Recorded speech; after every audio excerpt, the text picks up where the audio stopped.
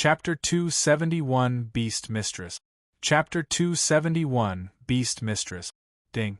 In the thick forest, Qiao'er was facing away from the bush behind him in silence and focus. He could even hear some clear ringing coming from that bush. Qiao'er sighed. No good deed goes unpunished. He went and saved the damsel, only to find her naked. So they made a pit stop at a bush to dress up. But this chick was taking her sweet time doing it. Can't you just put on a coat or a robe and be done with it? Look at me. Rustle. The grass crunched behind him and Qiao'er turned. He was in for the shock of his life. He hadn't gotten a good look at this damsel, with the rescuing and all, but now that he had, she was quite the looker. She had a cute button nose, more than generous curves, and big eyes to reflect complex emotions. Considering her clothes, it was a striking difference from the refined and graceful silken robes. They were made with ease of movements in mind. The constant ringing finally drew his attention to her bracelet having a bell attached, completing her wild look. She's a foreigner. Qiao'er watched on speechless. Never had it crossed his mind that in a place filled with his clan's disciples, he would find a girl not native of Tianyu. Noticing the obvious look she was getting, the girl blushed. She was squirming with shyness, but still had the guts to give him a sharp glare. What are you looking at? See how I'll poke your eyes out. TCH, not that there's anything to see. Why are you so feisty? Qiao'er jabbed. The girl blushed harder and felt disgruntled. She was a pure and single girl, and then she stumbled upon this stranger, who had got more than an eyeful. How could she face the world now? She was mortified, wishing to bury her head in her chest, go die. All this while Qiao'er was walking away cursing, God friggin' damn it! I saved the wrong damsel and wasted all this time too. Glaring, the girl spat, What's the meaning of this? You regret saving me? She skipped in front of him and fixed her piercing eyes on him. Qiao'er's words struck a nerve, and she got over her shyness in a jiffy. I'm an exotic beauty, a man's dream. It was your greatest fortune getting to save me and even getting an eyeful. What's with that tone, as if you were the one found naked? I am the one hurting here. You ruined me. Humph, greedy pig. The girl's eyes were staring a hole into Qiao'er, wishing to tear him a new one. And Qiao'er's response? Pushing her aside in mid-stride. Move, I've wasted enough pointless time on you as it is.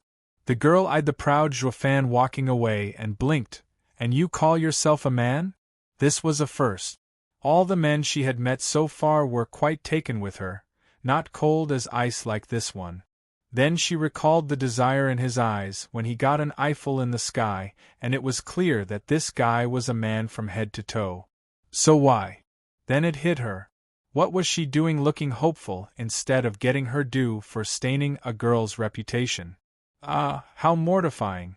She cupped her blushing cheeks, her mind drawing all kinds of untoward conclusions. Not that Qiao'er had a mind to care. He ignored this fated encounter and was this close to forgetting her as well. What was the point in remembering every bystander? Roar! A sudden gust signaled the appearance of a golden panther. As it jumped down from a tree up above it stared savagely at Qiao'er, bearing its reeking fangs as well. Fourth-level spiritual beast, mountain-crossing golden panther. The girl cried in fear. Qiao'er only frowned with slight worry. With fourth-level spiritual beasts being the order of the day on Beast King Mountain, he was plagued by what might happen to Yunhai. The girl figured Qiao'er was rooted to his spot from sheer terror and rushed to his rescue. The spiritual beast started laughing at Qiao'er's outlandish reaction. Hee, I scared the kid witless with my entrance. Perfect, it has been days since my last feast. Roar! The kitty pounced, its maw ready to swallow Qiao'er whole. Qiao'er smiled as his eyes were about to flash the danger away, just as a graceful figure jumped in front and blocked the savage beast. Ding! The girl's bracelet rang melodiously as she faced that savage pair of eyes with her charm. The girl then started moving her waist to the ringing, just like a dance. All the beast could do was gawk in a trance at the dancing girl. Qiao'er was stunned. He never knew you could deal with spiritual beasts in such an outlandish way. Through dancing and soul power, one charmed their opponent. Humans were hardly affected, but spiritual beasts with their tiny minds gobbled it up on the spot. As the girl went along her dancing routine, the spiritual beast's head was lolling about and its eyes glazed. Then the girl clapped the savage beast's head cocked and slumped. The fear and dizziness in its eyes made a stark contrast with the contentment on its face. Left gasping, the girl wiped her brow. Xuefan smiled. Ha ha ha, you're really something. This world sure is wide, and there are many approaches to the same problem. Hey, don't just stand there and comment on my skill from your high horse. Snapping her glare on him, the girl said after a pause, looking at you, you're just a 9th-layer bone-tempering cultivator. No wonder this 4th-level spiritual beast scared you silly.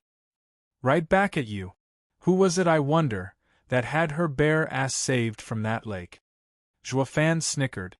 The girl now had his full attention. Blushing, the girl stuck out her head. How is that the same?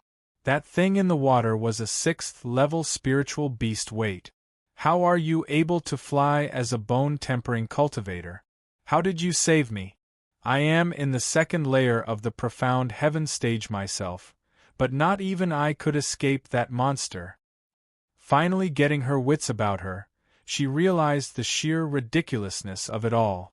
How was she spared from ending up a 6th-level spiritual beast's lunch?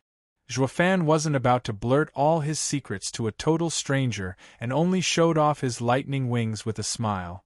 These things are quite fast enough to outrun a water serpent. The girl blinked for a second and nodded. I see, a 6th-grade flying spiritual weapon. The sight of those lightning-streaked wings had the girl musing. Then she said in all seriousness, Oi, kid, since you saved me and I saved you, we're even. Xuefan nodded. Though technically, he could have easily dealt with the kitty, but the girl flushed again for some odd reason and was plagued by indecision. Her voice grew fainter to such a degree, even Xuefan would have had a hard time hearing if not for his cultivation. You still owe me for seeing me naked. Oh, that makes sense. Xuefan nodded and chuckled. I totally understand you. Don't worry, I am not one to leave a debt unsettled. One moment.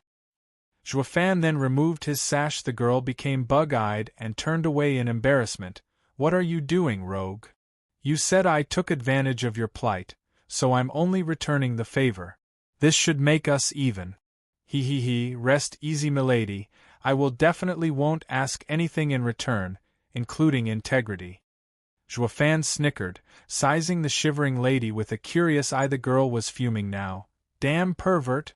That's not what I meant. What else is there? You mean you want more? Xuefan grinned. Fine, my magnanimous self will never be so petty as a certain girl. Go ahead, feel me up as much as you want. Ha ha ha, do as you wish with me, I won't complain. Really, not one peep. Ah, rotten pervert. I've had it with you. The girl was stomping and pouting. I only want you to help me get some shaping spring. I don't need to see your shaping spring. Xuefan's playful mood was gone, replaced by dead seriousness.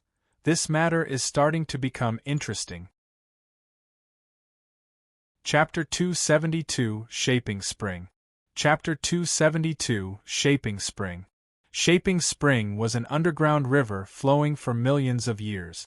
Subjected to constant heat from the core, it was formed of Earth's essence, and it was priceless. While Ice Heart Moon Soul of Shueqingjian was a peak water treasure of Yin, the Shaping Spring was a yang water essence just like diamond sand.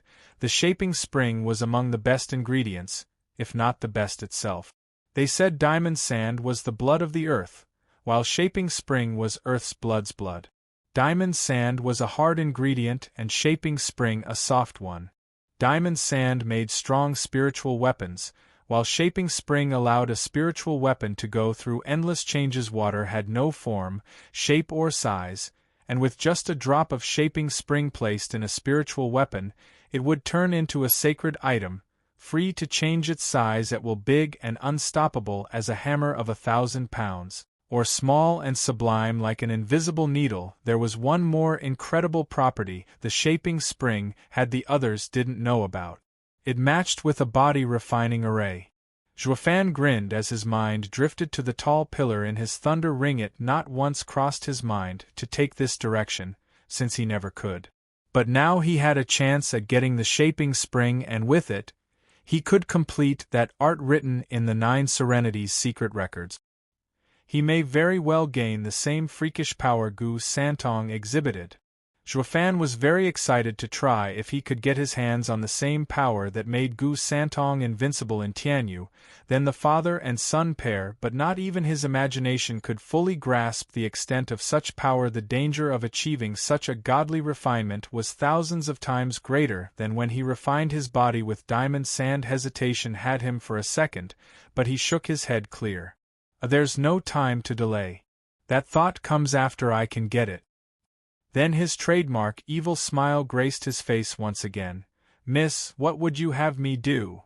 The girl eyed him skeptically. Why is this punk so warm all of a sudden? Odd.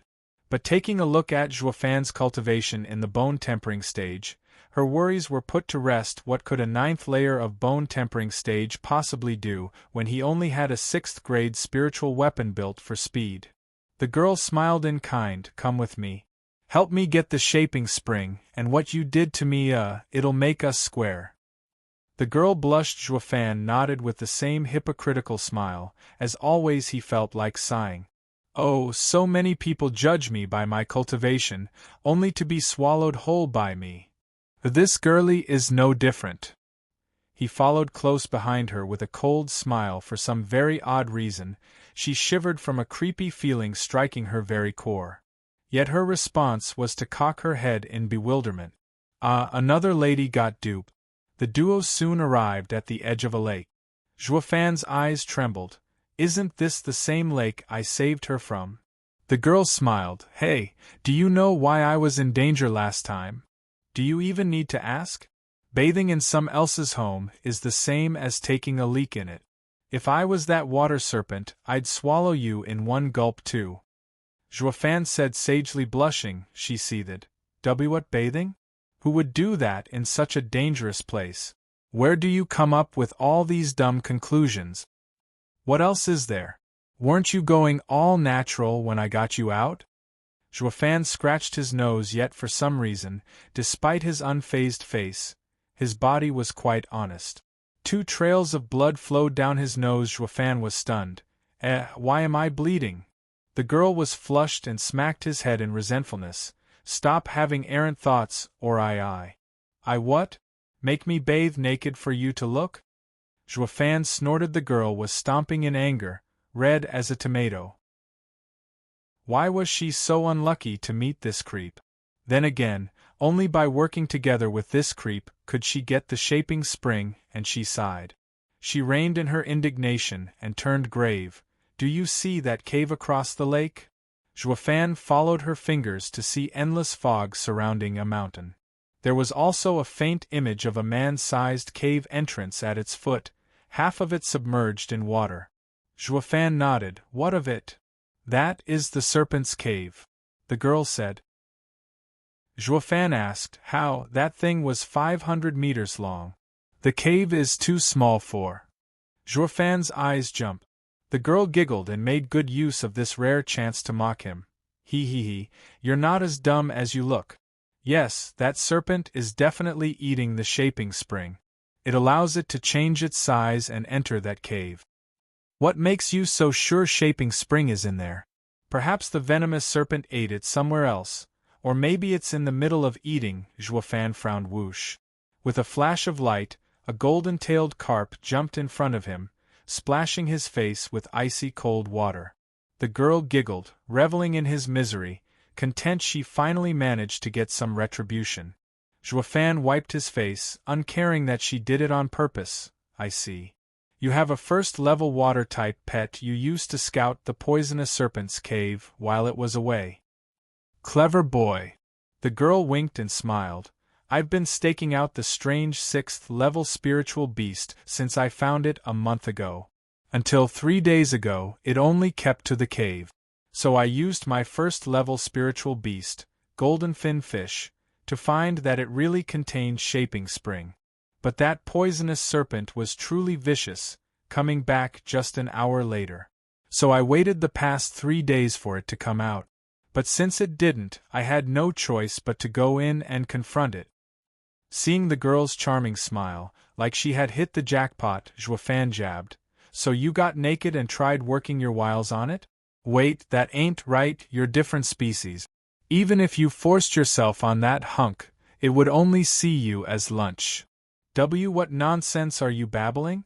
Who would ever seduce that beast? Blushing, the girl gnashed her teeth in anger. I only intended to use my beast-controlling art to tame it. There is nothing obscene about it. Beast taming?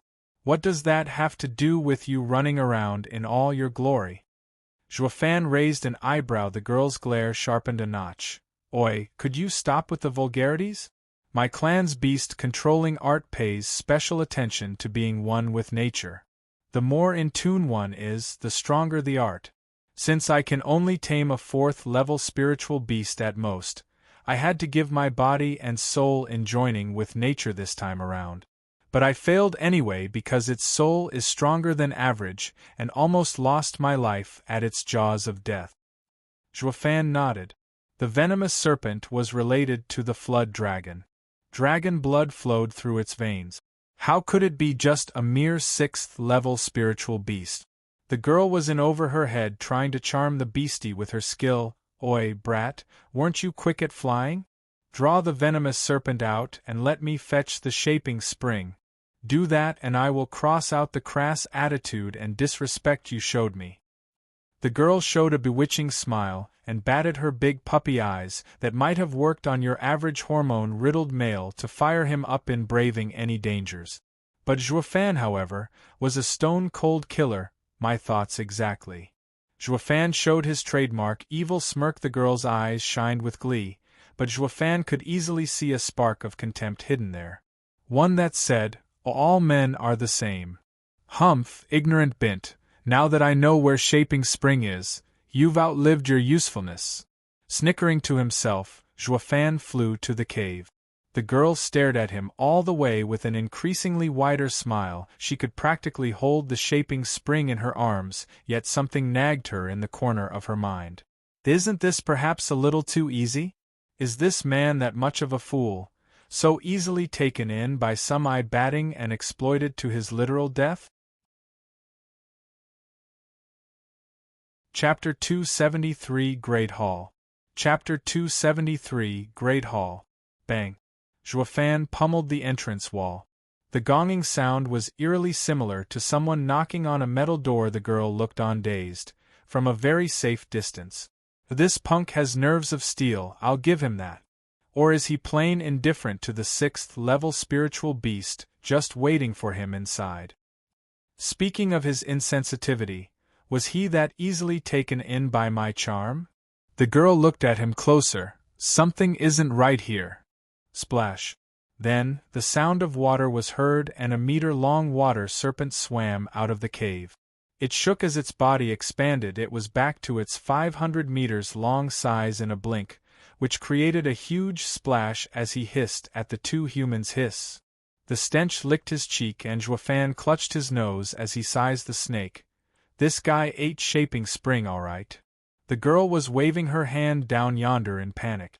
Not out of worry for Zhuofan, of course, but his death would mean her venture would abruptly end with a big fat 0 haul. Why is this brat just standing there? Is he scared shitless?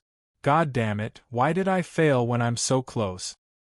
The girl gnashed her teeth in annoyance. The venomous serpent thought the same, laughing out loud and looking with contempt. This brat must be so naive to knock at my home. Now that he has basked in my royal glory, he's scared witless. Ha ha ha, it's only natural. Even I am in awe of my glorious self most of the time, ha ha ha. Glancing at the delusional snake and its wagging tail, Zhuofan could read him like a book. He grinned as he simply flew inside the cave. Guard this place and don't come in without my say. Zhuofan belittled this useless thing and just waltzed in. The venomous serpent was out of it from shock. What did he just say? To watch the door? The serpent was enraged. No one ever ignored it, least of all claim its cave like he owned the place. Oi, punk, do you have any idea whose home this is? Do you have a death wish? Hiss! The venomous serpent got closer to Zhuofan and hissed in his face. Covering him in drool, it hoped to knock some sense into him with its almighty majesty. The girl was soaked from fear. A run, you fool! Yet Zhuofan only had disdain in his eyes. He wiped the drool from his face and glared. Behave. The venomous serpent almost spat blood. It had never met someone so full of themselves to ignore it and even belittle it. It was royally pissed. The girl was scared witless. You behave, brat?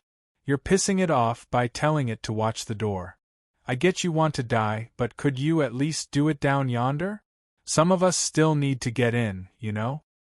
The guy's brains are on the fritz. She sighed.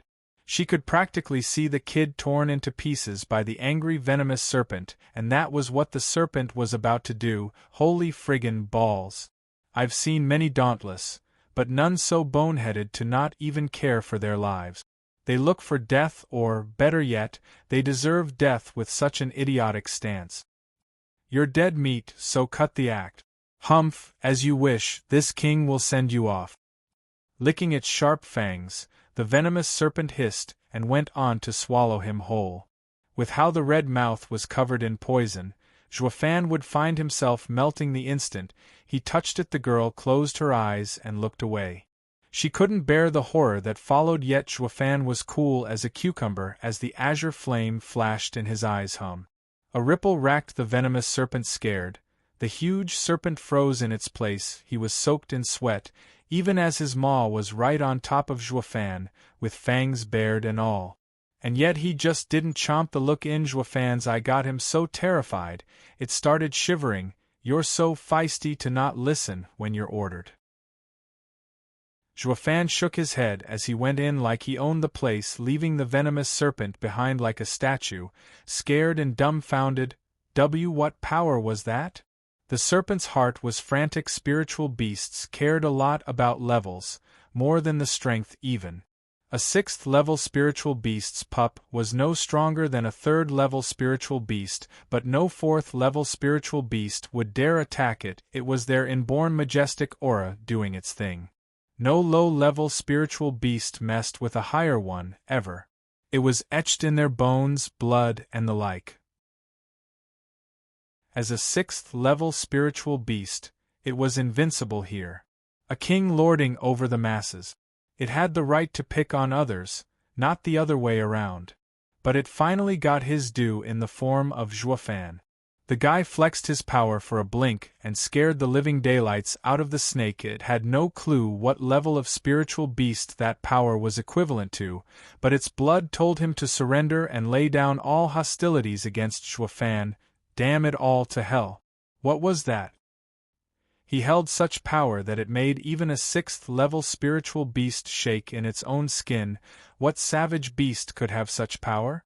And why is it with a human? Is he perhaps a dreadful beast's young? The venomous serpent was sweating buckets. It was just like a beggar meeting an emperor, with only obedience in his heart. If it was told to guard the door, that was what it'd do. What was so bad about it anyway? It went to such an extent that the snake swam out of the cave and didn't even have the gall to look behind him, while the girl who had struck Zhuofan off as a dead man sneaked a peek all this time and was now dumbstruck. What the hell? Since when were vicious venomous serpents so meek? It's not only not entering the cave, but was even posing as a damn watchdog. How in bloody hell did a bone-tempering cultivator do this? Does he also have a secret beast-taming art? The girl cocked her head, glancing at Zhuofan going further in with amazement and more than a little curiosity. This brat isn't as dumb as he looks. He may very well not have needed my help with the 4th-level spiritual beast as well. Wait, if he's so strong and all, why is he hiding it? Is he planning to take it all for himself? The girl panicked and stomped in anger. Her wish to go in there herself was curbed by the venomous serpent guard at the door. This time, she was close to blowing a gasket. She had wasted a month staking out this place, only to let another person reap the reward. I was hustled. She then pouted and slumped on the ground, sulking. Back to Xuefan, the man in question soon arrived at the end of the cave. The view here shocked him senseless. The cave was your average hole in the mountain, opening into a room 1,000 square meters in size, but the dazzling scene was breathtaking. He came here for shaping spring and actually found so many high-grade herbs. There were 100 8th grade and at least 1,000 7th grade herbs. Such haul could contest with the 7 houses' stores, if not even imperial families. Holy Mother of God! True wealth truly comes from nature. He assumed these were all gathered by the snaky, but why didn't he eat them? To last him through the winter. More for me, I guess. He.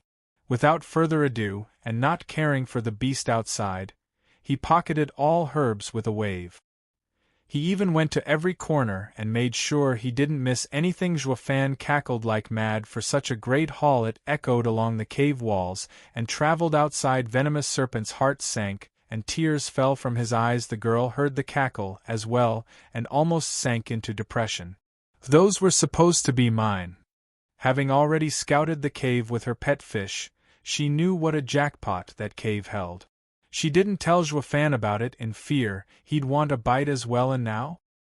He didn't just take a bite but swallowed it whole. The girl was wallowing in misery, tears threatening to burst out of her clear eyes.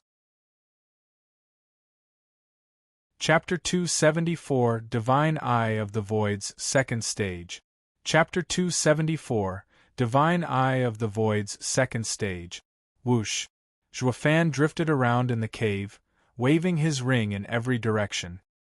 He could feel joy bubbling out of him with every precious ingredient being tucked away in the safe confines of his ring. He just came to Beast King Mountain and had already made a killing. This is the best goddamn omen of all! Xuefan cackled, his sound chilling the snake and human outside to the bone. After he had made sure nothing was left unappropriated, Xuefan began his search for shaping spring in earnest. His soul sense spread to every corner. Then Xuefan rushed deeper. Standing next to a hot spring, he watched the bottom of the spring in shock. An all-natural hot spring. It was 10 meters wide and had hot water coming out from the wall in front. But what was truly amazing was the thick white layer at the bottom of it. Xuefan knew right away that this was shaping spring. Isn't it a bit too much? Not even he had hoped to find so much of the underground miraculous treasure. Just a vial of the stuff could buy you a town. He'd be happy with just a bowl. But he didn't just get a bowl, he instead got a whole tub. He could literally bathe in it. Xuefan shuddered from excitement. Thinking back on this mountain, he realized that only after billions of years of accumulation could have gathered so much of shaping spring. There would have been even more of it if not for a certain snake sampling it. This is enough as it is. Anyways, one shouldn't be too greedy. It's bad for health. Xuefan chuckled at his egotistical thinking. Any who heard him would have spat blood. If you're not greedy, then the people in this world are all altruists. Humph, greedy pig. Plop. With a laugh, Xuefan jumped right in. He sank until the shaping spring reached his waist. Xuefan quirked his eyebrows in glee. So deep. There was even more of the shaping spring than he thought was possible. Xuefan went right down to business, taking out bottles and filling them with the stuff before throwing them into his ring. Xuefan's face always sported that dumb grin throughout this ordeal, smiling from ear to ear. I hit pay dirt coming to this Beast King Mountain. It's totally worth it, even if I don't get that brimming sacred pill. Ha ha ha. Xuefan's laughter echoed throughout the cave. Bam. While he was hauling his booty, he touched upon something. It didn't sound like a rock, but something hollow. He groped around blindly before taking out a blue vial. Xuefan looked at it curiously. Why is there a vial here? Is collecting baubles another one of the serpent's hobbies? But the writing on it left him stupefied. My luck can't be that good, right? Did I actually stumble upon a brimming sacred pill? Yes, sir, the vial had those exact words on it. The cap even had a seal on it to not leak its fragrance and attract spiritual beasts. Zhuo Fan started flipping it. Feng Qiaobai threw 5 such pills into Beast King Mountain at the start. This one must have flown through an underground river and chanced upon this place, with the snake totally oblivious of it. Zhuo Fan sighed. I'm so lucky, even I'm scared. The odds of finding a brimming sacred pill among shaping spring was a true close to 0 chance, but was he one to waste such an opportunity? Hell no. He threw it in his ring and resumed hauling his loot.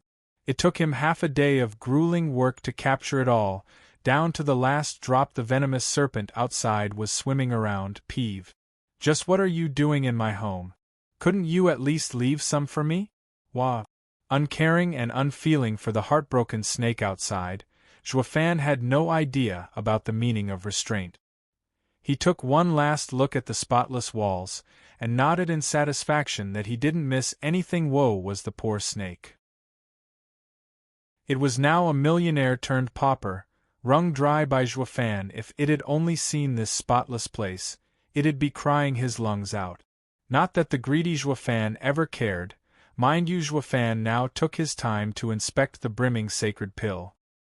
He uncapped it and swallowed it. With enemies coming out at every turn in the esoteric debate, he was hard-pressed to find such leisure again, giving him enough time to refine the pill. It'd be best to stay in here, under the snake's watch, and grow stronger. Boom. An explosion of soul power happened the instant he swallowed it. As if a sea was unleashed in his head, his mind threatened to burst. Zhuo Fan never thought the pill would be so outrageously strong. Finding it painful even for him to absorb such a vast amount, nevertheless, he was happy as he channeled it into his right eye. With his soul at the radiant stage, increasing it a few more times would hardly help him in this battle. His focus was on reaching the divine eye of the void's 2nd stage with the help of the brimming sacred pill. The 1st stage had incredible power and made him practically invincible, but the 2nd stage was even more so, as it covered his deadly weakness. His victory in this final battle solely rested on it. Zhuo Fan's right eye burned hot as the golden ring in it flickered. Slowly, a 2nd golden halo came into existence beyond the 1st. Even if blood spilled from his eye, even if the pain was excruciating, he braced for it and remained staunch. If he hadn't missed his chance in Dragon Cloud City, it wouldn't have been such an ordeal. But now, forced by circumstances, he chose to power his way through, multiplying his agony instead. He couldn't even spare the attention to care though. Even as he bled from his eye, even as he was soaked in sweat, he still remained firmly seated on the ground. Over the next couple of days, Zhuo Fan was in constant frown and veins bulged on his forehead. He was still suffering through the pain and felt the breaking point drawing ever nearer. He reached his limit on the afternoon of the 3rd day. He was teetering on the edge, just as the 2nd halo formed in his right eye. An invisible wave shot to the skies the next moment. A simple glare actually made a small hole straight through the whole 500-meter-tall mountain above him like it was nothing. The bright sky, the warm sunlight, passed through it and shined upon the gleeful Zhuo Fan. He was spent and weary, but thrilled. Divine eye of the void's 2nd stage, void annihilation. The power to break through any space. Even trapped in an array or space, he'd now have no problem blowing his way out, all thanks to a little help from something called Divine Eye of the Void's 2nd stage. Ha ha ha, awesome. I am truly invincible now. Zhuo Fan cackled, but fell the instant he tried getting up. He guessed that he would have to wait, as tending to his soul came first. A great deal of his soul power was used on breaking through, and it was now time to use the rest to cultivate. So he sat cross-legged again the next day. His soul spread around and found everything to be far clearer. He realized the range had increased to 2 miles and flew out of the cave. He had struck the motherlode coming to Beast King Mountain. Whoosh! Shooting out of the cave with a thunderclap, he ignored the snake and took to the skies with his nemesis finally out. The venomous serpent shrank his size and entered the cave. The empty and spotless place left him wailing in rage. The horde he grew throughout his life was gone, just like that. Even Shaping Spring was picked clean. He licked the hot spring and found not a drop remaining. The snake wailed, "He is worse than a bandit." But then he noticed the bright sky above and almost fainted from anger.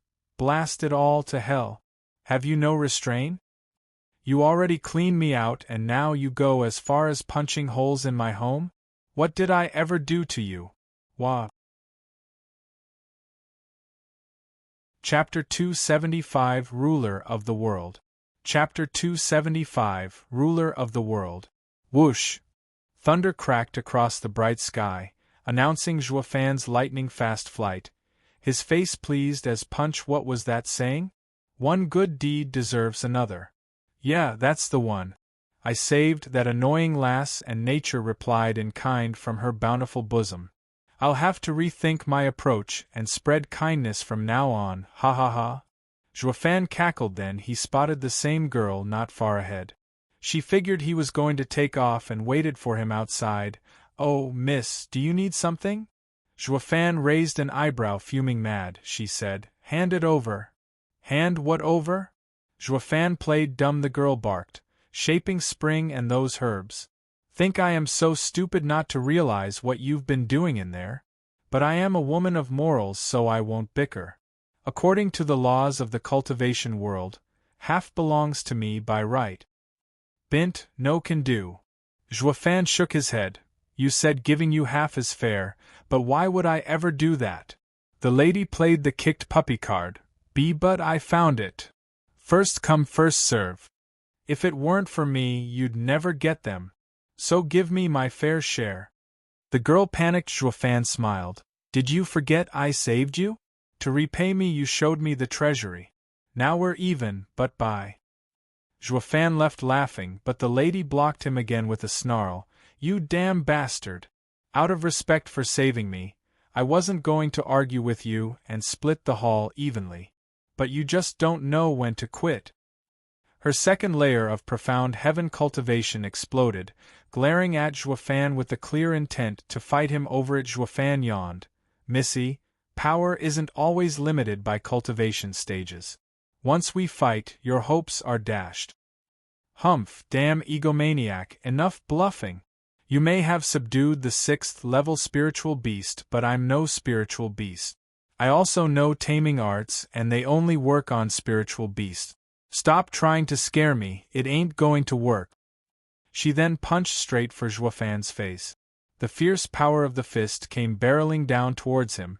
Backed by her second layer of profound heaven cultivation, it had no effect on Zhuofan, however, still calm and uncaring as he vanished. The girl was left speechless. The next second she found her wrist yanked behind her back. "Ah!" She then started crying from pain. "Why, you're breaking my arm." "Let go." Zhuofan shook his head and let go. She jumped 10 meters away and looked at him perplexed. How did he do that?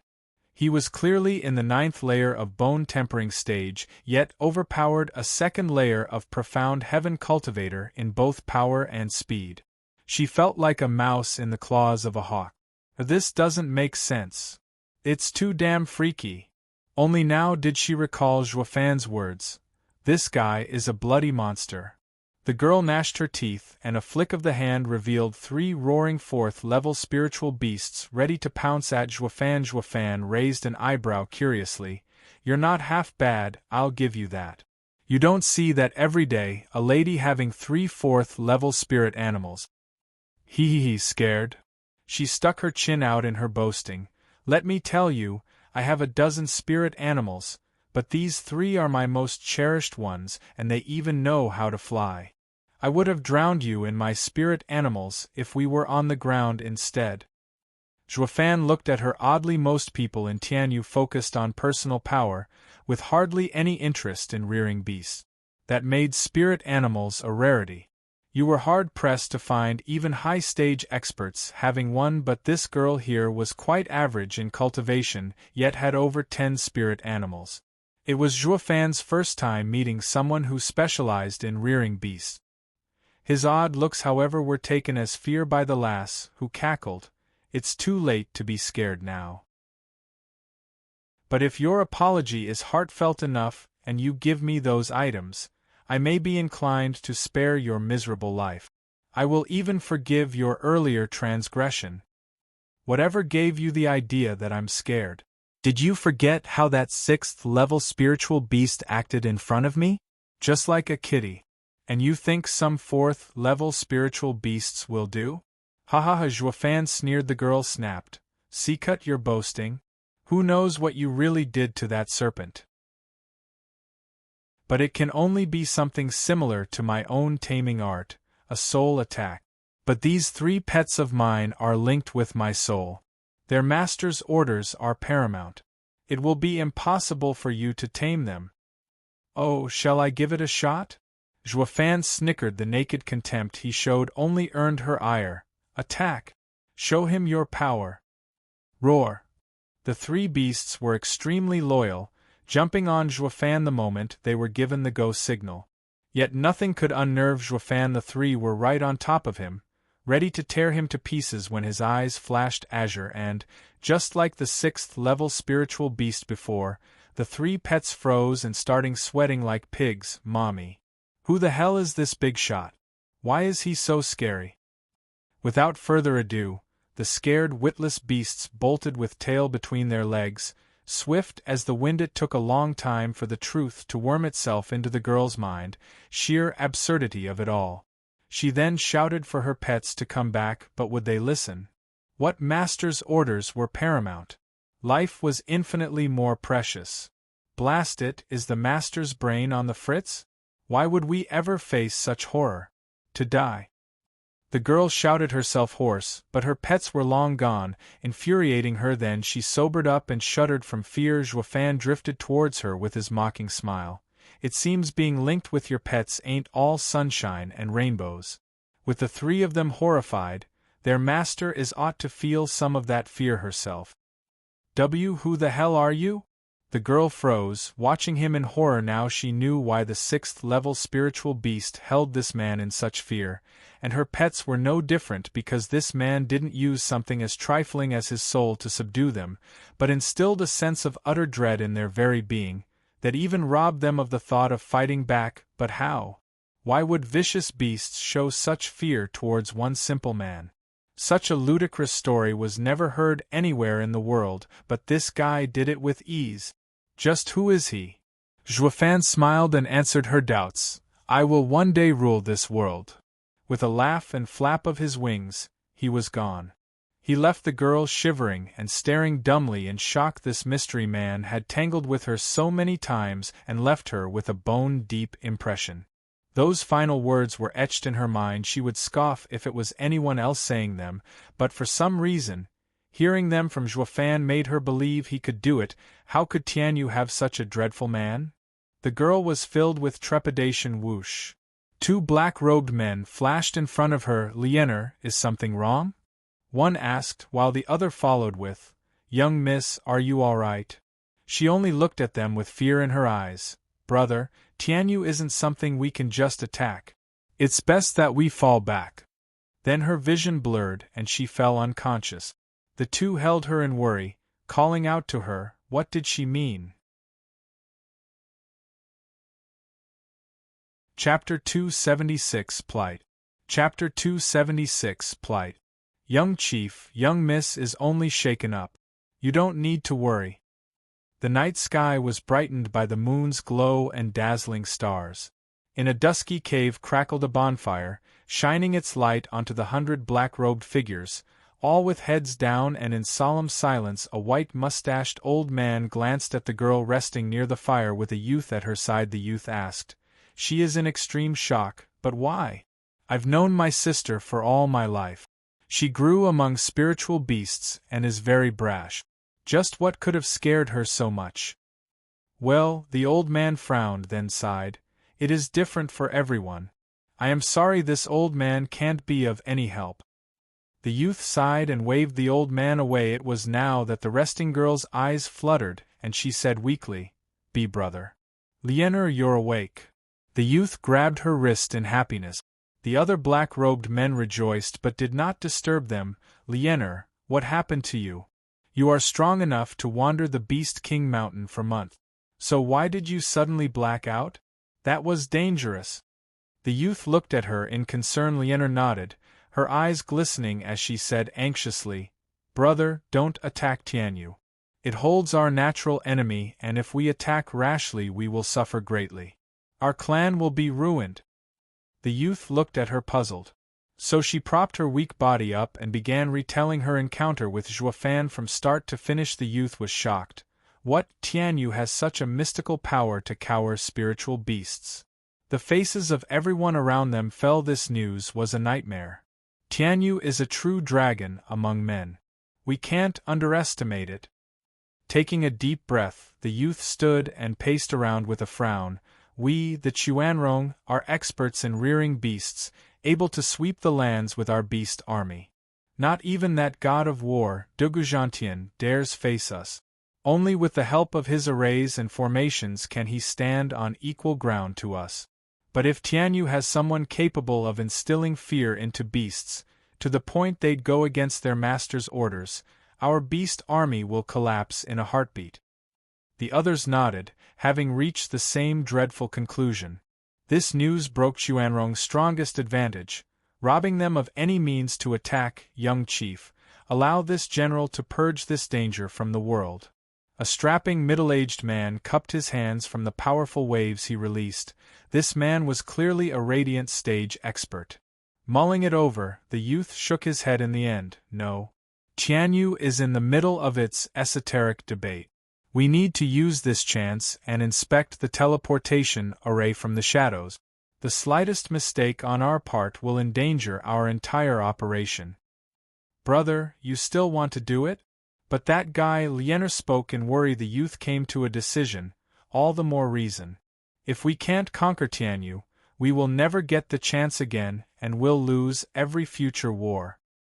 They all nodded solemnly. Qiao'er sighed. But brother, is that man truly trustworthy? Can we really take Tianyu in one move? Ha ha ha, Qiao'er and everyone needs to relax.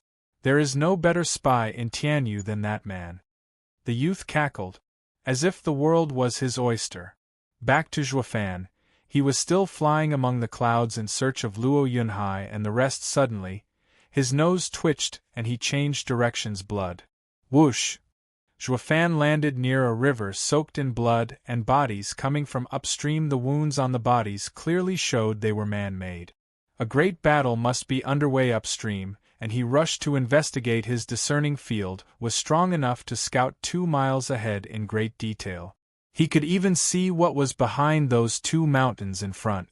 Zhuofan bypassed them with his senses and saw a great deal of men gathered at the mouth of a valley. From their signatures, he easily identified them as Luo Yunhai, Xuaningxiang, and other second- and third-rate clans. Outside the valley entrance were the vassals of the Regent Estates faction, forcing Yunhai's group into the valley. He had no clue who they were, but their leader couldn't be more familiar. Zhuofan snickered. "Oh my, now a cripple goes out hunting? You must have a death wish." Quite right. The man leading the attack on Luo Yunhai was Forest Fleeting Dragon Lin Xianfeng. Albeit a one-legged dragon, but he still had the power to shock everyone. His dragon title was shaky now, but to the average profound heaven expert, he was undefeated. Lin Xianfeng looked coldly at his enemies and shouted, "Listen up. I only care about the Luo clan to settle a grudge. I don't have time to waste on extras, so get lost. Or you could just follow Luo clan to their grave." The men were tense and glanced at Luo Yunhai. It was obvious Lin Xianfeng was taking it out on the Luo clan for having Zhuofan rip his leg clean off. Their grudges had nothing to do with these second-rate clans. Although vassals of Drifting Flowers edifices, Sword Marquis abode, and Veiled Dragon Pavilion were allies of Luo clan, they were nonetheless far from willing to pay the ultimate sacrifice in defending them. Luo Yunhai knew this as well as he said solemnly, "Our meeting was pure chance, friends. There's no need to implicate yourself as well. If you wish. Useless cripple, our fate lies with the Luo clan. You don't scare us. Why don't you pick on Big Brother Zhua if you have the guts?" The charming voice cut Luo Yunhai off, with a brash and arrogant tone. Her allies were scared witless, young miss. If you want to defend Luo clan and die, go right ahead, we won't stop you. But could you please not drag us into this as well? And why are you even mentioning that guy's name? Are you trying to piss off Lin Xianfeng some more? How are we supposed to face that whirlwind, Lin Xianfeng? They all felt like crying, having their lifeline cut off without remorse. Shui Gang and Shui Lin looked at Shui Ningxiang with a shake of their head.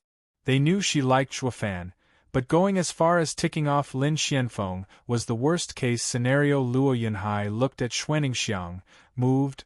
Sister Ninger, thank you. What thanks? Without Big Brother Zhuo around, it falls to me to keep you safe. Shui Ningxiang patted her chest with a prideful face. She was happy as long as she could do anything for Zhuofan, and yet her brothers were crying inside. Damn brat. How can you look after someone when you're constantly being looked after? Moreover, Luo Yunhai and his 10 guards are stronger than any of us. How can we even protect them? Luo Yunhai scratched his nose. I am grateful for Sister Ninger's good intentions. But it's best if I take Big Brother Zhuo's place and look after you. Ninger patted Luo Yunhai's head and smiled. Never mind protecting me, since Big Brother Zhuo is surely just around a corner, ready to jump in and save me. Luo Yunhai was puzzled. Ninger showed her thunder ring with a smile. Each time I'm in danger, the thunder ring flashes, and that means Big Brother Zhuo is here. Luo Yunhai sighed at how innocent and naive she was, even delusional some might say. It would be best if Big Brother Zhuo comes in the nick of time. But if you think he's going to show up each time you're in danger, won't you treat your life as a joke? Her brothers knew this as well and tried reasoning with her, but Shui Ningxiang turned a deaf ear. A girl's fairy tale was impossible to dispel. Shui Ningxiang's choice of words sure got the obvious reaction out of Lin Xianfeng. He was pissed and filled with bloodthirst. Young Master Lin, his men glanced at him. Lin Xuanfeng's eyes were bloodshot as he barked, "Ignorant brat! Just kill them all and be done with them." His roar resounded in Luo Yunhai's group's ears, scaring them. Only Shui Ningxiang was closely watching Thunder Ring for any signs, waiting for that spark of hope. Chapter 277 Breakout. Chapter 277 Breakout. Kill! The war cry signaled the enemy's charge into the valley entrance. The thick bloodthirst in the air was that from a stampede of enraged bulls. The pressure was too great even for a profound heaven expert to hold on, making it harder to breathe. They all turned pale as paper. Not only was the enemy outnumbering them many times over, but they even had the strength advantage. How were they going to come out of this one? Even Luo Yunhai, who alongside the 4 tigers saw charging armies on an almost daily basis, was affected. Their side was at a gross disadvantage, be it in terrain or numbers. None of it worked in their favor. In war tactics, this situation could only be overcome by forcing one's way through if one wanted to get out alive. His jaw set, Luo Yunhai turned to his side, teetering on the verge of collapse, and shouted, "Everyone, don't all of you have someone here you wish to protect?" That caught their attention. Luo Yunhai's eyes flashed. "They may outnumber us, but they are rabble. I can help you get your loved ones out safely. They will be in the center while we form a circle around them as we break out of the enemy attack. We will likely lose our lives, but our loved ones will have the highest chance at survival." The dead eyes of his group finally sparked with a glimmer of hope. "Brother, go in the middle, I'll protect you." "Foolish child, I'm the big brother. How can I let you give your life for me? It is my duty to keep you alive." "Brother," the younger brother's eyes glistened. "Sister, stay close to the center and don't fall behind." Another brother patted his younger sister's shoulder. "Brother-in-law, go in the middle. I'll get you out for sure." "Silly boy, how can I live if you died? How will I face your sister?" the man said to his wife's younger brother. They soon shed the fear instilled by the enemy's war cry, and their hearts held a deep feeling of warmth, spurring on their will to fight to the death. Luo Yunhai nodded, grateful that his plan worked. Next up was the fight. Looking back at the savage enemy marching over, Luo Yunhai took a deep breath and, like a true marshal, He took in the entire battlefield to make use of. Zhuofan would be so proud if he could see this boy having grown up, because Luo Yunhai's words were the right tactic for a marshal to use in this critical situation. He had to kindle the will to fight in his men. If he said something along the lines of, "Fight alongside me to survive," the effect would hardly be noticeable. Everyone considered their lives as the #1 priority, and they made sure to treasure it. But how could they overcome their fears in the face of that relentless tide marching towards them? Even if he could make them fight for their own sake, it was a flimsy reason bound to crumble at first contact. Death would follow all the same at this point, but Luo Yunhai was sharp in figuring out these people had loved ones mixed in this group. He appealed to their humanity, their conscience, their responsibility, and drove them to war. Although this meant cutting their effective fighting force in half, the ones doing the protecting would give their absolute best, and more, to make sure their loved ones lived to see tomorrow. To instantly turn these random groups of people into a cohesive unit bent on fighting to the death was the sign of a great general Luo Yunhai had the hopes of becoming. "Yunhai, stay behind me. Sister will protect you." Xuaningxiang's beaming face graced his eyes. She even flexed to back up her claim. Luo Yunhai let out an awkward chuckle. "Ha ha ha, I am grateful for your kindness, but I am the one commanding this charge. It's more important that I stay in front as well." Shui Gang and Shui Lin hoisted the overconfident and delusional Xuaningxiang behind. "Ning don't be willful. He's stronger than you. Listen to your brother and stay in the middle. Let your brothers get you to safety."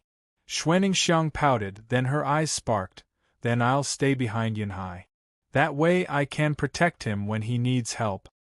Helpless, they had no choice but to agree. Behind Luo Yunhai could also be said to belong to the center of the group, somewhat, but Shui Gang and Shui Lin were not leaving her sides. Anything could happen in the spur of the moment, especially on the battlefield. They had to protect her. Similar scenes happened all around them as the people were determined to get their loved ones out alive. Luo Yunhai formed them into ranks, and as he stood in front of them, an old man stepped forward. "Young Master Luo, I'll be at your side to protect you. If I am to fall, please send my words to Grandmaster Zhua. My greatest regret is that I wasn't good enough to have him as my master." The old man shook his head. Zhuofan would have a nice dumbstruck face if he was here. Wasn't this old guy the same Luizhen, who competed alongside Yen Song in the 100-pill meeting? He wanted to be Zhuofan's disciple, but Zhuofan wouldn't hear it. But how did he end up here then? Luo Yunhai sighed. "Grandmaster Lu is so determined. If not for Sir's guards, we'd have long been mere corpses on the ground. As long as we get out alive, I will think of a way to make Big Brother Zhuo receive you." "Thank you, young Master Luo." Grandmaster Lu nodded sadly. "Let's talk about this after we survive. Either way, being able to show my respect to Grandmaster Zhuo by helping him is gratification enough." Luo Yunhai nodded. "A Grandmaster Lu is so honest and righteous. Kill." The howls of war drew nearer. Luo Yunhai faced the enemy as the leader of his men, waiting. When the enemy was at the 100-meter mark, he led his own charge. "For our loved ones, charge!" Roar! Thunderous shouts echoed his own battle spirit, and they rushed on like a tide. The enemy was baffled at the sudden development, even as the sides clashed. Boom! Their morale sank to half in a blink. As if a spear pierced the great skies and left a massive hole, so did the force go through them like butter. The enemy looked dumbstruck, even the enraged Lin Xianfeng. He was watching speechless as the wedge formation went through his group. "They're 100 against my 1,000. How can we not even block their charge?" The wails and miserable cries rang in his ears. He looked in time to see his men flailing their bleeding arms and leg stumps in agony. The enemy was reaping through his men like a dragon. His men couldn't put up even a token of resistance, and it only drove him madder. "For goddamn sake!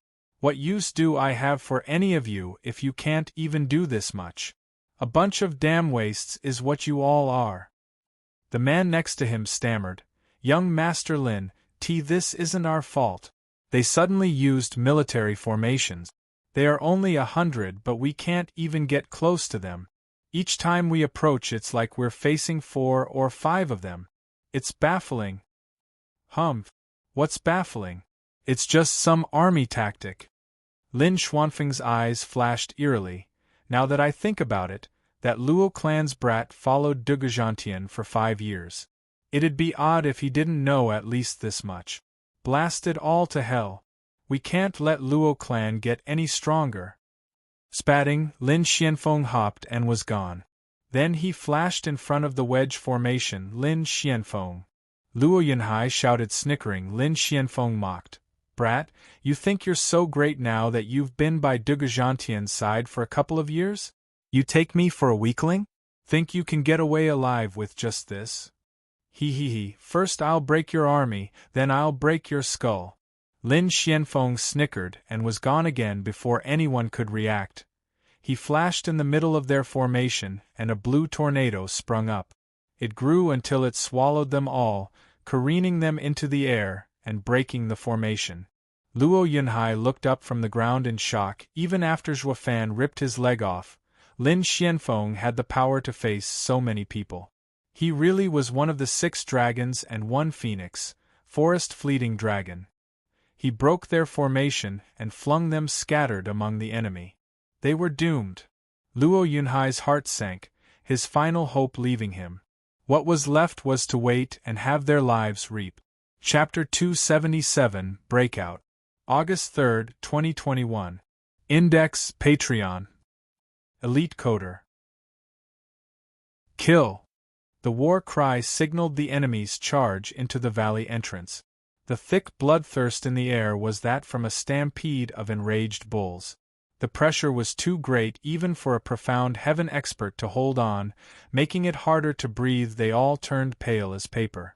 Not only was the enemy outnumbering them many times over, but they even had the strength advantage. How were they going to come out of this one? Even Luo Yunhai, who alongside the 4 tigers saw charging armies on an almost daily basis, was affected. Their side was at a gross disadvantage, be it in terrain or numbers. None of it worked in their favor. In war tactics, this situation could only be overcome by forcing one's way through. If one wanted to get out alive, his jaw set. Luo Yunhai turned to his side, teetering on the verge of collapse, and shouted, "Everyone, don't all of you have someone here you wish to protect?" That caught their attention. Luo Yunhai's eyes flashed. They may outnumber us, but they are rabble. I can help you get your loved ones out safely. They will be in the center while we form a circle around them as we break out of the enemy attack. We will likely lose our lives, but our loved ones will have the highest chance at survival. The dead eyes of his group finally sparked with a glimmer of hope. Brother, go in the middle, I'll protect you. Foolish child, I'm the big brother. How can I let you give your life for me? It is my duty to keep you alive. Brother, the younger brother's eyes glistened. Sister, stay close to the center and don't fall behind. Another brother patted his younger sister's shoulder. Brother-in-law, go in the middle. I'll get you out for sure. Silly boy, how can I live if you died? How will I face your sister? The man said to his wife's younger brother. They soon shed the fear instilled by the enemy's war cry, and their hearts held a deep feeling of warmth, spurring on their will to fight to the death. Luo Yunhai nodded, grateful that his plan worked. Next up was the fight. Looking back at the savage enemy marching over, Luo Yunhai took a deep breath and, like a true marshal, he took in the entire battlefield to make use of. Zhuofan would be so proud if he could see this boy having grown up, because Luo Yunhai's words were the right tactic for a marshal to use in this critical situation.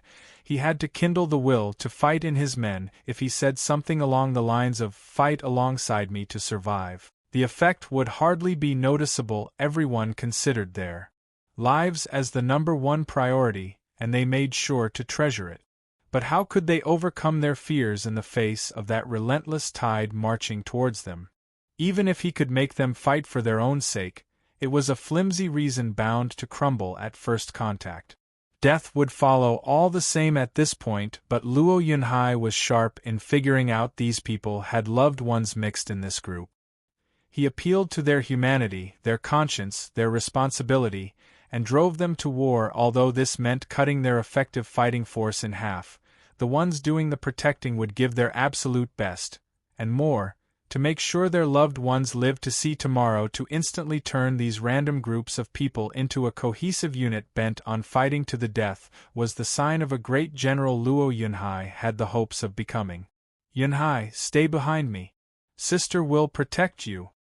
Xuaningxiang's beaming face graced his eyes. She even flexed to back up her claim. Luo Yunhai let out an awkward chuckle. Ha ha ha, I am grateful for your kindness, but I am the one commanding this charge. It's more important that I stay in front as well. Shui Gang and Shui Lin hoisted the overconfident and delusional Xuaningxiang behind. Ninger, don't be willful. He's stronger than you. Listen to your brother and stay in the middle. Let your brothers get you to safety. Xuaningxiang pouted, then her eyes sparked. Then I'll stay behind Yunhai. That way I can protect him when he needs help. Helpless, they had no choice but to agree. Behind Luo Yunhai could also be said to belong to the center of the group, somewhat, but Shui Gang and Shui Lin were not leaving her sides. Anything could happen in the spur of the moment, especially on the battlefield. They had to protect her. Similar scenes happened all around them as the people were determined to get their loved ones out alive. Luo Yunhai formed them into ranks, and as he stood in front of them, an old man stepped forward. Young Master Luo, I'll be at your side to protect you. If I am to fall, please send my words to Grandmaster Zhua. My greatest regret is that I wasn't good enough to have him as my master. The old man shook his head. Zhua Fan would have a nice dumbstruck face if he was here. Wasn't this old guy the same Luizhen who competed alongside Yen Song in the 100-pill meeting? He wanted to be Zhua Fan's disciple, but Zhua Fan wouldn't hear it. But how did he end up here then? Luo Yunhai sighed. Grandmaster Lu is so determined. If not for Sir's guards, we'd have long been mere corpses on the ground. As long as we get out alive, I will think of a way to make Big Brother Zhua receive you. Thank you, young Master Luo. Grandmaster Lu nodded sadly. Let's talk about this after we survive. Either way, being able to show my respect to Grandmaster Zhua by helping him is gratification enough.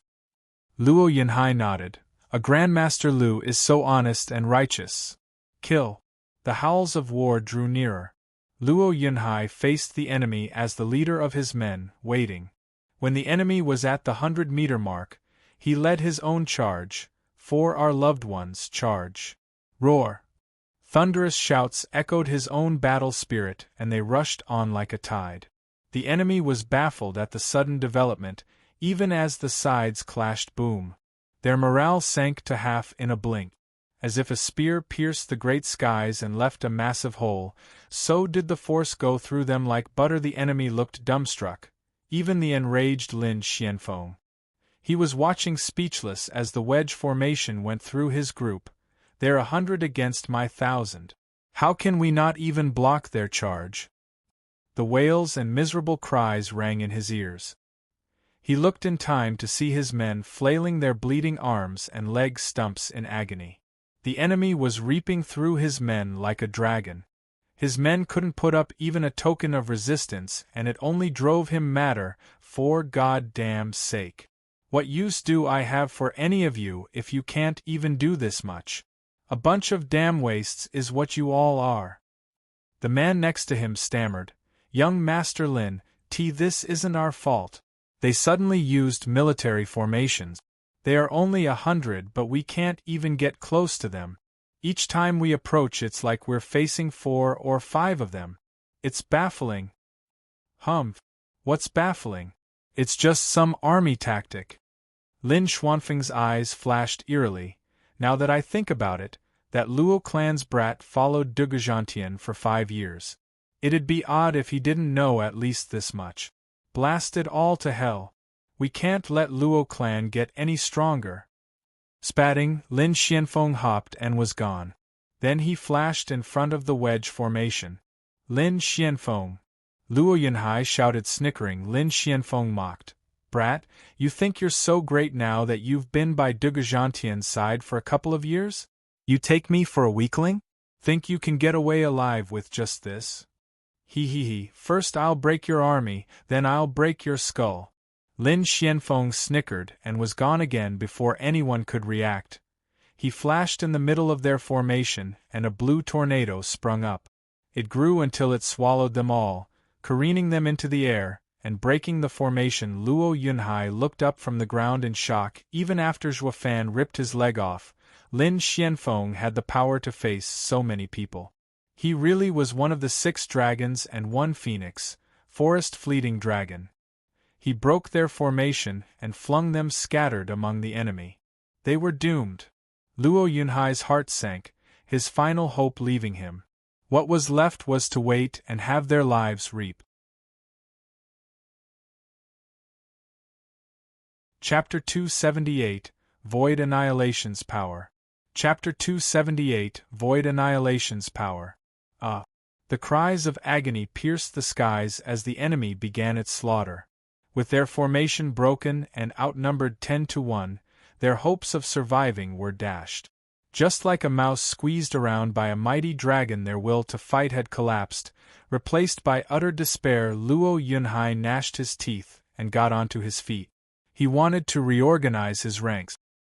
He wasn't about to give up as long as there was an inkling of hope, but as soon as he got to his feet, he was kicked flying, with blood flowing from his lips, coughing blood.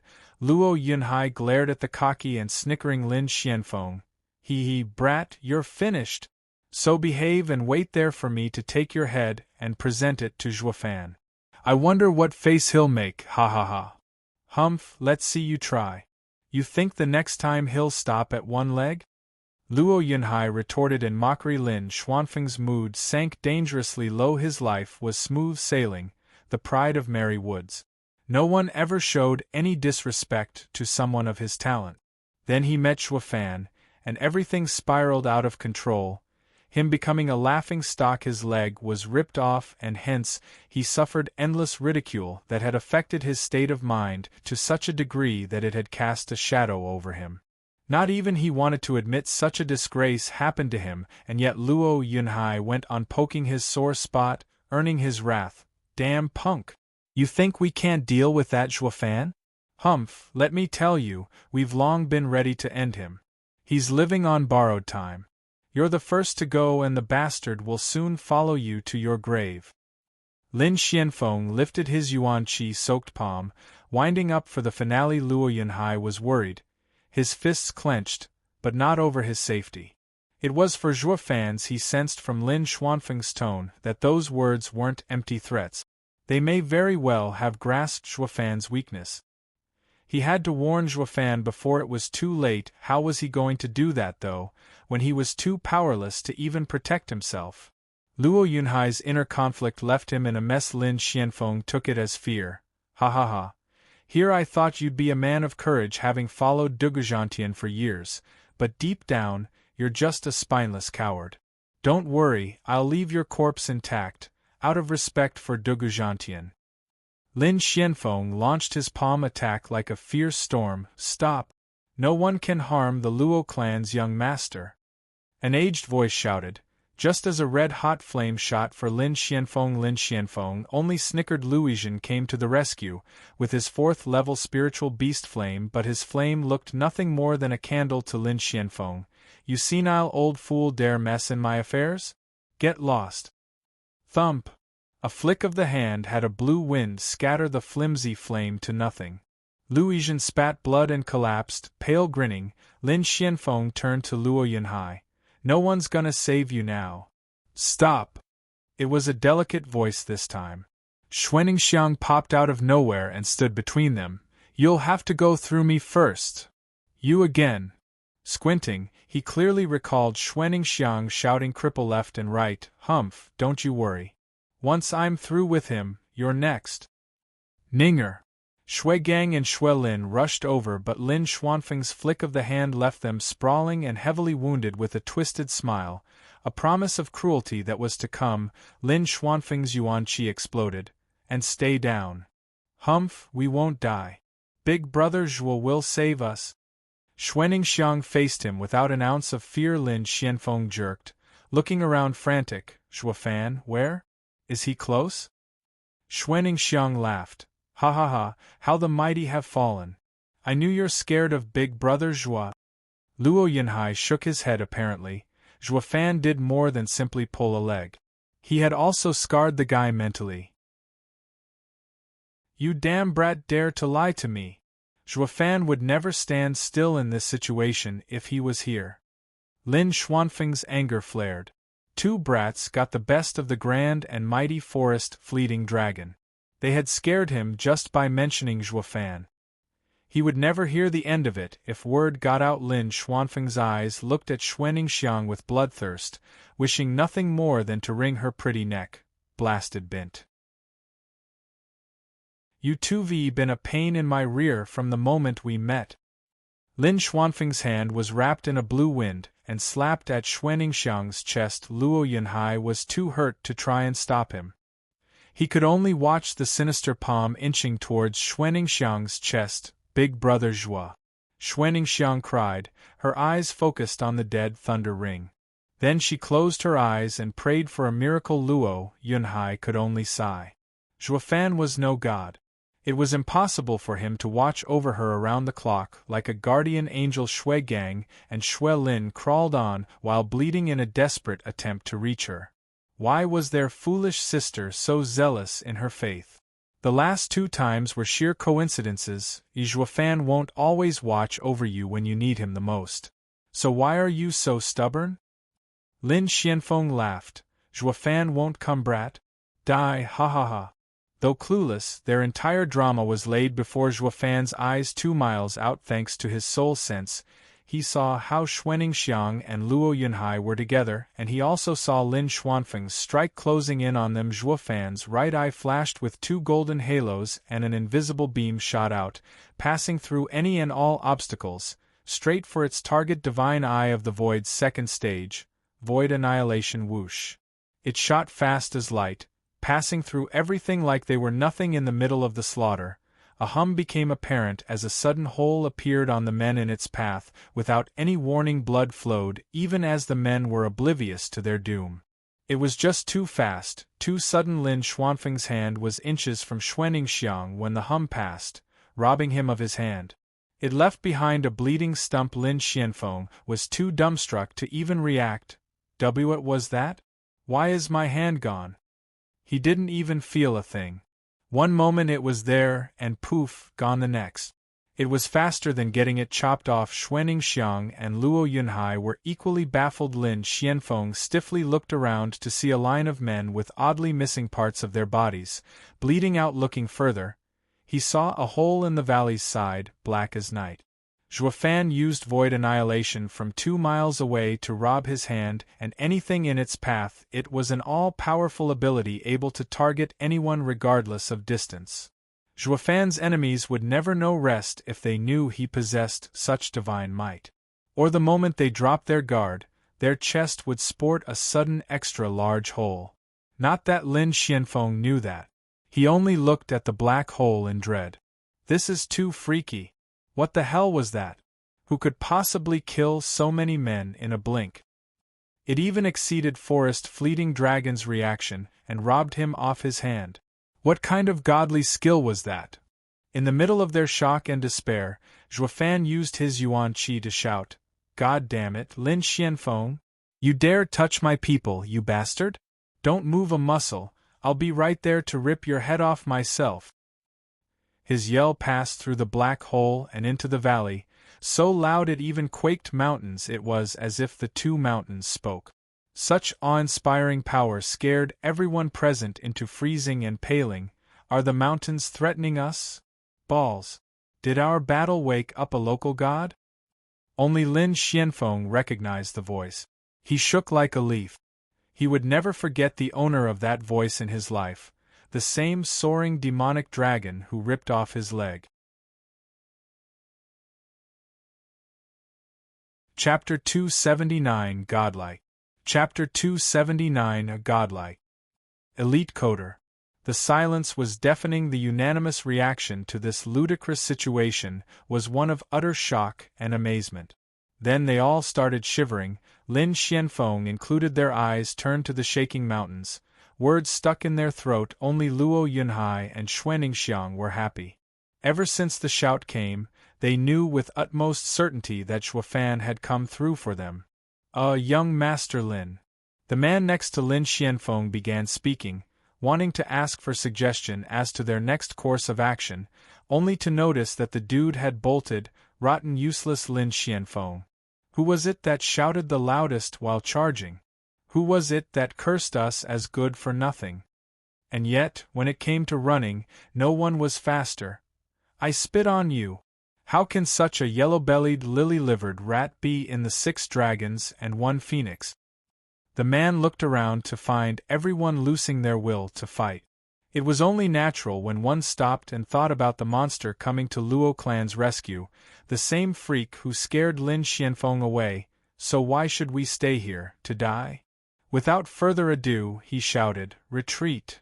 Roused up, the men followed behind Lin Xianfeng. Without any complaint, the winning side from a moment ago was now running away miserably. They even forewent their wounded, selfishly holding their lives as the number 1 priority. Luo Yunhai sighed. Big Brother Zhua is amazing to the extreme. One shout is enough to scare them away. It's even more effective than our wedge formation. Xuaningxiang nodded cutely, her eyes blazing. She hadn't even seen his figure, yet Xuefan's valor and might thoroughly turned her into his number 1 fan. Shuegang and Xuelin shook their heads. Xuefan's timely save was more than welcome, but that sister of theirs sank even deeper into her unhealthy obsession of him. No doubt about it, Xuaningxiang's belief that Xuefan would be there to save her every single time was now firmly engraved into the very core of her being. This delusion was far from healthy. Her brothers shook their helpless heads. Ninger hadn't once listened to their advice so far, and the repeated near saves, courtesy of Xuefan, only worked to make her go against them even more. The two sighed. Then they followed up with the usual glee of finding their lease on life extended and looked after the wounded. 15 minutes later, a thunderclap signaled the landing of a black figure. They were greeted by none other than soaring demonic dragon, Xuefan. Surveying the battlefield, Xuefan cursed, "That blasted Lin Xianfeng ran again. The next time he won't be so lucky. I'll make sure to pull his other leg and get him to crawl like a beggar." The people were scared, but the reverence was obvious from their expressions. Of Tianyu's youngest generation, only soaring demonic dragon dared challenge 6 dragons and 1 phoenix. If it were them, not in a million years would they even conceive such a radical and preposterous idea, not to mention suicidal. It only made them see Xuefan in a new light, holding him in complete admiration. This was a truly fearless man, a man of courage and endless valor. Ignoring these peasants, Xuefan's eyes snapped to Xuaningxiang and Luo Yunhai in glee. "Are you all right?" Xuaningxiang shook her head, bashful. "Don't worry, Big Brother Zhua, I'm fine. I knew you'd come and save me." She then touched her thunder ring. Xuefan chuckled and waved, as the thunder ring on his own hand glinted. "Big Brother Zhua, Grandmaster Lu already gave me a healing pill. I'll soon be back to full health." Luo Yunhai smiled with a pale face, raising an eyebrow. Xuefan turned to the old man. "Grandmaster Lu?" "Ha ha ha, Grandmaster Zhua, it's been a long time." Luizhen bowed. Xuefan was puzzled. "What are you doing here? Didn't esoteric debate have the 30 years age ban?" "Grandmaster Lu, how old are you really?" Grandmaster Zhua, I am not a participant, nor did I know Beast King Mountain was to be the location for the esoteric debate's final battle. It was pure coincidence," Luizhen explained. Sizing him up, Xuefan was very much doubtful still. "Really now? Honest to God. It must be fate for me and Grandmaster Zhua to meet again." Luizhen's genial response came. Xuefan snickered. "Oh please, cut the act. What fate could possibly be tying us?" Luizhen hanged his head. Luo Yunhai interjected. Big Brother Zhua, we were lucky to have Grandmaster Lu here, or many more would have perished. He is Luo clan's benefactor. I heard he is very eager to take you as his master. What if? Luizhen, it's been so long yet you're still dead set on this idea? Zhuofan cut him off with a stare on Luizhen. Luizhen nodded furiously. Yes. Grandmaster Zhuo's alchemy is the pinnacle among all the alchemists I've seen. To be your disciple is my lifelong wish. In that case, Zhuofan squinted, fine. We are short on hands and your timely arrival is most welcome.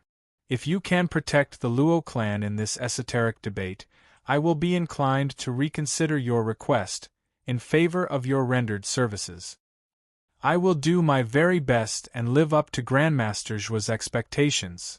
Luizhen bowed. Zhuofan nodded. Luo Yunhai was thrilled and cupped his hand to Luizhen, while also gleeful that he managed to sway Zhuofan. Luizhen replied in kind, grateful to him for making the cold Zhuofan as 7 years ago give him some attention in this manner. Luizhen joined the Luo clan, looking after the wounded.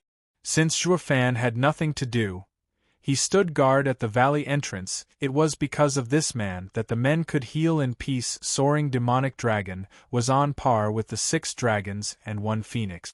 There was no one out there who could make them feel safer. Zhuofan stood guard for 10 days, waiting for the others to heal. But while the battle on this side ended, another was on the brink of erupting in a lush part of the forest. A towering jade reaching the height of 2 people was standing next to a large tree. Upon a closer look, it bore a striking resemblance to those national elemental stones.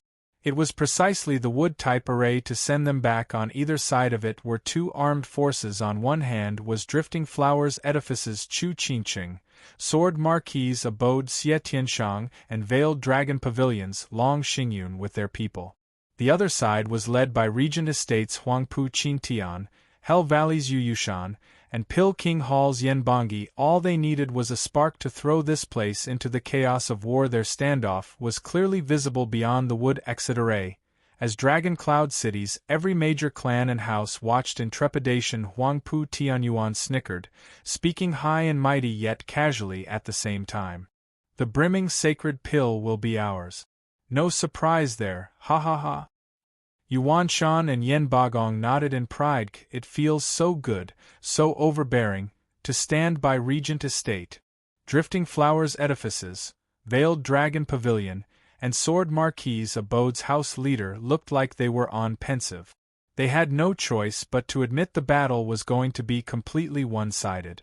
Huangpu Qingtian's presence alone turned the tide of this battle out of their favor. The brimming sacred pill was before the wood exit, and it was Chu Qingqing's group who found it first. Yet none realized Huangpu Qingtian's faction tailing them. The fight over the brimming sacred pill was on the brink of igniting, but their faction had no hope of overcoming the other, not with heaven-shaking Dragon Lord in the mix. Damn monster. Grandmother gnashed her teeth, while Huangpu Tianyuan laughed unrestrained. Zhuge Changfeng was only twirling his mustache and thought, indeed. One side has a freak of nature, while the other side own monster has yet to come. Things don't bode well for them. Surrender is advised. That got a rise out of the crowd. Yeah, heaven-shaking Dragon Lord is there and Zhuofan is nowhere in sight. From what they heard of the 2 monsters' first contact, Zhuofan could hold his own against heaven-shaking Dragon Lord, but where was their most important piece at this crucial time? The people started to regret. What ally is he if he doesn't show up when needed? Achoo! Facing the morning sun, Zhuofan was struck by an incomprehensible bout of sneezing that sent his whole body shivering. What the hell? Who's the bastard talking behind my back? Zhuofan rubbed his nose in anger. Chapter 280 The Power of One. Chapter 280 The Power of One. Tap. Huangpu Qingtian's every step instilled dignity and nobility, neither forced nor rushed. Chu Qingqing's group was unnerved, taking steps back. In contrast, the pressure was so big, each of his step made them back away faster. Drifting Flowers Edifices, Veiled Dragon Pavilion, and Sword Marquis's abode had thousands of people behind them, yet faced with but a single man, they all shirked further back. A truly laughable and ridiculous scene, yet to the parties involved, humor was the last thing on their mind. When faced with the head of 6 dragons and 1 phoenix, Huangpu Qingtian, all they could feel was fear and dread. Yu Yushan and Yen Bongyi had thousands behind them as well that just stood there, watching the other faction with contempt. In the face of Huangpu Qingtian, anyone would end up a sorry sight if they switched places. Yu Yushan's group had no doubt in their mind they would end up the same way. As to why the situation devolved in such a way, it all came down to Chu Qingqing's groups. Rotten luck. Or maybe having known so little about Regent Estate, yet insisting on making an enemy out of them. How long are you going to shirk back?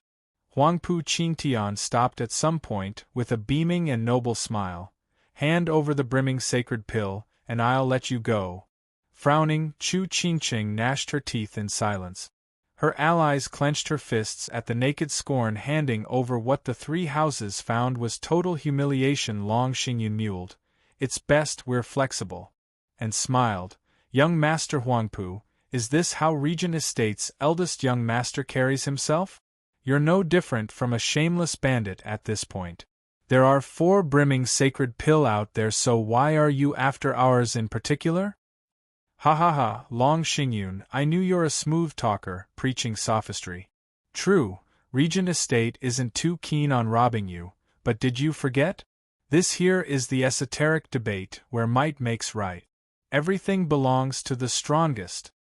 With a snicker, Huangpu Qingtian's eyes flashed with greed and snatched at the air. That is why all of them will be mine. You better hand it over now, or what? Fight! Xie Tianshang snapped as he shot in the air, drawing his sword and releasing such shocking energy it reached the skies. The sword energy shuddered all who looked at it, feeling as if 10,000 swords were about to pierce them. Even Yen Bongyi and Yu Yushan turned serious, eyeing him with a sigh. Xie Tianshang is a true sword talent. It was their first time seeing sword energy reaching such a level. Thinking about it, they were no match for him in a straight-out fight. Long Xingyun looked at the hovering figure stunned. It had been what, a few days? How did he get so strong? And yet, Huangpu Qingtian's calm demeanor left Long Xingyun sighing. Compared to this monster, Xie Tianshang had a long way to go. But even so, they had to fight regardless. Long Xingyun shot his hands forward. Energy hummed off his hands and released a powerful attack. There was a dragon roar echo, and when the energy was upon Huangpu Qingtian, it shot for the ground. The earth beneath Huangpu Qingtian exploded as a dragon opened its maw to swallow him. Profound ranked martial art, see upturning dragon palm. Long Xingyun roared. He didn't finish as a loud boom splintered the huge dragon into nothingness. Huangpu Qingtian shined golden as he walked out of the attack, looking down on all creation. Long Xingyun coughed blood, having just been injured internally. Xie Tianshang clutched his sword and shot for Huangpu Qingtian. The piercing light of his sword tip was as dazzling as the night's stars. It pulverized anything it touched and left only this outstanding light. This was Sword Marquis's abode's profound ranked martial art. Flowing spaces, 9 forms, strongest attack, extinction. When this sword flew, everything was erased. Abode Lord Xie Xiaofeng watched in awe and pride, his house's strongest move being unleashed just beyond the wood national elemental stone. The son had surpassed the father with how much stronger the move was than his own. He was certain his son would become an even more remarkable abode lord than himself. Huangpu Tianyuan mocked, Abode Lord Xie, to be so prideful of your son's meager achievements, aren't you perhaps thinking so little of him? Xie Xiaofeng snorted. I know of Regent Estate's eldest young master's godlike talent, but I'll have to say that not even he can take this attack without consequence. Oh? We shall see. Grinned Huangpu Tianyuan, and his elders joined him in mocking the man. Xie Xiaofeng's heart seized in fright, turning to see the shocking scene beyond the wood stone. As the glaring sword attack came closer, Huangpu Qingtian merely pointed at the dazzling dot of light. Boom. The space cracked and seemed to have been torn open. A bright golden light met with the sword attack, swallowing it whole. The almighty sword attack crumbled under the finger's power and forced Xie Tianshang into a bout of spitting blood. He was on his knees, even if having received but a light wound. How? Xie Xiaofeng cried. Huangpu Tianyuan laughed. Abode Lord Xie, I told you, my son's talent is in a league of its own. Speaking of power, he has surpassed his father since 5 years ago. Say what? They were still trying to process this development, yet now they found Huangpu Qintian had long since surpassed the current estate lord. It was a known fact that Regent Estate had the best talents in Tianyu, capable of holding their own if it ever came to face the other 6 houses. Huangpu Tianyuan was of an even greater talent and a peak profound heaven cultivator as well. That made him the strongest profound heaven cultivator in Tianyu, yet here, he was stating Huangpu Qintian surpassed him since 5 years ago. Even more so when that Huangpu Qintian wasn't even at peak profound heaven stage. Now that he was at peak profound heaven stage and mastered killing with intent, did that mean he could face a radiant stage expert? How on earth can one beat that? The faces of others sank as they cursed this rotten monster. Huangpu Tianyuan looked awfully proud standing there, but his heart was bleeding, cursing his monster of a son as well. It was this monstrous talent that threatened his estate lord position. It may very well come to be that once the esoteric debate was over, his son would be entitled in his demand for him to hand over his throne. That was one outcome he never hoped to see. It went so far that he even hoped his son would die at Shuafan's hands. Of course, there was no way he'd be so open as to share his thoughts.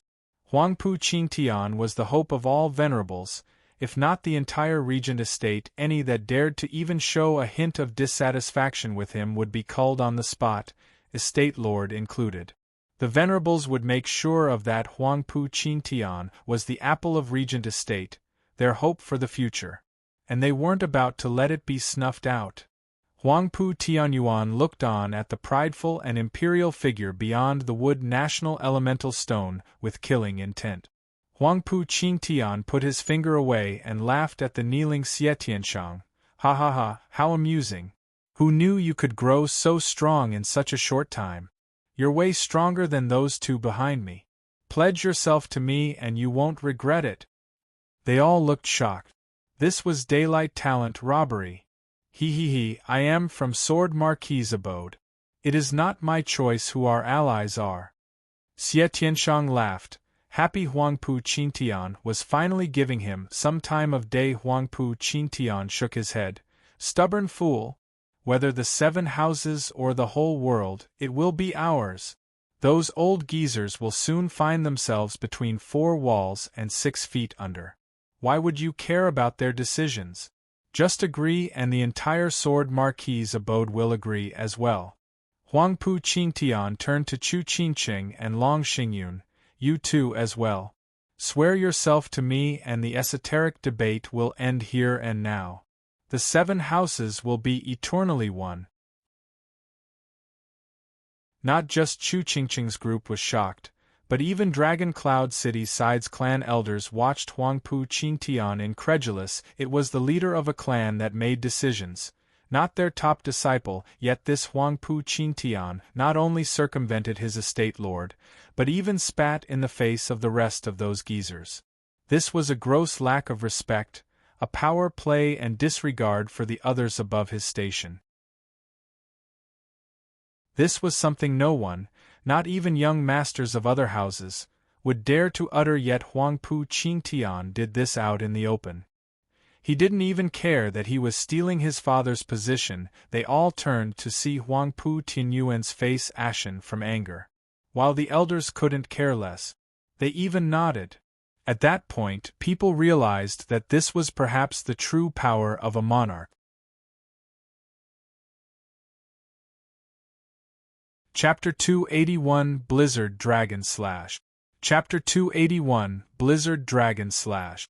In front of the National Elemental Stone, the people stared shockingly at Huangpu Qintian, especially Luo Yunchang. She was sweating and plagued with worry. If the three houses' disciples fell to Huangpu Qingtian's wild and overreaching ambition, it would be tantamount to throwing Zhuofan to the wolves. No matter how strong Zhuofan was, he couldn't face all 7 houses' experts by himself. It didn't take long for Chu Qingqing, Xie Tianshang, and Long Xingyun to reach a conclusion. They unanimously shook their heads, their minds made raising an eyebrow. Huangpu Qingtian had seen it coming, but was still somewhat in disbelief. Why make such an unwise and detrimental decision?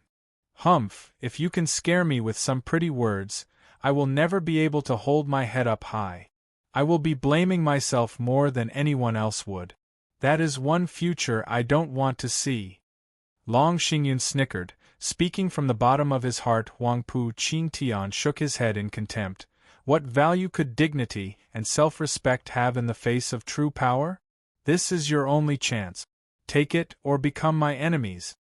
The three saw the determination in each other's eyes and were resolved to fight alongside each other. Huangpu Qingtian snorted. You asked for it. Don't come crying later when you're starting to regret. Huangpu Qingtian disappeared with a light step. The next thing they knew was his sudden appearance before the trio so fast. The three jerked. They knew Huangpu Qingtian was the strongest, but had heard nothing of his speed, which was obviously even higher than Lin Xianfeng. They couldn't even react as they were already on the ground. How did his cultivation reach such perfection, having both unbridled power and unmatched speed? Damn monster! The three gnashed their teeth in shock. But they were still 6 dragons and 1 phoenix, and recovered their calm quickly. Chu Qingqing grabbed her allies, and covered them in a cold barrier. The two then attacked. Xie Tianshang's sword flashed, and Long Xingyun's palm held a dragon image. Perhaps Chu Qingqing's cold had an influence, as the sword wave and the dragon image fused with the coldness while passing through the barrier. They transformed into a huge attack that slammed towards Huangpu Qingtian. This sword attack was tens of times stronger than Xie Tianshang's previous attack. Even Huangpu Qingtian had to get serious. They know a combination art? How? Yan Bongyi and Yu Yushan cried in shock. Those watching the show beyond the National Elemental Stone were slack-jawed. A combination art needed the users to be in tune at the intrinsic level from a young age. But for 3 of them to achieve it, not to mention being no more than strangers before the esoteric debate, it boggled the minds of all those witnessing such a miracle. Only Grandmother knew why this was made possible by Chu Qingqing. Speaking of monsters, Chu Qingqing didn't lack in that department. Just that her monstrous talent went in a different direction. Blizzard Dragon Slash. The 3 shouted and the sword image howled. It stormed Huangpu Qingtian, freezing everything in its wake. Even the number 1 monster, Huangpu Qingtian, had another thing coming if he took this attack with the same carefree attitude as before. For the first time ever, Huangpu Qingtian's face showed shock. Who knew these 3 could combine their power? Who knew they could unleash such an onslaught? Gnashing his teeth, Huangpu Qingtian grabbed the slash with his naked hand. The worst thing to do in this case, it exploded into 9 ice dragons, hammering Huangpu Qingtian from all directions. Boom! A loud noise shook the heavens, but no explosion occurred. Once the cold air scattered, Huangpu Qingtian was encased in ice. He froze in the grasping motion from before, giving the impression that even his soul was frozen. Eldest young master. Yu Yushan and Yan Bongyi panicked and looked at Chu Qingqing's trio with shock. They could actually handle heaven-shaking Dragon Lord, Huangpu Qingtian. Beyond the National Elemental Stone, the audience couldn't believe what they were seeing. The almighty Huangpu Qingtian was frozen over by a combination art. None saw it coming. Only drifting flowers, edifices, sword marquees abode, and veiled dragon pavilions higher-ups grinned in pride. They finally turned things around. But the eerie calm Regent Estate held itself in, threw them into worry and doubt. Can it be? Grandmother's heart sank. Roar. A dragon roar got everyone's attention. The smiling Chu Qingqing and her allies had no time to celebrate as they turned to the source. Huangpu Qingtian, in the middle of that iceberg, sported scales. They shone golden, and then a golden dragon shot from him into the sky. The iceberg exploded into pieces, setting the stage for a shiny and golden Huangpu Qingtian to step out of the remains in all his glory. The golden dragon made a circle above him before going back into his body.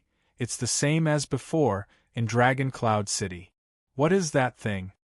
Long Xingyun muttered, shell-shocked at the disappearing golden dragon. Huangpu Qingtian's face was unsightly as he spat. I have to give you guys credit. There's hardly anyone in this world who can bring me this close to defeat. Not bad at all.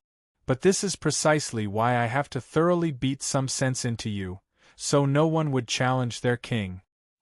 Huangpu Qingtian's eyes flashed with bloodthirst as he shot forth. The three jerked and held hands again. But Huangpu Qingtian's uncanny speed and dreadful might came at them in the form of a palm, 9 dragon's diamond body, dragon-empowered claw. Huangpu Qingtian's eyes flashed and struck without hesitation. Chu Qingqing covered the trio in a cold barrier, but it crumbled before the attack even arrived. With a loud boom, the earth sank, as if from a meteor strike, leaving a 100-meter-wide crater. The trio spat blood, feeling the huge pressure bearing on their shoulders, stopping them from even moving. This was Huangpu Qingtian's power, and this was the power of but one palm. They banded together and encased him in ice, but even that wasn't enough to even scratch him. This monster appeared, for all intents and purposes, invincible. The three sighed and had a defeated look, having finally realized the difference between them. Huangpu Qingtian took in their pain, disappointment and despair, with a cold eye. Take out the brimming sacred pill, Huangpu Qingtian said, or I will go through each and every one of you here in my search. Huangpu Qingtian's look scared the 1,000-plus people behind the trio. He treated them like dirt, needing only to pinch them before popping. Xie Tianyang wished nothing more than to give his all in fighting him, but when he recalled what his brother had said earlier, he forced it down. But the resentment only burned hotter in his heart. Chu Qingqing closed her eyes and her hand held a vial. She held her shaking hand and said, "Just take it and go." "Humph, why go through all this trouble when you could have spared yourself the suffering by taking it out from the start?" Huangpu Qingtian sneered as he left with the vial in hand. He was far from done mocking them, though. "I'll let you guys off, this time. But in the off chance you find another brimming sacred pill, do think of me and fetch it over. As you very well know, only the strong are entitled to wealth. You guys are sorely lacking, ha ha ha." The endless humiliation struck the trio hard. But not even their best could harm Huangpu Qingtian. The audience beyond the national elemental stone sighed. Huangpu Qingtian was of such insane power that not even a combination art between 3 geniuses could do anything to him. As they all had gotten so engrossed in the show, they had failed to notice 2 shadows hiding in the bushes. One of them snickered at Huangpu Qingtian leaving. He, this kid ain't half bad. He's just as they say, and the one we need. At least we didn't come to Tianyu for nothing. The other shadow looked in another direction, however. The first one noticed and found him eyeing Chu Qingqing. "Humph, by the looks of things, that crotchety geezer has found his target as well," he sneered. Chapter 282 Challenge. Chapter 282 Challenge. Sister Qingqing, are you all right? Xiao Dandan rushed a helping hand to Chu Qingqing. Xie Tianyang and Long Xingyun were helped by Xie Tianshang and Long Jie. With Long Kuei, all of them watched the triumphant king strut away with bitterness. Even the thousands of vassal disciples lowered their heads in despair. Drifting Flowers edifices, Sword Marquis abode and Veiled Dragon pavilions' morale was thoroughly shattered by Huangpu Qingtian. What could possibly instill a sense of courage in them now, to face the one who looked down upon them with such scorn? Yen Bongyi and Yu Yushan, along with the nice doggies left behind, were full of crass and haughty looks. It seemed that following a master had its perks. A perk of showing off. By no means did they want to let this slide, but what could they do besides take the humiliation with lowered heads, Trying to at least avoid the cocky faces of their oppressors, Chu Qingqing bit her lip until she drew blood. The sigh she gave felt like it sapped all her strength. We need to find the key to the array now. Let's go. The others turned to her with a sigh and a shake of their heads. What was originally a search for the array key, to become first and crowned champion in Dragon Cloud City, had now become an excuse for running away. The winner wasn't the first to return, but the one who snatched all brimming sacred pills. Like Huangpu Qingtian said, only the strong could hold on to all of the riches. And they didn't fit the bill. At her words, Huangpu Qingtian's step faltered for a second, but now he sported an even wider smirk of disdain. His lackeys were even more obvious in their mockery, laughing it up. Beyond the National Elemental Stone, Regent Estate's top figures were sporting the same disdain. To the sinking and wretched feelings their opposing faction was wallowing in, this battle had seemed to predict the winner. There was no point in fighting any longer. The gap in power was too huge to be even bridged. Rustle. At the sudden sound, Huangpu Qingtian snapped his eyes on the source with a frown. Who's there? Whoosh. A panicked and bedraggled figure hopped out. He found Huangpu Qingtian and burst in tears of joy. Eldest young master, I finally found you. Save me. Oh, it's you. Huangpu Qingtian squinted. Lin Xianfeng, you look like you've seen a ghost. How the mighty had fallen. Lin Xianfeng, of 6 dragons and 1 phoenix, used to be a man of culture, of dignity. Now look at him. He was nothing but a bum scared of his own shadow. Although not undeserving, since he was also sporting a missing hand. Not just Huangpu Qingtian's team, but Chu Qingqing's side as well jerked. The one-legged man may be half crippled, but he still had some fight left in him. He would never look so jittery even if he met some serious danger, and yet. Look at him now. He was like a rabbit scared of his own shadow. What could have driven such fear into a man such as him? Then you call yourself Forest Fleeting Dragon? Uncaring and ignorant of the looks he got, Lin Xianfeng dashed behind Huangpu Qingtian, shivering and pointing at the trees. Eldest young master, save me? That freak is coming. Who's coming? You mean? Then it hit Huangpu Qingtian and his mood turned heavy. Yet all he could sense were some spiritual beast's paw. Backslapping him into the air, Huangpu Qingtian cursed. What are you raving about? He's not coming. He isn't? But I clearly heard him 10 days ago. How he wants to wring my neck. Lin Xianfeng didn't even register his red cheek, looking back from where he came with a bemused look and breathed easily. The gratified look, the sheer joy he was expressing of having faced death and escaped, only earned him looks of pity. Just how terrified he must have been to show such an expression of joy.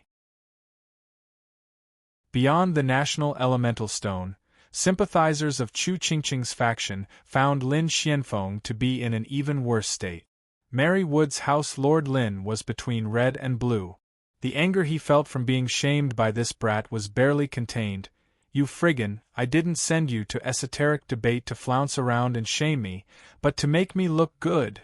Oh, the cruel, cruel irony. He was mocking Drifting Flowers' edifices and the others getting stung by Huangpu Qingtian, but now it was his turn to face the music. He saw how his disciple disgraced him so and swished his head back in shame. That's karma. Chu Qingqing's team's eyes held a glimmer of hope. Huangpu Qingtian glared at Lin Xianfeng with a cold face. You're saying you saw him 10 days ago? But how did you get out alive? He could have easily killed you if he wanted to. I never actually saw him. Lin Xianfeng jumped in fright, then lowered his head, confused. But I clearly heard him wanting to wring my neck. What? You're telling me his voice alone scared you into running around for 10 days? Useless. Even hearing it himself got Huangpu Qingtian to blow his top, itching to cuff the man again. Lin Ruffring gnashed his teeth. A god, how mortifying. You're a damn dragon, for God's sake. How in the hell did you get so scared into running for so long? And you didn't even see his shadow. The rest mocked him on the inside and showed their disdain, even the audience beyond the National Elemental Stone. Some of the jokes were targeted at Lin Ruffrung, who wanted nothing more than to bury his head from shame. Even the broads from Drifting Flowers edifices know to fight back against an impossible enemy, yet you jumped the gun, scared from just his voice. Lin Xianfeng could practically feel the ridiculous looks boring holes in his back, and snapped at his snickering allies next to him. What are you laughing at? You'd have run with your tail between your legs, just the same if it were you instead. Ha ha ha, yeah, that brat sure is a calamity. We admit we'd never face him alone, but even so, none of us would be so quick to lose their heads just from his voice. At the very least, we'd wait to see him, you know? Ha ha ha. Yen Bongi and Yu Yushan laughed it up. This only worked to launch the ones behind those two houses into a full-blown laughter.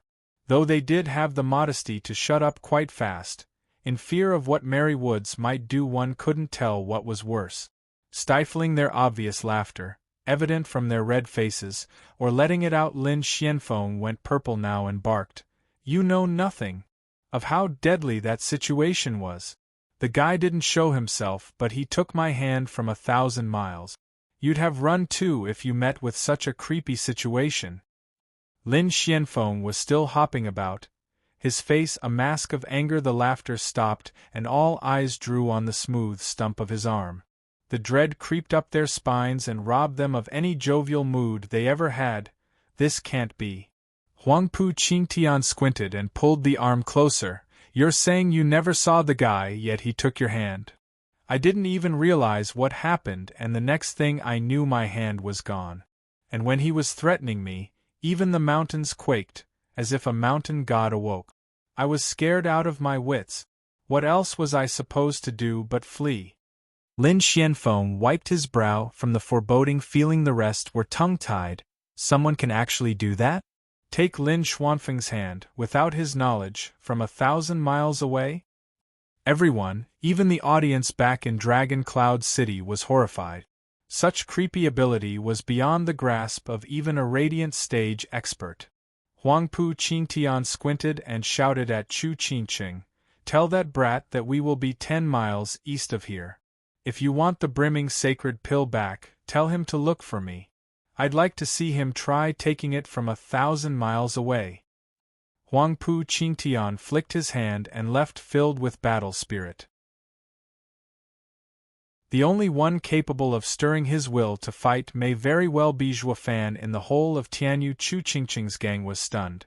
A challenge, one handed out personally by the glorious heaven-shaking Dragon Lord, Huangpu Qingtian. This was the greatest respect any martial fanatic could dream of. Xie Tianshang was practically green with envy.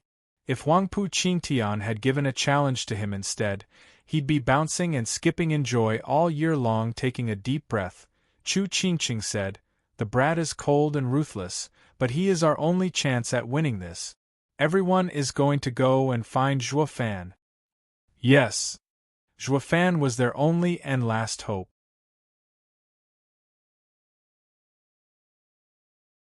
Chapter 283 Reversal. Chapter 283 Reversal. 100-man team was strolling through a dark and gloomy forest. They talked and laughed as if the deadly beast King Mountain was a mere side show. The youth in the lead looked thoroughly bored, making sure to point it out every other step with a long-drawn yawn. He was the fear of all 6 dragons and 1 phoenix, the one and only soaring demonic dragon, Zhuofan. Ever since he rescued this lot, he was made leader on the spot and was now taking point as they trekked through the woods. These guys were also weak as hell, being from 3rd and 2nd-rate clans, hardly fast enough to keep up with him. And so, he had no choice but to put a brake on things and slow down. The start of the trek was filled with a somber mood, in fear of what was to come. But after a few encounters with 4-5th level spiritual beasts, each punctuated by Zhuofan's dirty look, it all changed. They were enraptured by Zhuofan's power, bringing not just a little sense of security in this hellhole. It got so bad they were treating the final battle as a sightseeing trip.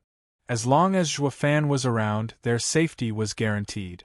Relaxation was given at this point. Zhuofan wished nothing more than to dump their sorry asses, but with Luo Yunhai having received Dugu Zhantian's righteous education, He was forced to bear with these dead weights in their painfully slow search for keys and exits. Honestly, Zhuofan wasn't looking for brimming sacred pills, but for a way out. His dearest wish right now was for an exit and keys to get rid of those pests behind him and be home free.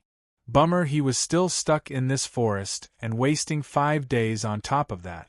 Not only he didn't find a single key, the exits as well seemed bent on eluding him. Zhuofan sighed for the umpteenth time, twisted his head back at the laughing bunch, and snapped, "Cut the chatter. We're not on a tour here. Be more serious and keep a close eye out for any exits or keys. Leave no bush unturned. The faster we find them, the faster we leave this place. You'll be safe then and I'll be free, got it?" "Yes." A shivering response welcomed Zhuofan's prestigious order. But gone 3 minutes and they were at it again. Without danger breathing down their necks every minute of the hour, anyone would chill out and relax knowing their lives were in safe hands. Zhuofan's mood sank even lower, wishing nothing more than to throw these useless guys to the wolves, or any spiritual beasts for that matter. He couldn't though, not with the genial and kind Xuanxiang around. Mercy me, since when was I such a softy? Zhuofan's anger was flaring again. Xuanxiang's charming and sweet smile came just in time, and she placed a bright flowery wreath on him. "Big brother Zhuo, for you. Please don't be angry." "How could I possibly be angry?" Forcing a smile, Zhuofan felt like crying. Luo Yunhai almost laughed. He was glad Ninger was here to curb Big Brother Zhuo's mean streak, or the man be sorting this chilled and disorganized rabble into shape by now. And if one took his cruel methods into account, any shape these guys got into, well, that would have been closer to hell than anything. But the real question was, how many would have gotten out with their lives? Luo Yunhai felt a shiver the moment he recalled the survival rate of Luo clan's guards training regime. His 10 guards were nothing short of freaks, but they all escaped death by the skin of their teeth. At one point in Zhuofan's classic disappearing act, Captain Pang divulged the secret of this cruel and inhumane training. When 1 out of 100 elite youths to survive was a genuine cause for celebration, he was scared witless back then. They weren't shaping up guards, but killing machines at Luo clan's beck and call. He was in Duguzhantian's army for 3 years by then. Although these young guards had uncanny powers now, stauncher than even a general with decades of wars behind him, the cruelty of their training left him devastated. After careful deliberations with his sister, they put a stop to it. Luo clan was no longer welcoming youths to train. He hadn't met with a good opportunity to break this news to Zhuofan either. More like he didn't have it in him. He was scared for his life that Zhuofan would flip out and would start cursing him to high heaven. It got so bad that he decided there and then to keep this buried for all eternity. "Russell." The sudden movement from a bush earned Zhuofan's interest. "Who's there? Come out now or stay dead forever." Big brother Zhuo, it's me." A shy voice followed the appearance of Dong Xiaowan's red face, followed by a sighing Dong Tianba. Every single time his sister saw Zhuofan, she'd swoon and turn bashful, despite the guy never giving her second looks. And sure enough, Zhuofan turned to Dong Tianba. It was only Xuanxiang who rushed over and grabbed the girl's hands in joy. "Sister Wana, you're all right." Dong Xiaowan smiled and sneaked a peek at Zhuofan. "What's wrong? Did you not find any other allies? Then join us, the weak, women and the children team." Zhuofan pointed back at the casual rabble. Xuanxiang and Dong Xiaowan giggled. Xuanxiang rolled her eyes. "Big brother Zhuo, where are we weak? We 100 even fought back Lin Xuanfeng's 1,000.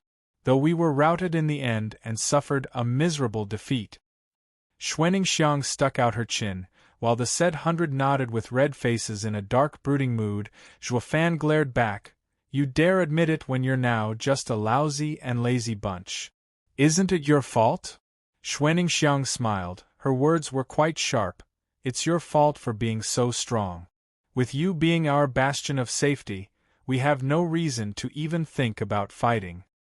Zhuofan felt like crying. How is that sound logic?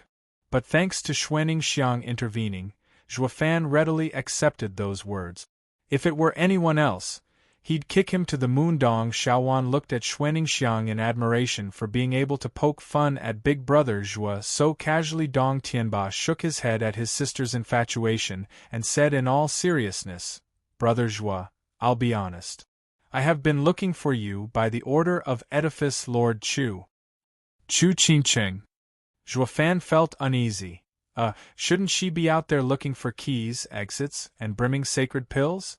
What's she doing going after me for? Dong Tianba said, It's not quite correct to say it's Edifice Lord Chu, but Huangpu Qingtian issuing you a challenge. He has a brimming sacred pill with him, and heard of you taking Lin Xuanfeng's hand without even showing yourself. He thus challenged you to try and take the pill from him. So he picked a spot to defend, waiting for me to answer his challenge? Zhuofan raised an eyebrow. Dong Tianba nodded, yes. Then let the sucker wait. I'll just go get the other 3 brimming sacred pills, the keys, and find the exit. Only then I'll get the last pill from him, and I'll be the true winner. Zhuofan grinned, ha ha ha, we now have time in spades and you guys need not worry about meeting Regent Estate. So split up and search, particularly for the brimming sacred pill, and you'll be rewarded. Ooh! They cheered, infected by Zhuofan's enthusiasm. Dong Tianba was stunned. Wait, Brother Zhua, won't honoring the challenge make the people call you coward? You're our ally. Don't you care about our reputation? We will never be able to lift our heads in their presence, a laughing stock to the world. We are all waiting for you to bring about a reversal. Fool, just say you didn't find me. It'll work just as well.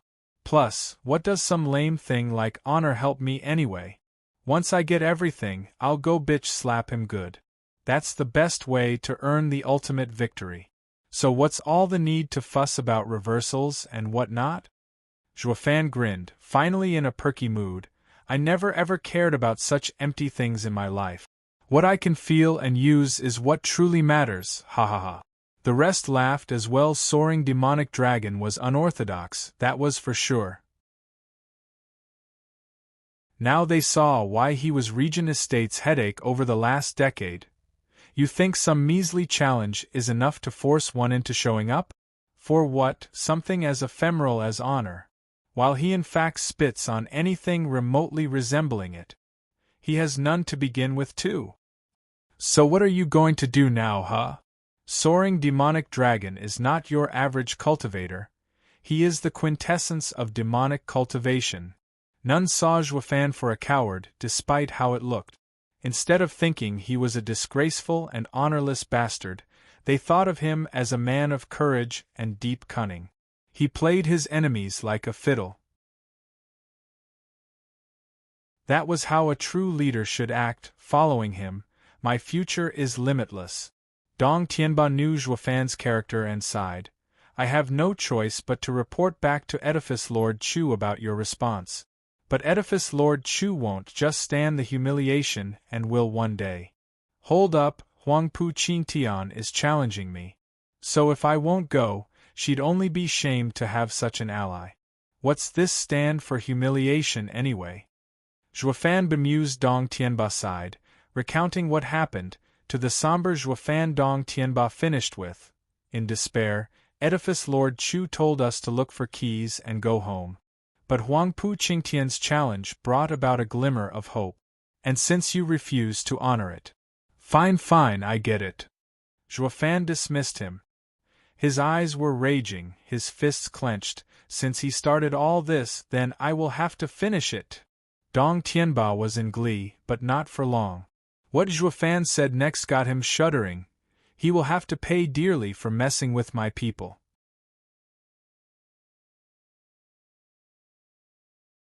Chapter 284 Whip. Chapter 284 Whip. Ever since Chu Qingqing got Huangpu Qingtian's challenge, her team didn't move from their spot, standing right next to the wood exit stone in the lush forest. Only the men under them were running to and fro in search of Zhuofan, but even after 9 days, none that returned was bearer of any good news. This only worked to sink their moods even lower. not knowing when they could turn this humiliation around. It couldn't go on for much longer or their morale would collapse. There was no point by then to drag this esoteric debate out, and going back home would be most advisable. Everyone sighed.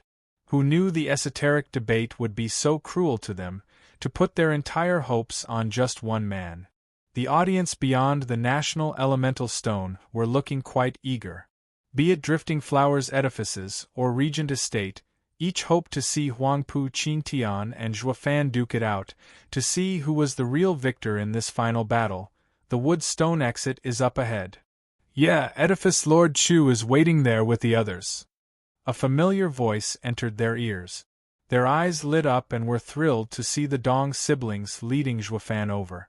Even Luo Yunhai, Xuanning Xiang and many others were there as well. They were ecstatic as they surrounded them in an instant. Xie Tianyang was thrilled as well in his laughter. Ha ha ha, you're finally here. It's good that you are all right. Ha ha ha, that's how brothers that went through hell acts, happy to see each other. I am so happy I didn't cross thousands of miles in vain. Have no fear. Now that I'm here, I'll make it all better. See how your brother will show you his power and swag. Zhuofan smiled and opened his arms as he walked to Xie Tianyang, only to have his hand flicked away as the guy made a beeline for Xuanning Xiang and her brothers. Ninger, ever since we separated from the teleportation, I searched heaven and earth to find you. I was worried sick. I'm so relieved you're okay. Xie Tianyang eased a breath that didn't know he was holding. Zhuofan's face twitched and snapped his cold eyes on the guy. Xie Tianyang, you didn't even care what might have happened to your dear brother. You, a monster? I only care about myself, not you. Snorted Xie Tianyang. The others laughed at their antic. Zhuofan was royally pissed though, wishing nothing more than to kick him where the sun didn't shine. The least you can do is fake it, prick. Is this how a brother acts nowadays? You damn bastard clearly don't know the meaning of bros before women. Dong Tianba saw Zhuofan sulking and was reminded of Song Yu. Ha, brother Zhuo, do you remember our chat in Drifting Flowers City? This is the kind of animal a man is. You're just the same, so try to understand. Glaring at him, Zhuofan didn't speak his irritation. I'm not some pit pony like you guys.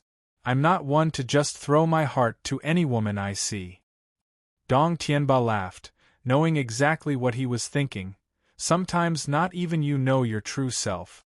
Dong Tianba turned to Chu Qingqing and bowed. Edifice Lord Chu, I have found Zhuofan. Nodding, Chu Qingqing's eyes never left Zhuofan.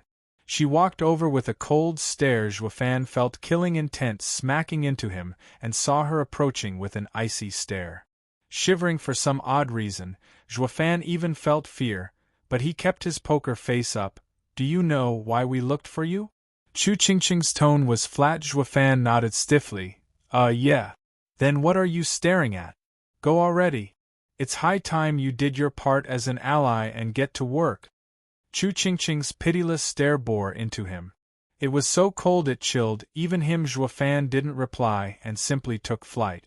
He sighed inside. After what happened in Dragon Cloud City, Chu Qingqing must be hating my gut. It's better this way. We are only allies, nothing more. A demonic emperor like him was better off casting such burdens off his shoulders. As soon as possible, Zhuofan's eyes snapped into focus, vanishing from their sights as he increased his speed. Chu Qingqing watched him leave with clear anger on her face. He won't even greet me? Xiao Dandan skipped over and said shyly, Sister Qingqing, aren't you perhaps too hard on darling? What too hard? Nothing good comes out of working with a stone-cold man like him. And you, stop calling him darling left and right. He doesn't deserve to be called that by any woman. Chu Qingqing turned her rage on her and glared. Xiao Dandan jerked in fright. It was the first time she saw the proud Chu Qingqing flaring like that. Then a chuckle came.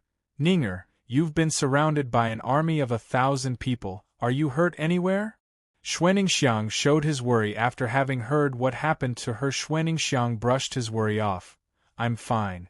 Big Brother Zhuo dropped by and saved us. He even ruined Lin Xuanfeng's hand.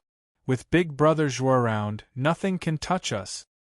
The rest of the newcomers nodded. They wouldn't soon forget how safe they were with Zhuofan around. Xie Tianyang's mood soured. That prick is awesome and all, but rotten to the core. How can you stand it? Big Brother Zhuo is the picture of modesty. Although there are those he has to give a tongue lashing to, but he gets over his anger quite fast. We've all been having a wonderful time around him so far. Xuanning blinked her delusion-filled eyes. What was worse, the others nodded as well. They had been having such a nice stroll through Beast King Mountain over the days that even if they met a 6th-level spiritual beast, they'd even point it out to their sons to observe. They were so carefree they turned oblivious to the dangers. This would most likely be the only time they ever felt like this. Since the next time they'd come here and meet a spiritual beast, they'd end up as its dinner. To sum it up, it was all by Zhuofan's grace that they were so carefree. Xie Tianyang saw the worship in their eyes, the glitter in Xuanningsiang's, and cursed inside. Isn't this all on you? With that punk's lousy temper, he'd never waste time with this bunch. Luo Yunhai smiled, gratified. Ninger was there with them. It only stoked Chu Qingqing's range though. How can he smile to others but be so damn cold to me? Dong Tianba noticed and laughed dryly. Edifice Lord Chu, I have something to say, but it may be inappropriate. Get on with it. Chu Qingqing snapped. Dong Tianba said awkwardly. Edifice Lord Chu, you also know of my past dealings. Of wandering from flower to flower, leaving not even the leaves.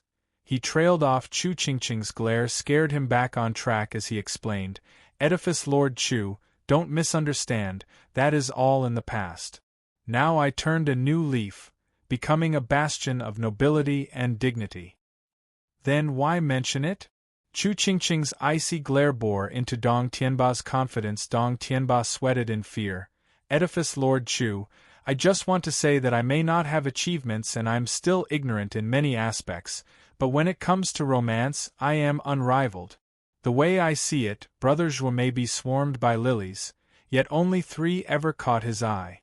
And he isn't even aware of it. Oh? Chu Qingqing perked an eyebrow. Go on. Wiping his brow, Dong Tianba said, with my uncanny eyes, I noticed them being Luo Yunchang, Xuanningsiang, and you, Edifice Lord Chu. Other women he never cared about, my sister, begrudgingly, included. Why am I the last? Chu Qingqing's mood shifted on the spot, blaming him. Drifting flowers. Edifices sweated harder. Ah, hell has no fury as a woman scorned. A woman wasn't even amenable to take this list of names if she wasn't first. And Edifice Lord Chu was no ordinary woman either, but the leader of Drifting Flowers Edifices. But he still smiled.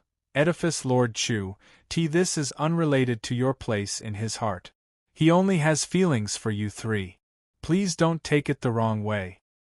Raising an eyebrow, Chu Qingqing nodded, swallowing dryly. Dong Tianba turned serious. Brother Zhuo feels responsible for Luo clan's miss, showing the consideration of a kin. As for having developed into something more, I'm unsure. Chu Qingqing nodded. Zhuofan always carried himself with a cold and indifferent air, but he was always good to the Luo clan. He was indeed taking it upon himself when it came to the clan's future. Dong Tianba then glanced at the cheerful Xuanningsiang. As for young Miss Xue, she is innocent and naive, a rarity in this world.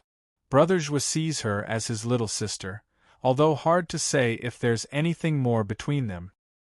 Chu Qingqing looked with a lost gaze as a smile crept her lips. She was such an innocent child that even women like her would pity the lass, not to mention some rotten men. Dong Tianba then came to the crux of it all and said fearfully, while Edifice Lord Chu is a woman of character, lofty and refined, deserving of the title Ascending Ice Phoenix. But Brother Zhuo thinks of you as... What? Chu Qingqing asked impatiently. Dong Tianba gnashed his teeth, henpecking him. Chu Qingqing blushed and a sweet and gooey/sappy happiness infected her heart. Isn't that being whipped under the wife's thumb? That makes me the closest among the 3 in his heart.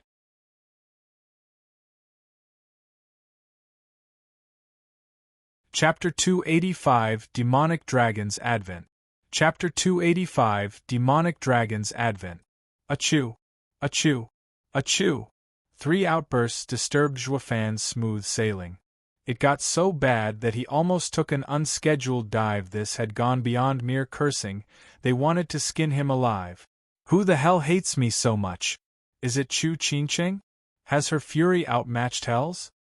Shuddering to his very core, Xuefan shook the thought away. He was oblivious that it was totally unrelated to Chu Qingqing, but instead the person responsible was his buddy brother. In fact, his intention was no different than flaying Xuefan. Thank God, he had no clue what Dong Tianba said, or he'd panic. This guy barely has any talent, yet makes for quite a love doctor. How is it that you know who my heart longs for before even I do? Though he had to admire him for such skill, even when Dong Tianba only skirted the waters and never actually dipped, Xuefan kept on flying in confusion. He soon arrived at his destination and released his discerning field hum. Xuefan's eyes lit up in joy. Huangpu Qingtian, the biggest headache, wasn't there. It couldn't be better. He'd go in there and remove the pests first, since if they laid a trap, they would harass him to no end. That wouldn't do at all. He now recalled Luo Yunhai's warning. Huangpu Qingtian and company had something special in mind, just for him. Lin Xianfeng let it slip when he lost his cool, and Xuefan doubted. He was so smart as to make it intentionally misleading. Xuefan took it to heart as well. He may have Divine Eye of the Void as his ace in getting out of almost any situation, but he wasn't about to take unnecessary risk. Triumphant pride precipitates a dizzying fall. Xuefan made sure to never make such an elementary mistake as letting power get to his head.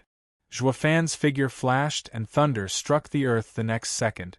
Picking up dust, people turned to look in fright.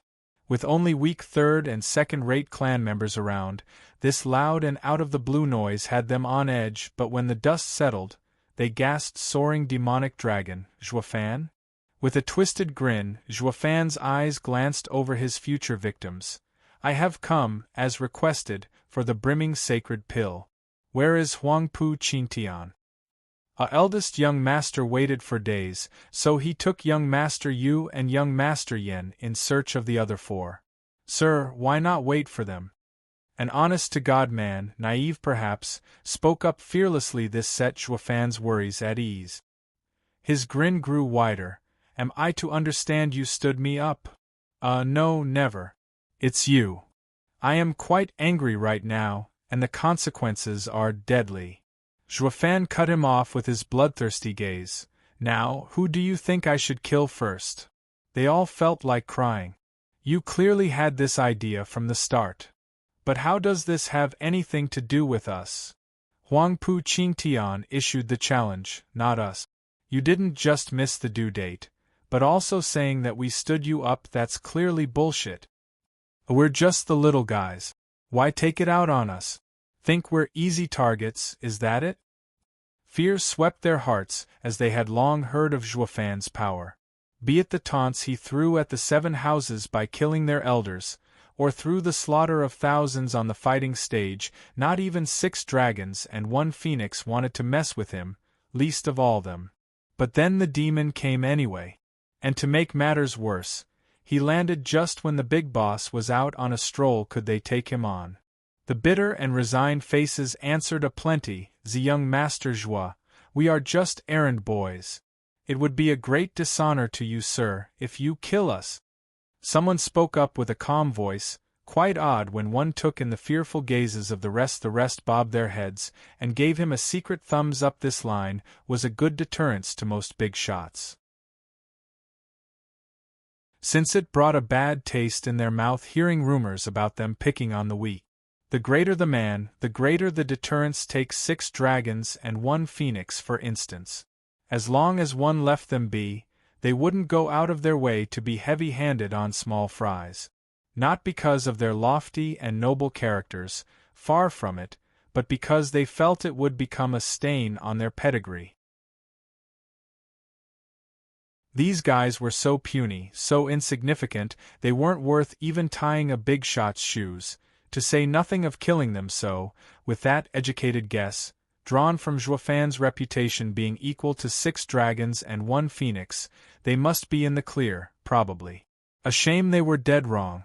The likes of Zhuofan only had self-interest above all else, not some useless and ephemeral thing like honor and glory. To an unscrupulous man such as him, appealing to his honor, or lack thereof, was an exercise in futility, since in all his lives, he had stomped dead all who had ever tried it. Grinning from ear to ear, Zhuofan's cold eyes snapped on the man, and a ripple swept him. His eyes lost their light, and he slumped on the ground, dead, killing with intent. The rest jumped back in abject fear, despite the rumor mill going strong about Zhuofan. Only after witnessing the true power of Radiant Stage had a dread set in like no other. Zhuofan smiled. Whenever I kill, I do it on a whim. There's nothing else to it. As for my reputation and what not, ha ha ha, please, I am but a small steward of a poor third-rate clan. I am far beneath your illustrious names.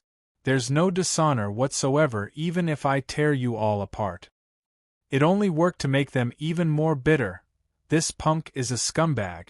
Since when could a bloody, rotten and vile third-rate clan's little steward mock the 7 houses and get away with it? What modesty! He's clearly showing off. Zhuofan picked up on their thoughts with a laugh. Yep, I'm grandstanding, and I'm only killing you to relieve my boredom. The kill count doesn't matter, what matters is the entertainment. Who told you to make an enemy out of me? Ha ha ha. Bang. As if thunderstruck, their minds went out of commission. They stood there, frozen and lost, scared to even speak. God damn it all. He is a demon who escaped from hell, whose sole purpose is to relieve his boredom. He is a psychopath, who has no value for life. Not even those hedonistic disciples from the 7 houses were that bent on a murder spree. This guy has lost it, he's psychotic. The fear was closely working its way up to their tipping point, but Zhuofan's last words remained nonetheless.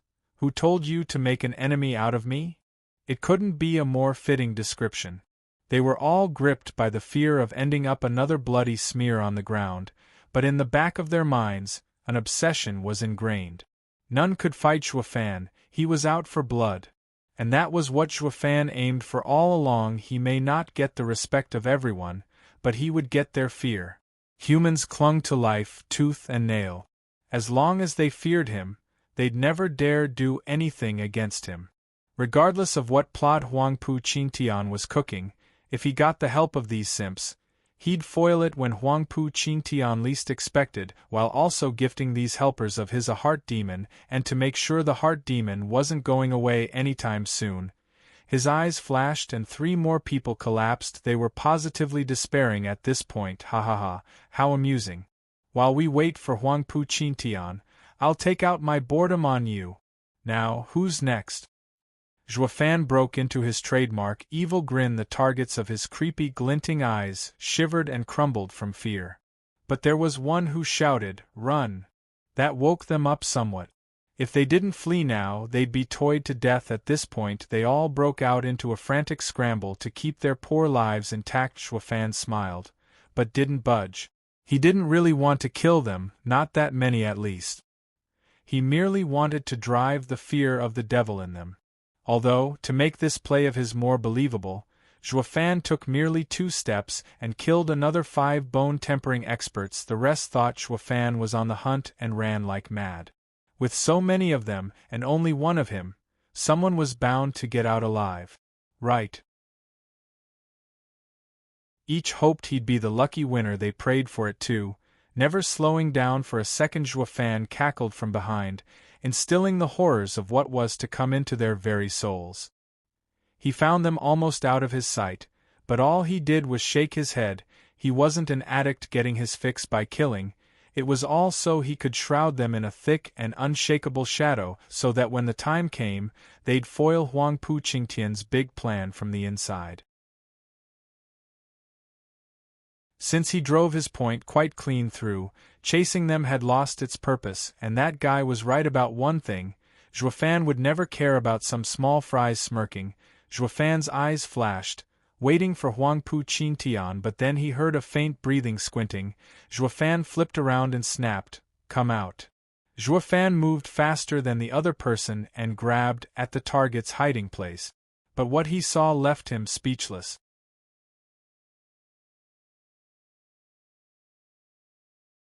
Chapter 286, I'll Send You to Hell Together. Chapter 286, I'll Send You to Hell Together. Yen Fu. Fan shouted. Yen Fu was Vicious Pill King's prized pupil. When he got Yen Song to work under him, among other reasons, he also threatened Yen Fu's life, ultimately making Yen Song cave. It was obvious how much Elder Yen cared about the kid, so, as a good steward, Fan was looking for the chance to get Yen Fu to switch sides as well, and bring the master and disciple back together in one big happy family. Though a chance never came, until now it wasn't like he was swamped with work, but more along the lines of he couldn't find Yen Fu. He lucked out by bumping into him in Dragon Cloud City, but there was no way he could talk to him in front of the 7 houses, that was for sure. Who'd have ever conceived it possible? The two of them would finally reconnect after many, many years. Though the circumstances were perhaps particularly awkward, to explain his way out of it wasn't either about Huangpu Qingtian finding out he'd be stealing him from right under his nose.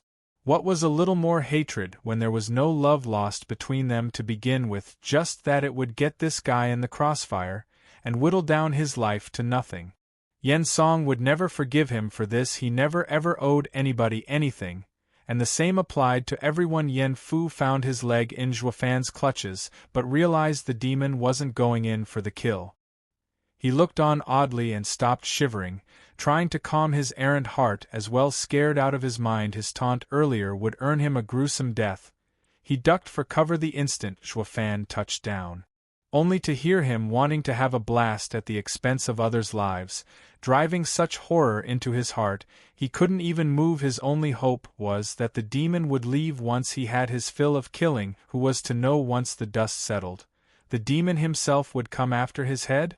He even found his hidey hole like nothing. It terrified him. But figuring out Fan had no intention of harming him emboldened him. Perhaps the death of his master had some part in this as well.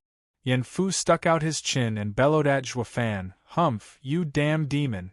I vow to get revenge for killing my master." "And how exactly?" Fan raised an eyebrow, his mood sinking. Yen Fu gnashed his teeth in humiliation. "Yeah, with my power I can never defeat you. And now I'm in your clutches. Kill me if you have the guts. Let me go see my master. I am unworthy of taking revenge, but the least I can do is go serve him in the underworld." Fan nodded inside. The kid is a coward and a lecher, but he is filial to his master. I'll give him that much. I can see why Elder Yen doted on him. Rest assured, I won't kill you. As for your master, Fan was about to explain, but a sudden noise cut him off. Whoosh. 4 figures landed 100 meters off Fan, with Huangpu Qingtian in the lead. The other 3 were Yen Bongyi, Yu Yushan and Lin Xianfeng. The 3 looked grave, while only Huangpu Qingtian took it easy. But there was no way to hide the raging battle lust in his eyes. "You're here." Huangpu Qingtian said. Fan grinned. "How could I possibly refuse young Master Huangpu's invitation?" Taking in the dozen corpses around, Huangpu Qingtian said, "You're soaring demonic dragon in name and reality. You won't spare even the weak. Humph, with your strength, you're only shaming yourself stooping so low." Yu Yushan vented his ire. Fan just shrugged. "I was only playing around. Don't tell me they're worth crying over." "Of course not, but now that I'm here, if you still want to play, come after me." Huangpu Qingtian shook his head, hardly caring about some low lives. He then turned to Yen Fu. "Finish the kid off if you want to. Then I'll teach you true power." Yen Fu shivered from indignation. Ever since his master kicked the bucket, he was reduced to being treated like those common third- and second-rate clansmen. And not just Huangpu Qingtian looked down on him, not even his clan's Yen Bongyi spoke in his defense. Ha ha ha, I'm a true pariah now. It won't matter now. For us master and disciple to die at Xuefan's hand is only fitting. At least Xuefan is our enemy.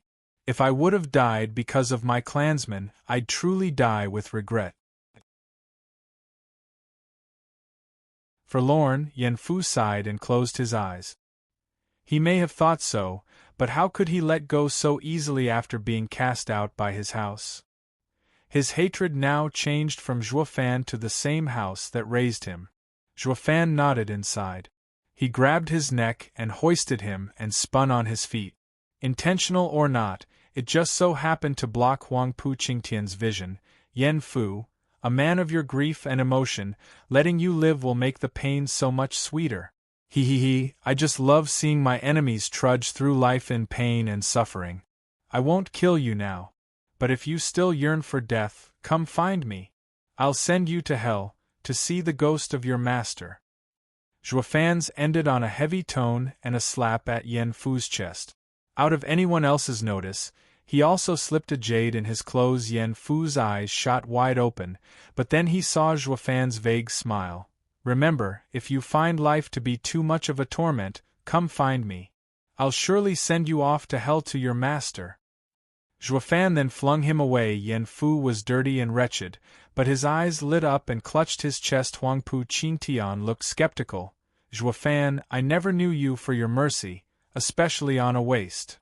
What can I say, I'm a saint. Xuefan shrugged. Everyone rolled their eyes. If you're a saint then the whole world is filled with demons. Squinting, Huang Pu Qingtian played around. Since you don't want to land the final blow, let me help you. Huang Pu Qingtian struck a palm at Yen Fu. Yen Fu was rooted in place from fear as he cried. Yen Fu was useless, true, but he was their waste. Why would the eldest young master kill off one of his own? Yen Fu was close to peeing himself when the almighty strike stopped, just an inch off his head. The wind it picked up ruffled his black hair, but also paralyzed him. Squinting, Huang Pu Qingtian turned to Xuefan, who watched the strike in interest. Knowing full well what he was doing, he also seemed to encourage Huang Pu Qingtian to finish the waste off. As if he was eager to see the allies tearing each other up, Huang Pu Qingtian took back his palm, still staring at Xuefan. Was I mistaken? What's wrong? Why stop? Xuefan urged him, full of eagerness. Huang Pu Qingtian said, he is useless and I want to deal with him as well, but what do you know, I'm also feeling a bit of a saint myself. The two burst out laughing while the four witnesses looked on in fear. These two vile tyrants are that damn rotten to call themselves saints? Humph, degenerates, the both of them. Of course, they kept it to themselves if they knew what was good for them. With heaven-shaking dragon lord and soaring demonic dragon's tempers, these savage beasts would tear them limb from limb. Otherwise, case in point, one only had to throw a look at Forest Fleeting Dragon's sorry state. Glancing at the one-legged man, the other three knew perfectly well when to keep their mouths shut.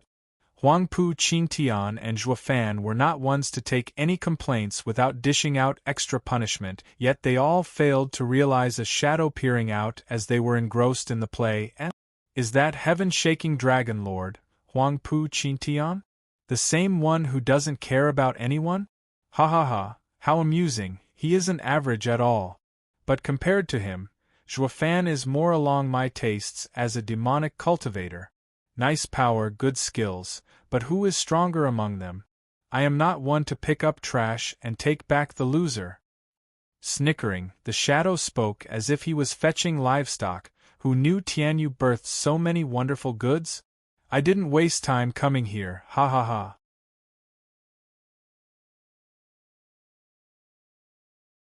Chapter 287 Blindsided. Chapter 287 Blindsided. Well, let's get to it. You must be here for the brimming sacred pill, I wager. But don't think for a second it's going to be that easy to take it from me. Having dispensed the probing, Huang Pu Qingtian snickered as he flashed the storage ring on his finger. Come, show me what you're made of. Xuefan raised an eyebrow and shrugged. Ha ha ha, you take me for an idiot? Fighting on your turf and on your own terms is retarded. Yes, exactly so. Huangpu Qingtian nodded as he boasted. But if not for that, what are you even doing here? And without defeating me, you'll never get this pill. Whoosh. He didn't finish as his ring vanished. Now in Zhuofan's hand, Zhuofan's right eye flashed golden as he mocked. You were saying? Everyone watched on in shock. They shuddered incredulously at what they just witnessed. Even the ever-calm and stalwart Huangpu Qingtian had a reaction. How did he do that? The observer in the shadows also cried out. What art did this kid use? It's so weird even I couldn't sense it. Zhuofan mocked. I only came for the brimming sacred pill. With that done, but bye.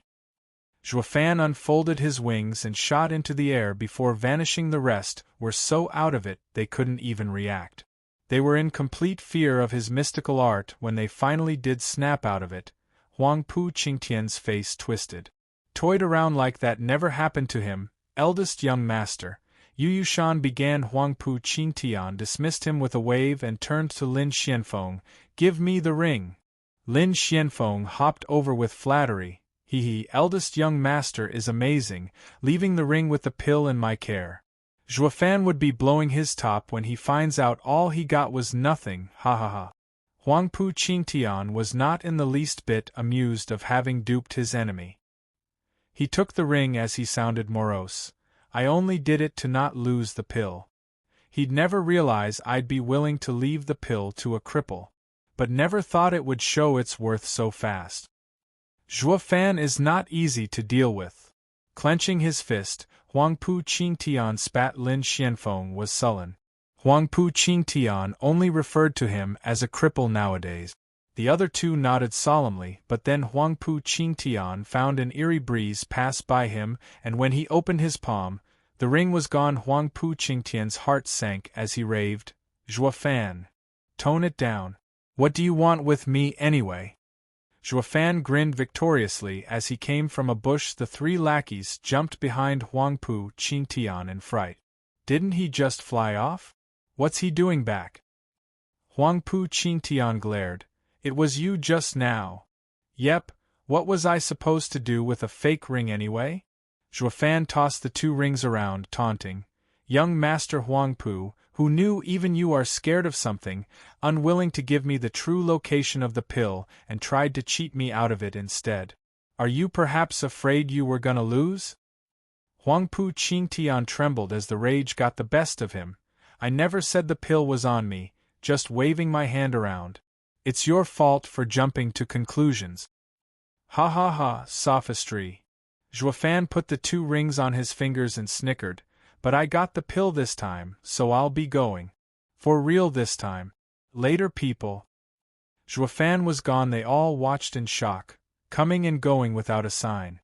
Huangpu Qingtian released his soul sense in fear Zhuofan might be playing another trick. Only after he knew the coast was clear did Huangpu Qingtian ease his breath, his mood dangerously low. Huangpu Qingtian felt horrendous having suffered so much. He had gone and challenged Zhuofan in front of so many people. And what did that get him? Losing the pill faster than he got it. How could he possibly take it at face value? Yu Yushan inched closer to Huangpu Qingtian in worry. Eldest young master, short-term gains aren't important. Zhuofan is too much of a variable with mystical abilities.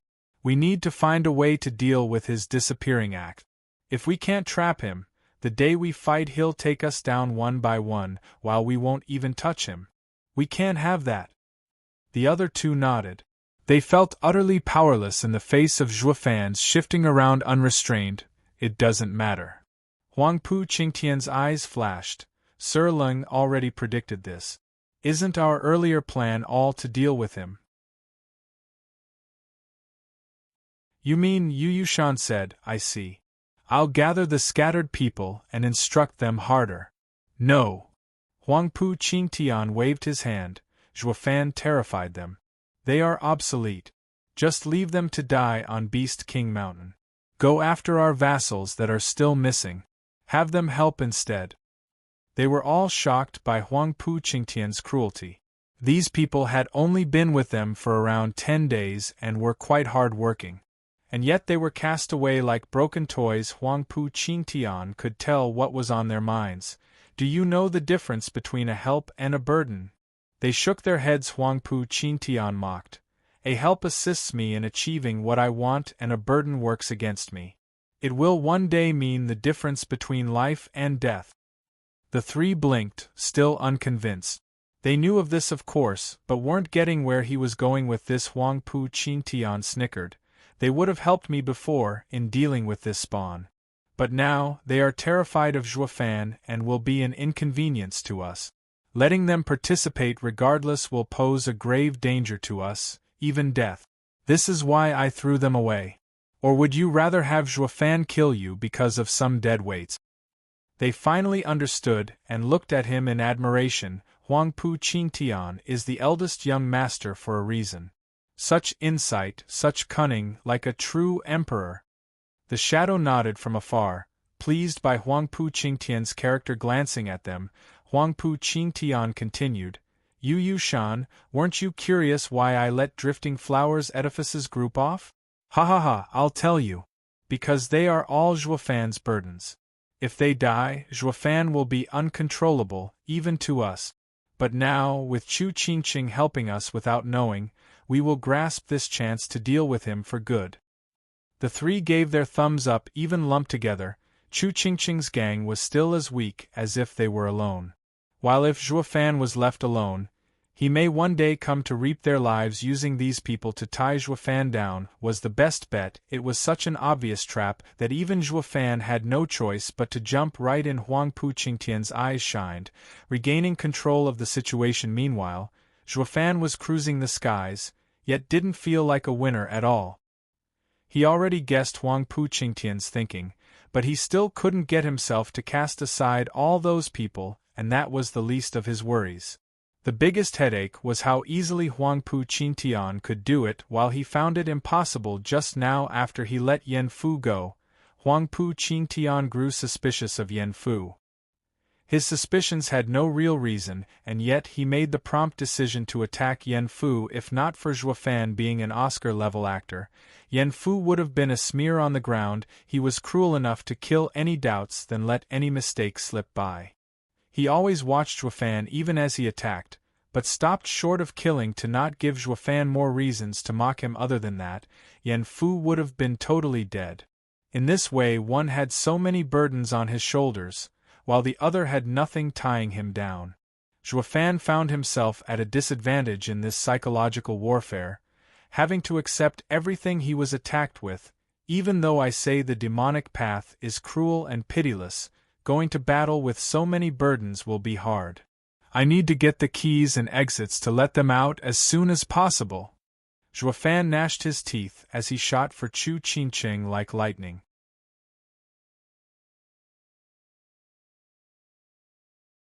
Chapter 288 A Hero's Return. Chapter 288 A Hero's Return. Elite Coder. Whoosh!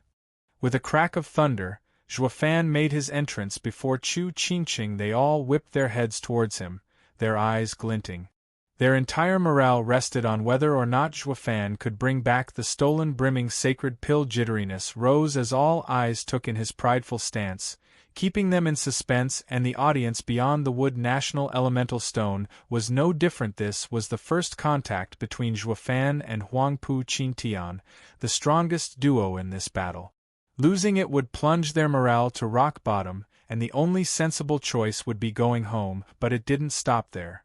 Their vassals' trust in the three houses would splinter, weakening their image in the populace's eye. It was the worst outcome as it affected their growth, especially now when an all-out war with the Regent Estates faction was just around the corner. A trickle of sweat fell down Grandmother, Long Yifei and Xie Xiaofeng's cheeks as the tension spiked. Zhuofan took a deep breath before grinning. He juggled the two storage rings and snickered.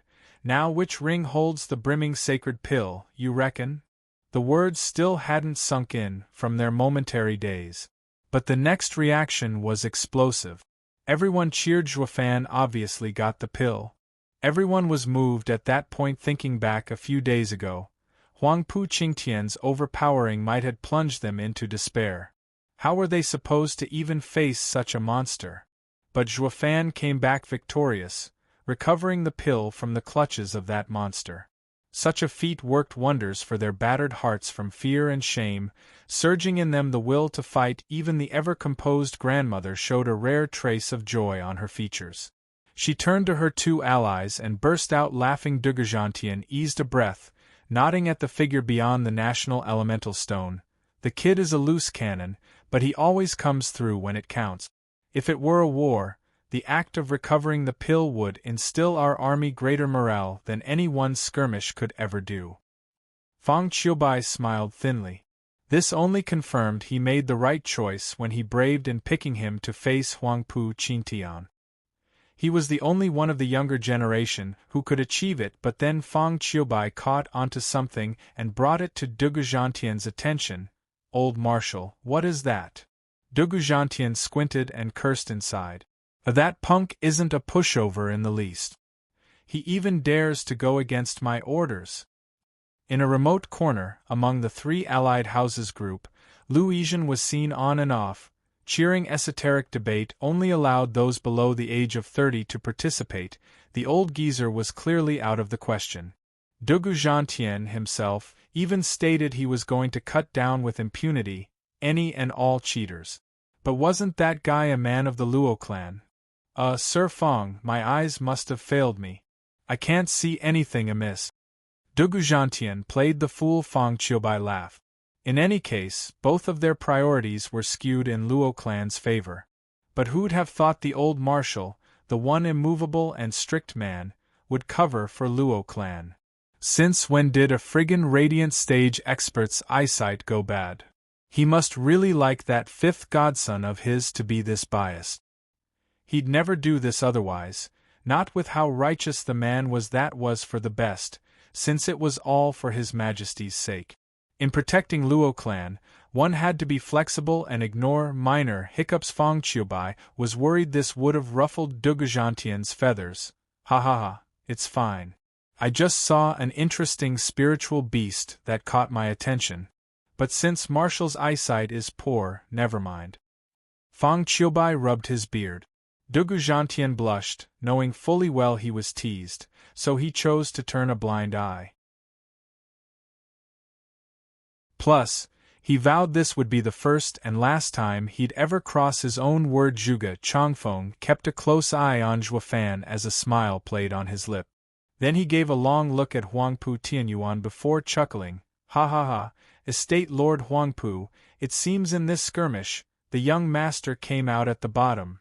Victory and defeat are common in war. It was the steward, unwanted contriverling, who deigned a response to Zhuge Changfeng's provocation. The way it came at no surprise to the regent estate.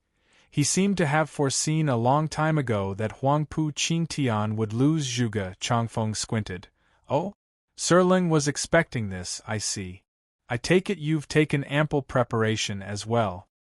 Ha ha ha, you're too kind. I made a fool of myself before Prime Minister with my coarse skills. They are merely useful in dealing with pests. Ling Wuchang's eyes shined. Zhuge Changfeng nodded, returning to watch the national elemental stone, the cheering bunch therein, and sighed. These kids are quick to celebrate. It won't matter if this trifling victory has gotten to the heads of the weak ones, but Steward Zhua, if even you are taken in by it, I'd be dreadfully disappointed. Zhuge Changfeng watched him hailed by the crowd as a hero. The man in question took the brimming sacred pills vial from the ring and showed it off to all. See here? I've returned triumphant. We see. They all shouted in joy and respect. With a wicked grin, Zhuofan stashed it into his own ring, weirding out the crowd. The 8th grade pill was a treasure in and of itself that not even the 7 houses had won. The least he could do was popping the cork to let them catch a glimpse of it. Zhuofan merely coughed and changed the subject. All right, the show is over, break it up. We need to find the other pills and keys. Our goal is to win this esoteric debate. They all looked at him with dark faces. Zhuofan, are you planning on hogging the pill? Xie Tianyang's face twitched. Zhuofan put on a pained look as he cursed. Xie Tianyang, is this how my brother, going through thick and thin, should act? Don't you trust me? Am I one to just hog it to myself? Am I that selfish? Yes. The crowd had spoken. Xie Tianyang said coldly, "It's because of the endless troubles we've passed. I know exactly just who you are. Zip it and hand it over. Nothing is safe in your hands, especially that 8th grade pill." The others joined in, but only as a joke. With Zhuofan as the strongest there, no place was safer than with him. Zhuofan feigned anger. "Since you don't trust me, then I'll eat it right in front of you. Besides, I got it back with my own efforts. Try to take it from me if you want it." TCH. They all flicked their hands. Xie Tianyang even went a step further. "See that? I know this friggin' guy's character better than I know myself. If hustling is a bust, he just switches to daylight robbery. Not to mention anything that ends up in his hands will never see the light of day." The others cracked up. Xuening Xiang was bursting with joy, not caring at all of the value of that bauble. The mood made them seem like one big happy family, laughing their troubles away. They seemed to have returned to the peaceful and safe days of All Beast Mountain Range a while back. This was all thanks to Zhuofan. He instilled courage in their hearts while also dispelling the thick dread Huangpu Qingtian cast over them. It just came to them that even the almighty Huangpu Qingtian wasn't infallible.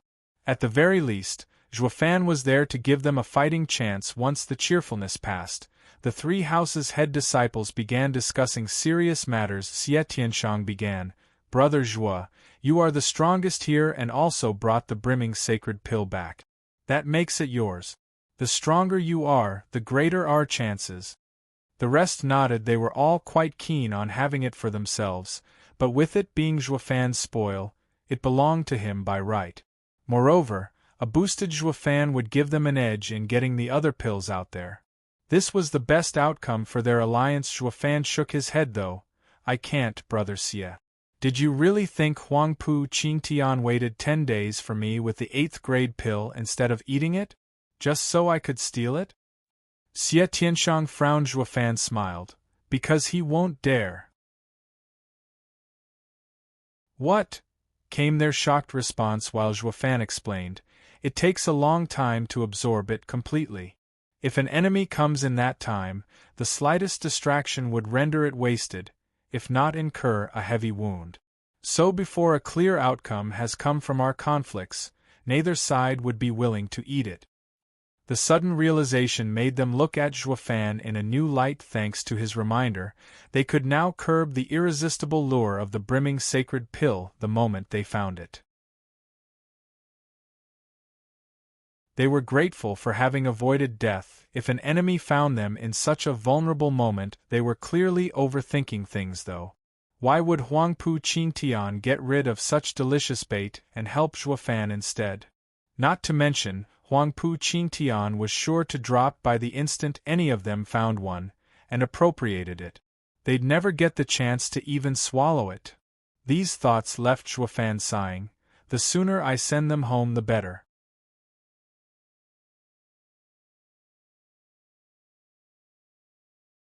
Chapter 289, The Second Pill's Location. Chapter 289, The Second Pill's Location. Report. A shout caught their attention. A man was rushing over, sweaty and in ragged garments. He fell to one knee before them. "Why, young masters, we have found the second brimming sacred pill's location." They all perked up. Zhuofan's advice did the trick, but even so, they were still yearning to go out there and get the pill themselves. Was it that easy to just let this chance pass by? It held the promise of getting a new Radiant Stage expert in their house and increase their power significantly. Then came their united reply. "Where?" 50 miles out, Killing Blood Marsh. The man cupped his hands. He truly rendered a service worthy of a reward. 5 days ago, we were tasked with finding young Master Zhuo. By happenstance, we stumbled into a vial of brimming sacred pill in that place. Whether a coincidence or not, the pill is now deep in the nest of a 3rd-level spiritual beast, Blood Croc. We opted to report rather than risk our lives. Blood Croc. that put a damp on their joyous moods. The blood Croc was a pack spiritual beast, and very territorial. Despite a mere third-level spiritual beast, their numbers deterred even a radiant stage expert from approaching. The easiest way to establish their strength was to look at how big this nest was. Long Xingyun spoke. How many? Oh, forgive my forgetfulness. It is around 30,000 heads. The man stammered SSS. The shock was easily seen on everyone's faces. 30,000 blood Croc. Not even 10 radiant stage experts or 100 profound heaven experts could come out unharmed out of such a scuffle. Least of all their rabble of 2,000–3,000 men. The instant they charged, the blood Crocs would tear them to pieces. Thus they all turned their heads to Zhuofan to see his take on this. The man in question was eerily calm, dissing the trouble with a wave. Lead the way. Brother Zhuo, you can do it?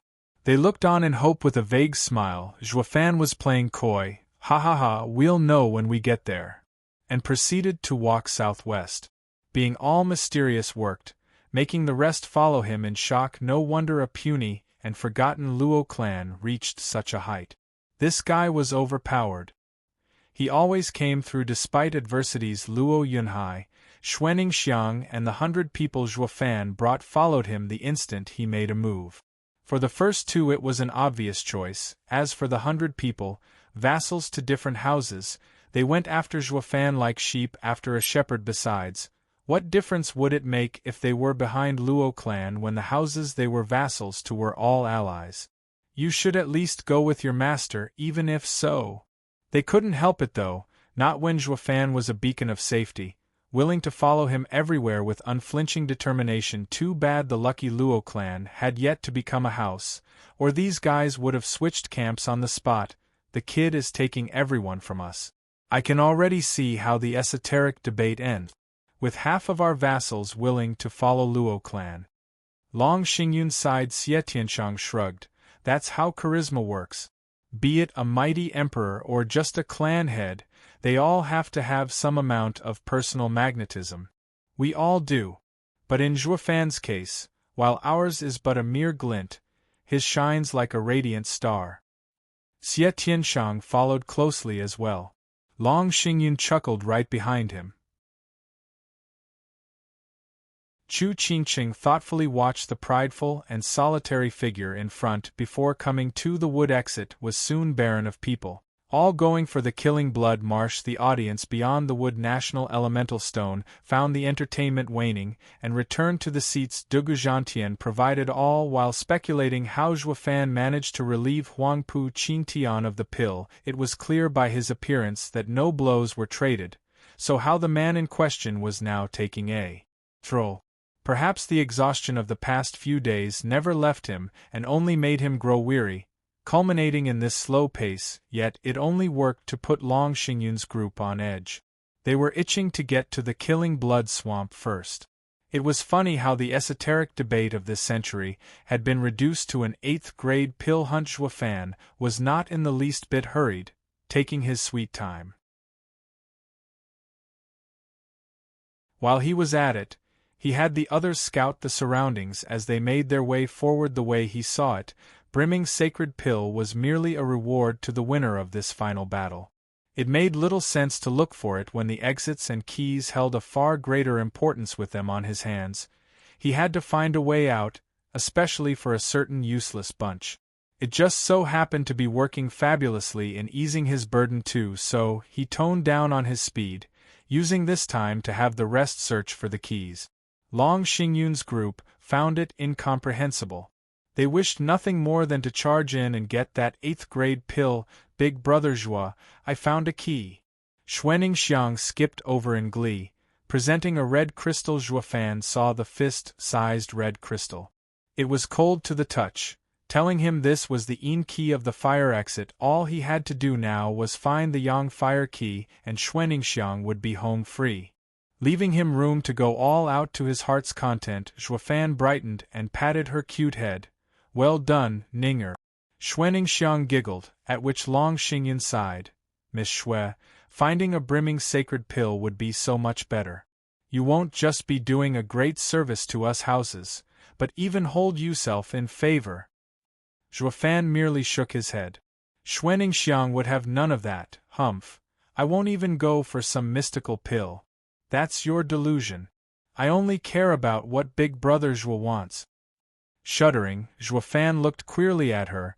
He never said what was on his mind, even after being in contact for the past few days, yet Ninger easily found out what he wanted. While not even his allies could, this genial and harmless lass. Long Xingyun shook his head. Miss Ninger, you're wrong. With how strong Brother Zhuo is, why would he want a bunch of keys? Only cowards would look for a way out. While a man of virtue like Brother Zhuo must be far more interested in the brimming sacred pill. Am I right? Long Xingyun turned to Fan, talking as if it was the norm. Damn you, of course I want the keys to dump your sorry asses. Stop mooching off of me. Only Ninger truly knows what I want. Fan cursed inside, but couldn't refute Long Xingyun's bright smile. Maybe for my reputation's sake, or they'd go calling me coward instead.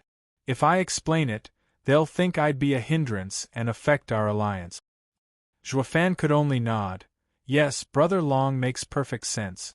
Brimming sacred pill is far more important than some keys. Long Xingyun looked smug and taunted Xuanning with his eyebrow. She was saddened on the spot, looking at Zhuo like a kicked puppy. I still think I'm right. Big Brother Zhuo wants. Ninger, don't feel sad. The thing is this key. Fan was frantic in his explanation, but then stopped. A yellow light aimed for his face tended to do that. Fan easily caught it and found it to have the same feel as the red crystal, albeit yellow. Fan was overjoyed. The metal key. Fan turned to look from where the crystal came. Who did me such great service? Explain. But Fan twisted his head away awkwardly soon after Chu Qingqing bore her cold haze into him, coming over to Xuanning and taking her somewhere. Come, let's go after the other keys. But Big Brother Zhuo said he doesn't want them. Stop paying attention to his hypocrisies. Chu Qingqing snorted. Fan felt a cold shiver. There's two of them now who can understand me. Long Xingyun was watching the two women perplexed. That's odd. It's normal for a naive girl like Ninger to mistake Brother Zhuo's intentions.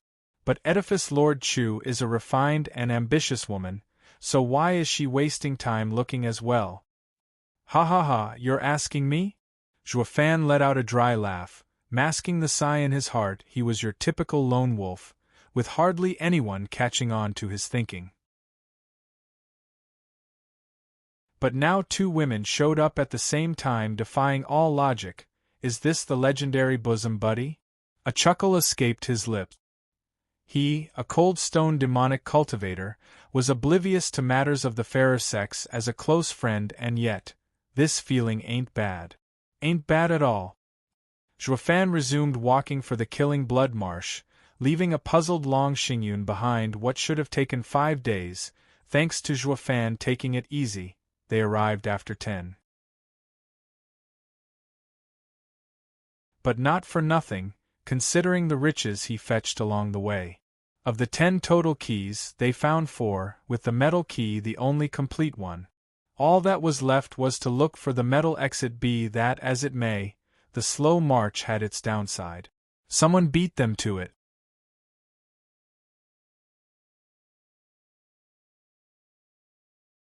Chapter 290, Acting Commander. Chapter 290, Acting Commander. Elite Coder. A sudden red sandy beach spread out for miles and miles. All they could see beyond red was more red.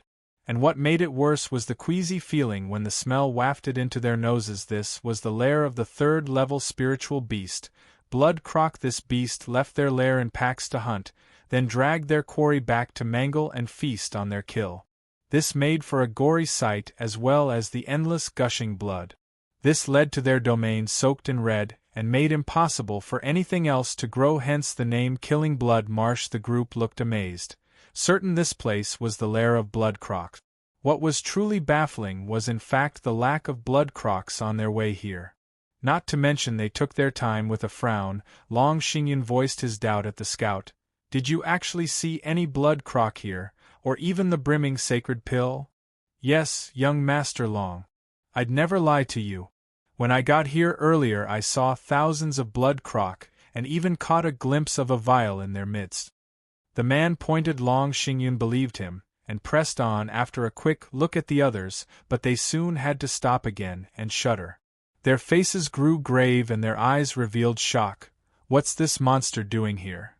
They were at the edge of a sunken area, with a familiar figure in its center. Despite looking at his back, they had no trouble recognizing him, too slow. I've been waiting here for ages. Huangpu Qingtian made a show out of turning around and directed a snicker Zhuofan's way. I'll let you hog the first pill, for now. But the second one is mine, ha ha ha. The faces of everyone sank. Does that mean the second pill already landed in Huangpu Qingtian's hands? How did he find out? He knew our objective and waited us out? Is there a spy among us? The horror of the situation dawned on them. In this perilous area, any internal conflict would have devastating repercussions. With a mole within their midst, the dangers would grow exponentially. All of them started looking at their neighbor with a critical eye and became on guard. Any trust they had had gone up in smoke. The Tri-House Alliance was on the verge of crumbling. Grinning, Zhuofan said, "There's no need to doubt. It was I who told him." You! Xie Tianshang was the first to complain and looked at him with thirst for battle. Why? Rolling his eyes, Xie Tianyang provided the explanation. Big brother, that's him talking nonsense. With him being the strongest, if he wanted to be a spy, he'd have done it from the start. Why waste time with this convoluted ploy? Then, Xie Tianshang didn't get it. Luo Yunhai chuckled. Big brother Zhua is trying to say that doubting each other will be buying into the enemy's trap and make us weaker. We will talk later about the spy matter.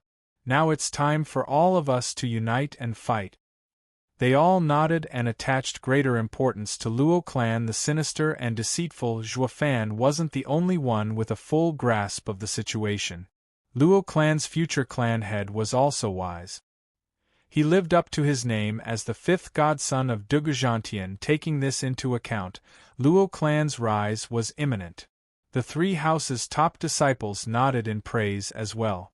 Although the Luo clan had ridiculous growth over the years, so much so they felt scared, they were nonetheless eager to see what would become of this fledgling clan. In the eyes of the crowd, the clan head and servant glowed with unprecedented brightness. Big brother Zhua, something's off here. Luo Yunhai glanced at his surroundings as he whispered to Zhuofan, "This place is prone to ambushes. We need to be extra cautious." Nodding, Zhuofan gave the area a once-over. "In your eyes, how do you think they'll do it? A frontal assault with a pincer move, followed by an ambush from behind." Luo Yunhai's eyes were firm, convinced of seeing through the other's scheme. Zhuofan smiled. "You've learned well from that old geezer. You haven't let me down. You and your team deal with the back ambush, while I will handle the front."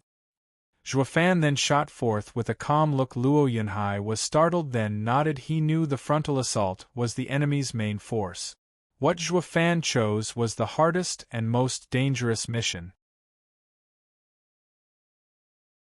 Then again, recalling Zhuofan's dreaded power and mystical abilities, Luo Yunhai set his mind at ease. Where is Zhuofan going? Xie Tianshang was left clueless, as were many others. He was about to chase when Luo Yunhai stopped him. "I ask of you all to listen to my orders, lest we be routed."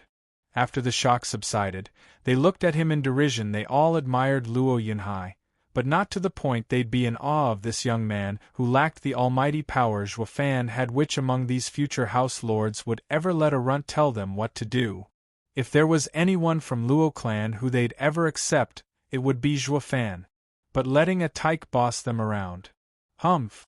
All he got was snorts. Luo Yunhai's face grew grave, knowing there was nothing else he could do. Every aspect of him, be it experience or power, lacked in making these houses' geniuses trust him, let alone listening to him. But it was at this crucial moment a cold, yet charming, voice echoed, "Is it Zhuofan's decision?" Luo Yunhai looked up startled, to see Chu Qingqing's cold and critical eye. He nodded. She looked back at the man's imposing figure walking in front of them and sighed. Then what is your plan? That got a reaction out of the crowd. The grand edifice Lord Chu is actually listening to a damn kid? You may fancy Zhuofan and want his favor, but don't go throwing away Drifting Flowers' edifice's reputation. Surely they all hung on Zhuofan's every word. The mighty soaring demonic dragon could fight toe-to-toe with Huangpu Qingtian, no? So what reason did they have to treat a brat the same way?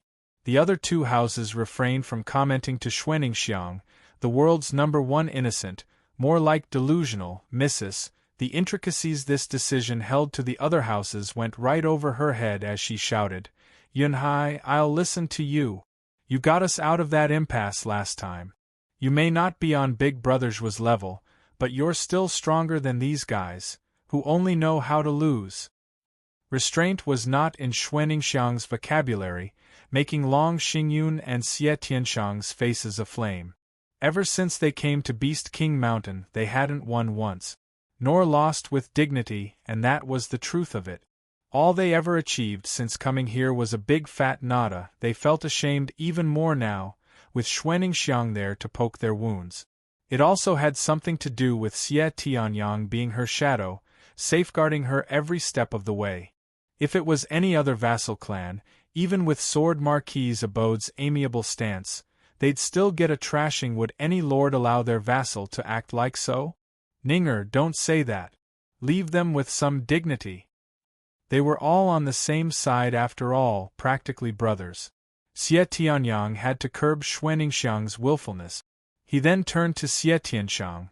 Big brother, all of us house disciples are usually focused on cultivating. Fighting alone is out of the question, but when it comes to joining a team, it's best we leave it to Yunhai. If I know that punk Zhuofan well, he never did things he wasn't sure of. So let's go along with his decision. Luo Yunhai nodded in gratitude at Chu Qingqing, Xuaningxiang and Xie Tianyang.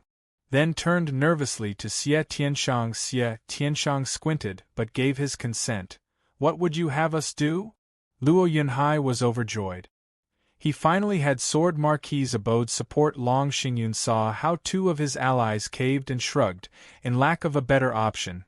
Since Drifting Flowers edifices and Sword Marquis Abode approve, I will also listen to you. Luo Yunhai was excited. He had now become the Tri-House Alliance's acting commander.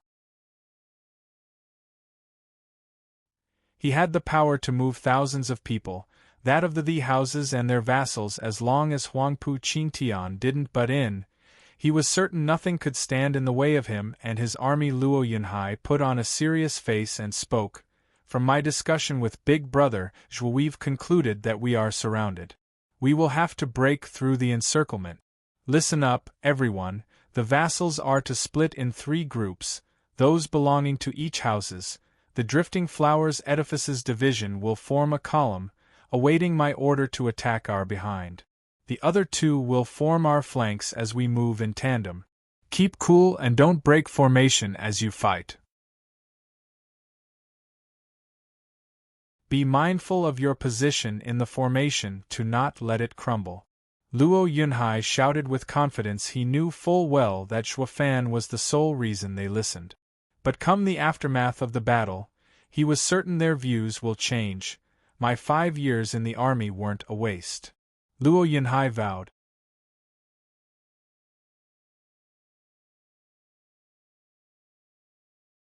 Chapter 291 Charge. Chapter 291 Charge. Zhuofan went over to Huangpu Qingtian, his gait casual, his tone calm, just like seeing an old pal. Young Master Huangpu, since this is the 2nd round, you should have told me. Where's the pill then? Ha ha ha, please. It'd be the same as dangling the brimming sacred pill in your face.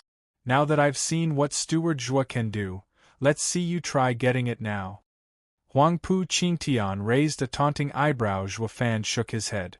There was no point in doing anything, not when he had no clue of the item's location. Young Master Huangpu, since you won't tell me, take it as my loss this time. Let's meet again in round 3. Zhuofan waved and was about to retreat, as if scared. Huangpu Qingtian snickered. Steward Zhua, I admit that I have no way of stopping you from leaving. Nor do you have a way of stopping me. But I can't say the same for them. Hinting at Luo Yunhai's army, Huangpu Qingtian snickered with a light clap. Furious roars filled the marsh, storming for the group of allies from both sides. Just as Luo Yunhai predicted, the attack was formed of two armies led by Yan Bangyi and Yu Yushan, respectively. There was no sign of Lin Xianfeng. The guy was double the cripple, true, but a profound heaven expert regardless. He wasn't about to miss out on springing an ambush with such an obvious answer. Lu Yunhai easily predicted the guy was waiting for them to retreat in his direction. Nice, you live up to the name of Tianyu's fifth tiger. Xie Tianshang showed his admiration. His opinion of Luo Yunhai grew a notch. The same went for the others. If not for Luo Yunhai's tactic, the sudden charge of so many enemies would have crushed them where they stood. Some would choose to flee and run into Lin Xuanfeng's team, sealing any means of escape. Luo Yunhai may be weak, but his art of war was leagues above anyone from 6 dragons and 1 phoenix. Luo Yunhai just shook his hand. The praise didn't get to his head as he kept his cool in dealing with the sudden dual charge. Listen up. Only act when I give the signal. They all nodded, fully trusting Luo Yunhai. Huangpu Qingtian watched it all with a smile. Steward Zhua, your allies look positively rooted in fear. They huddle together like lambs about to break, flooded by my men. Isn't it what you wanted anyway? Zhuofan smiled back, completely confident of Luo Yunhai's abilities. Squinting, Huangpu Qingtian felt something amiss. His side had 10,000 men doing the charge, and even laid down an ambush, while the Tri-House Alliance numbered 3,000 at best, outnumbered 5 to 1. With them holding the field and numerical advantage, anyone would think this battle was in the bag. So what did Zhuofan based his confidence on? Huangpu Qingtian would find out soon enough. Kill! With an earth-shaking roar, Luo Yunhai pointed behind him and his army followed. Yan Bangyi and Yu Yushan's armies were stunned in bafflement. We haven't even made contact, so why are they charging behind? The ambush hadn't sprung yet either. The two were oblivious to its meaning and took it as a good thing.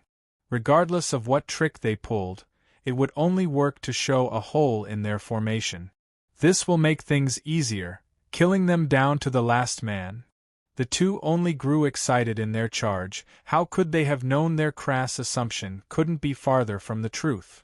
Luo Yunhai's army did charge, but its flanks did their job in keeping the center shielded. Despite the flanks clashing with the enemy, they showed no weakness in their defense, as they also didn't engage in a heated fight, moving with the center's charge as well. Yan Bangyi and Yan Bangyi's armies found themselves in the worst situation. They felt as if each man was facing 5 people.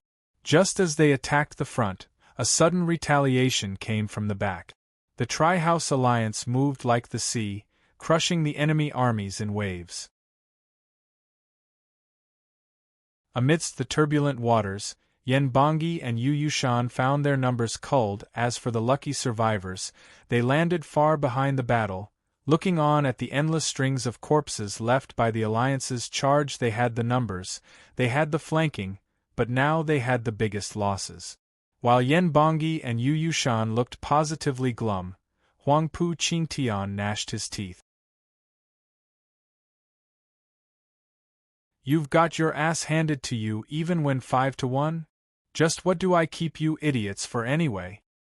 Yu Yushan's back tingled from Huangpu Qingtian's seething bloodthirst, and he gave the signal to Lin Xianfeng. A 3-pronged attack ought to save them from a gruesome and cruel death, no? But as Lin Xianfeng eagerly led his 5,000 men to beat someone when they were down, he heard a loud boom and his army was blown away. Luo Yunhai's vanguard, drifting flowers edifices, was mowing his men like grass. His only reaction, slack-jawed, what the hell? Weren't we supposed to catch a fish in a barrel at this point? Why the hell do I still see them holding strong? How the hell does a huge fish like this just slip right past you? Yan Bangyi and Yu Yushan, are you more useless than manure? What are you doing letting a pristine army charge here? How am I supposed to stop them? While he was here cursing his allies, the duo cursed right back, "You damn cripple. Is this how you lead an army? Are your men meant as cannon fodder? I don't expect you to stop them, but you could at least curb their charge somewhat. You're 100% garbage is what you are. You got what was coming to you when soaring demonic dragon took an arm and a leg." As the trio cursed each other like no tomorrow, Luo Yunhai had no problem punching his way through the encirclement. Zhuofan laughed from pride when it came to armies. Ambushes were the norm. This couldn't have been a better test for the fledgling marshal. The way Luo Yunhai set his army was the typical echelon formation, excelling in counter-attacking the pincer attack, and allowing high mobility. This formation puts a price on speed above all else. Once it was formed and picked enough speed, nothing could stand in its way. Zhuofan flicked a grin to Huangpu Qingtian. "Young Master Huangpu, my guess is that it wouldn't be so hard for them to get away." Face twitching, Huangpu Qingtian looked ahead with a scorching gaze. He wished nothing more than to kill those three wretched allies of his. The reason for one's defeat wasn't an unbeatable enemy, but wretched allies. Those morons have higher numbers, yet we're still smacked around. All they manage to do is drag my reputation through the mud. They're nothing but utter imbeciles. Taking a deep breath to quell the surging anger, Huangpu Qingtian laughed coldly. "Ha ha ha, Steward Zhua is erudite in pen and sword. You've had this planned all along." "No, no, no, there was no planning. They did it all by themselves. One must give credit where it's due, and not take it for oneself." Zhuofan cut him off with his snide remark, which only got Huangpu Qingtian even more worked up. Zhuofan's deceitful character was common knowledge, so losing to him was hardly shameful. But those three sods of his lost to the likes of some broads from Drifting Flowers edifices. To make matters worse, it was the tyke from Luo clan leading them, with his allies having lost any semblance of dignity. It was quite sensible for their leader to blow a gasket, grating his teeth and fuming mad. Huangpu Qingtian's face took on a vile tone. "Steward Zhua, I never wished to drag them into this. You leave me no choice but to. What, go and snap their necks yourself? Ha ha ha, you'll have to go through me first." With his trademark evil grin, Zhuofan's urge for battle flared. Huangpu Qingtian nodded. "Our fight is foreordained. But first, let's see if you can save them." Huangpu Qingtian's eyes flashed with cruelty and roared at the sky. "Ooh!"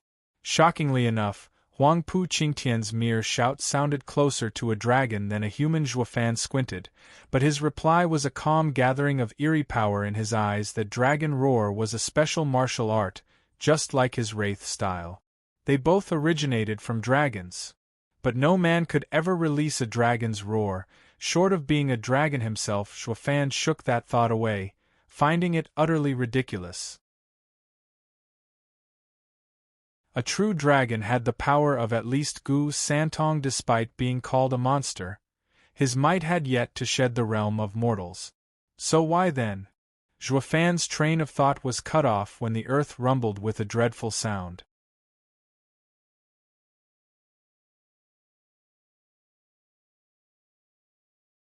Chapter 292 Blood Croc Army. Chapter 292 Blood Croc Army. Boom. As the rumbling continued, the sound only grew louder. Not even the chaos of battle could drown it. Luo clan and Drifting Flowers edifices stopped their charge. So too did Yen Bongi and Yu Yushan cease attacking their flanks. Ally and enemy alike watched dumbstruck at the source of the noise. What dreaded creature could make such a riveting entrance? Roar! They got their answer in the form of an endless stampede of blood-red creatures crawling towards them from behind Huangpu Qingtian. Regardless of where one looked, all they saw was a crawling red mass. Now that they got a closer look, the creature was a fanged blood crocodile of 5 meters in length. They were pack animals crawling on the ground, yet that didn't stop them from having incredible speed and tough bodies like peak bone tempering experts. 3rd level spiritual beast, Blood Croc. Everyone cried out in alarm. Who wouldn't, when watching 10,000 blood crocs marching towards them with relentless force? A lucky few profound heaven experts would just fly out, while the rest were doomed to be ripped limb from limb in the jaws of a croc. Luo Yunhai turned grave. Godfather told me the Qiao'er are expert beast masters, sweeping the battlefield with their beast army.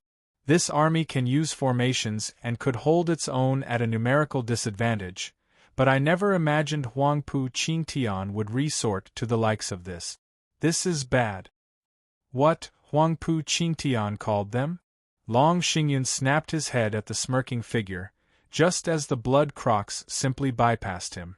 Now a believer, his face sank. This monster is already strong enough, but now he can call upon a beast army as well? We can't fight them. Our only choice is to run or get trampled. The others took one last fearful look at Huangpu Qingtian and nodded. Huangpu Qingtian's talent had reached a godlike level. But was running that easy? Sure, the few flying ones could take some passengers, but what about the other couple thousand? They were fated to end up as broken corpses under the blood croc's stampede. Chu Qingqing frowned and sighed. Yen Bongyi, Yu Yushan and Lin Xianfeng snickered as they flew away with their profound heaven experts, uncaring to the fate of the rest. Xie Tianyang looked at Zhuofan's broad and straight back. Our fate now rests solely in his hands. Everyone looked at Zhuofan in frustration and helplessness. Zhuofan's abilities were eerie, to say the least, of great power, but could one man stop the flood? They held no hope in Zhuofan. Even Luo Yunhai, always confident of Zhuofan's invincibility, faltered. I and Big Brother Zhuo had anticipated the enemy launching a frontal assault. It was our ignorance that led us to assume they'd be men and not thousands of blood crocs. Humans are susceptible to fear. A bit of trick here and there from Big Brother Zhuo would be enough to buy us plenty of time. But when facing a horde of savage spiritual beasts, they won't falter for anything. Damn it! Is there no other way? Xie Tianshang cut him off in anger. His eyes were burning from rage. Huangpu Qingtian is inhuman. The others got what he was saying. Yes, he was inhuman. No man was able to subdue a blood croc horde and use it for himself. No one would be so cruel to his fellow men, to even throw away his own men's lives to be ground beneath the marching horde of his beasts. Then it dawned on them. Oh, isn't that strikingly similar to Zhuofan? They turned to him now. The man was taking a deep breath and looked on heavily. Like a cold-blooded monster, he also possessed power no man could. But how much could this monster slow the horde down? We don't ask for much, just enough to let us get out alive. They held little hope for Zhuofan pulling through for them, but they still did hope. His talent was unseen in this world as well, but he was a human like the rest. How could he possibly slow the beast flood down? Well, one delusional girl thought this was right up his alley. Xuanning Xiang clenched her fists and said, "No worries. Big Brother Zhuo can do it." She had now crossed the point of no return, becoming an eternal Zhuofan's fan. She didn't care about hows or whys, just as long as Zhuofan did something, everything would be alright. Funnily enough, she was right. Luo Yunhai begged to differ, however.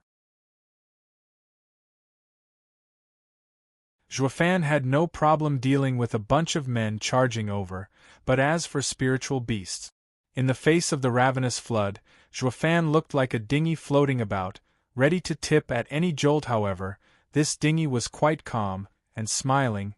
Young Master Huangpu, who knew you can tame beasts? Ha ha ha, you're too kind. It is but a mere parlor trick. Huangpu Qingtian acted casual but couldn't hide the conceit in his eyes from Zhuofan as Zhuofan took pride in his blinking art. Huangpu Qingtian was confident of his beast-taming skill. It was akin to providence. As if heaven went out of its way to lay everything at this king's feet so that no man, or beast, could defy his righteous conquest. Zhuofan could tell what he was thinking and grinned. Young Master Huangpu, you sure are confident in your ability. Not confidence, but a given. Huangpu Qingtian smiled with his head held high. The emperor declared, In this world, be it armies, the ground beneath their feet, the officials, and even these savage beasts, all are fated to bow before their true king. Show off. Zhuofan's inner outcry summed it up nicely. While his reply was a snort and shake of the head. What do you say to a wager then? On what? That got Huangpu Qingtian's attention. The kid has time to bet when his life is at stake? What's he up to? Bang. Zhuofan drew a heavy line with his foot, sneering at Huangpu Qingtian. I wager your beast army won't cross it. Even if just one of them does, I lose. Pretentious. Huangpu Qingtian only had anger for his haughty boast. He knew what Zhuofan was capable of, but never once believed the punk had the power to quell the beast tide of tens of thousands. Huangpu Qingtian only managed to do it with that little secret deep within him. As for power alone? Impossible. Zhuofan's crass words undermined his authority. Was the ability of a regent that easily dispelled? Zhuofan only mocked him. Well then, O young Master Huangpu, do you accept? The stakes are the brimming sacred pills we each hold. The winner gets the other's pill. Huangpu Qingtian mulled over the trickery Zhuofan planned to include in this wager, but still held supreme confidence that nothing the punk did could change anything. As such, for honor and hubris, he nodded. Show me then your futile attempts to stop tens of thousands of spiritual beasts. My pleasure. With a crafty grin, Zhuofan turned to the charging blood croc tide filled with barbaric and unrelenting savagery. These blood crocs had only one answer to this suicidal kid. Gaping maws filled with teeth and sharp claws. Chu Qingqing, Xuening Xiang and the rest watched on unnerved. Huangpu Qingtian had a cold smile, calm and uncaring to the lonely man facing a flood hum. Zhuofan's eyes then flashed in a strange light. The blood crocs were about to tear into him, with one of them even having his head in its maw. It only needed to chomp, and that would be the end of Zhuofan, but the blood croc's eyes shrank in fear. Under the astonished looks of the bystanders, the beast army began to shiver-roar. A mewling cry from somewhere among them signaled the rest of the blood crocs to turn tail and scamper from whence they came. The wild eyes and stumbling gait only hinted at the horrors these beasts had seen. They were even faster in retreat. This spectacle left everyone slack-jawed. Chu Qingqing was dumbstruck, Xie Tianyang was shell-shocked, Yu Yushan was speechless, Lin Xianfeng jumped out of his skin and, naturally, Huangpu Qingtian was floored. He still had a clear picture in mind, of Zhuofan being torn apart, only to be replaced with an image of a cowering beast army. What made it worse was the unknown element of how he'd done it. Huangpu Qingtian stood there like a statue, his eyes lost, mindless of even the fleeing spiritual beasts zipping by.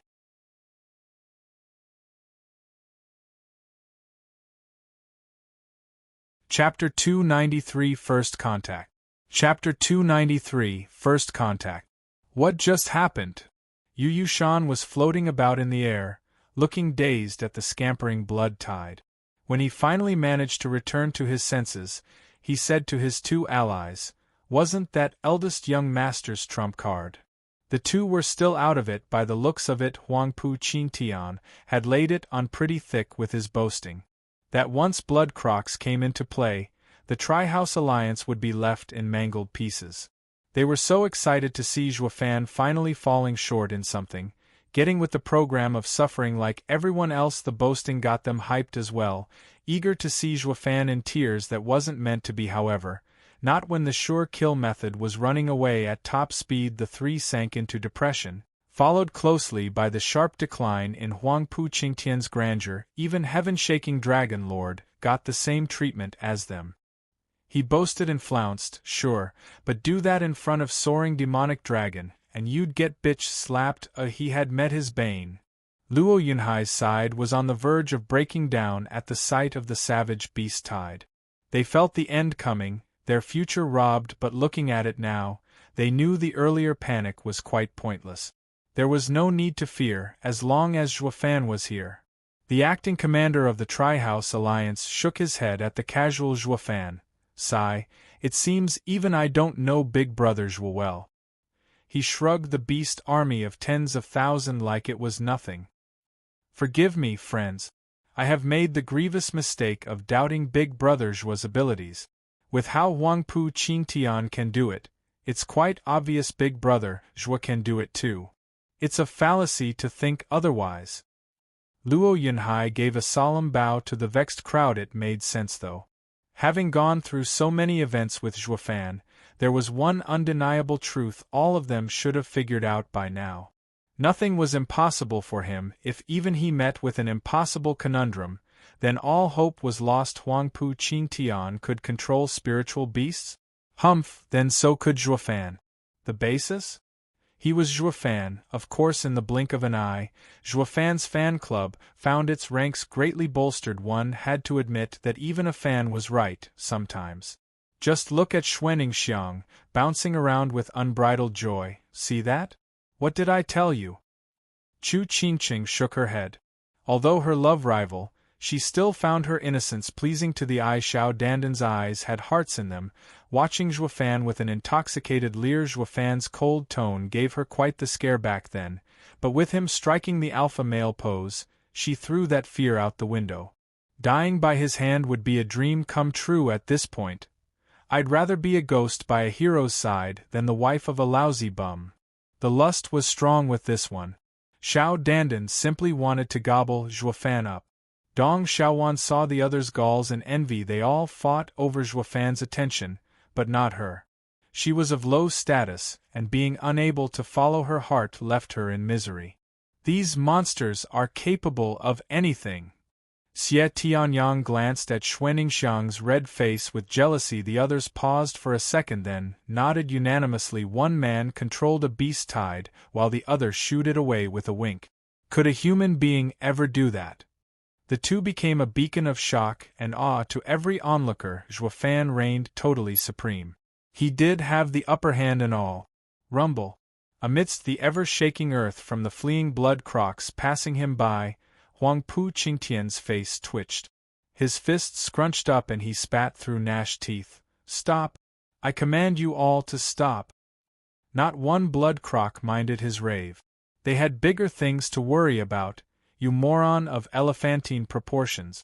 You're merely a king on earth and can command some of us, but that man is an emperor over everyone. You don't compare. Go home, wash up, and sleep tight. No blood Croc who passed him showed any intent of ever stopping, even if he roared himself hoarse. Roar. Huangpu Qingtian was pissed.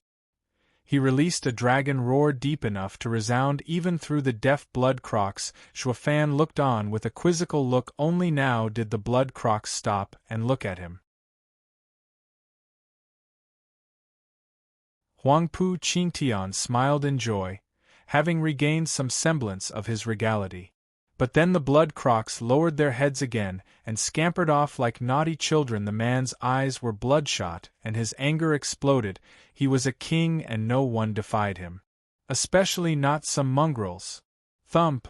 An iron fist lashed out and blood blossomed. The punch blew up the head of a blood Croc. Stop or die.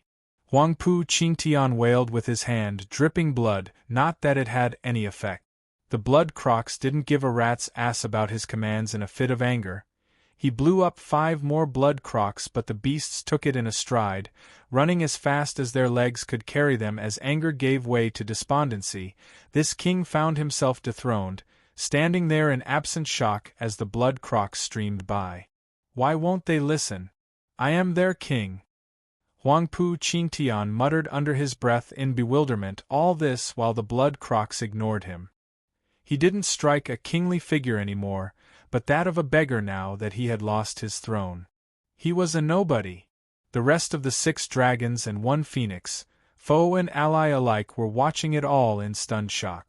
The day had finally come for the mighty heaven-shaking dragon lord, Huangpu Qingtian, to be lost and despondent. The defiance of his orders, thwarted by Zhuofan's ability, had a far greater impact on this proud and majestic king. It was too much for even him to bear. The watchful shadow from the side, these two are natural enemies. Yet each is a genius seen once every 10,000 years. The death of even one of them would be such a tragedy. Should I take them both? He threw away that thought with a shake of his head and snickered, nah. The world isn't big enough for both of them. Their fight is preordained. It's only a matter of time. The most sensible choice is to let them go at it and pick the winner, hi. No one knew such a creepy and uncertain element had snuck its way into the esoteric debate. Xuefan scratched his nose, feeling quite disappointed in himself. Young Master Huangpu, don't be so down. There's no shortage of people who had and will lose to me. By the looks of it, I seem to be the winner in this little wager of ours. Will you honor our deal? With all the blood Crocs gone, Huangpu Qingtian raised his head to reveal a crazed pair of eyes as he snapped, "Humph, my word is gold. What do you take me for, a Welsher?" Huangpu Qingtian took out a vial from his chest. Xuefan knew it to have the brimming sacred pill. Huangpu Qingtian was afraid Xuefan would snatch his ring again, so he hid it in his clothes. Any cultivator out there had the means to store their things, be it rings or bags.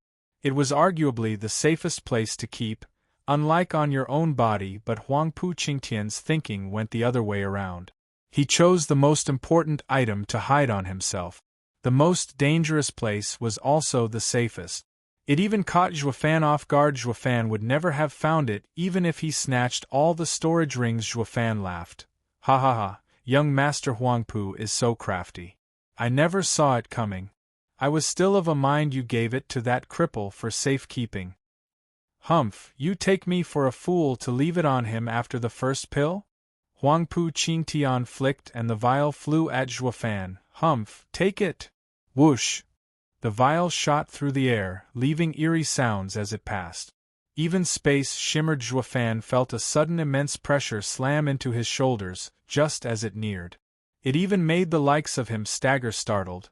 Xuefan threw his hand forward to block it. Thump! The impact had him slide 5 meters, and even found his arm that caught the vial numb. He was shocked to find what a mere flick could do.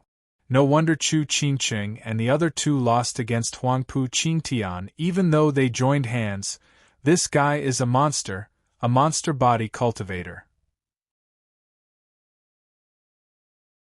Besides Gu Santong, he would definitely be the most outstanding talent of the younger generation. Xuefan knew that even his diamond body was a far cry from Huangpu Qingtian's physique. Elderly was right, this guy is a true monster, stronger than me. After this first true contact with Huangpu Qingtian, Xuefan now realized the full extent of the power the head of 6 dragons and 1 phoenix wielded.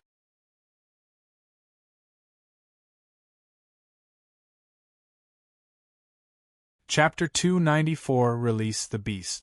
Chapter 294 Release the Beast. Whoosh! A black figure blocked Xuefan. He was still staggered from the previous blow when another strike came out of the blue. Squinting, Xuefan blocked the strike with his hand boom. The immense power of the strike cracked earth under him, caving it for 100 meters around. But it hardly mattered compared to the pain coming from his arm. It was on the verge of being broken.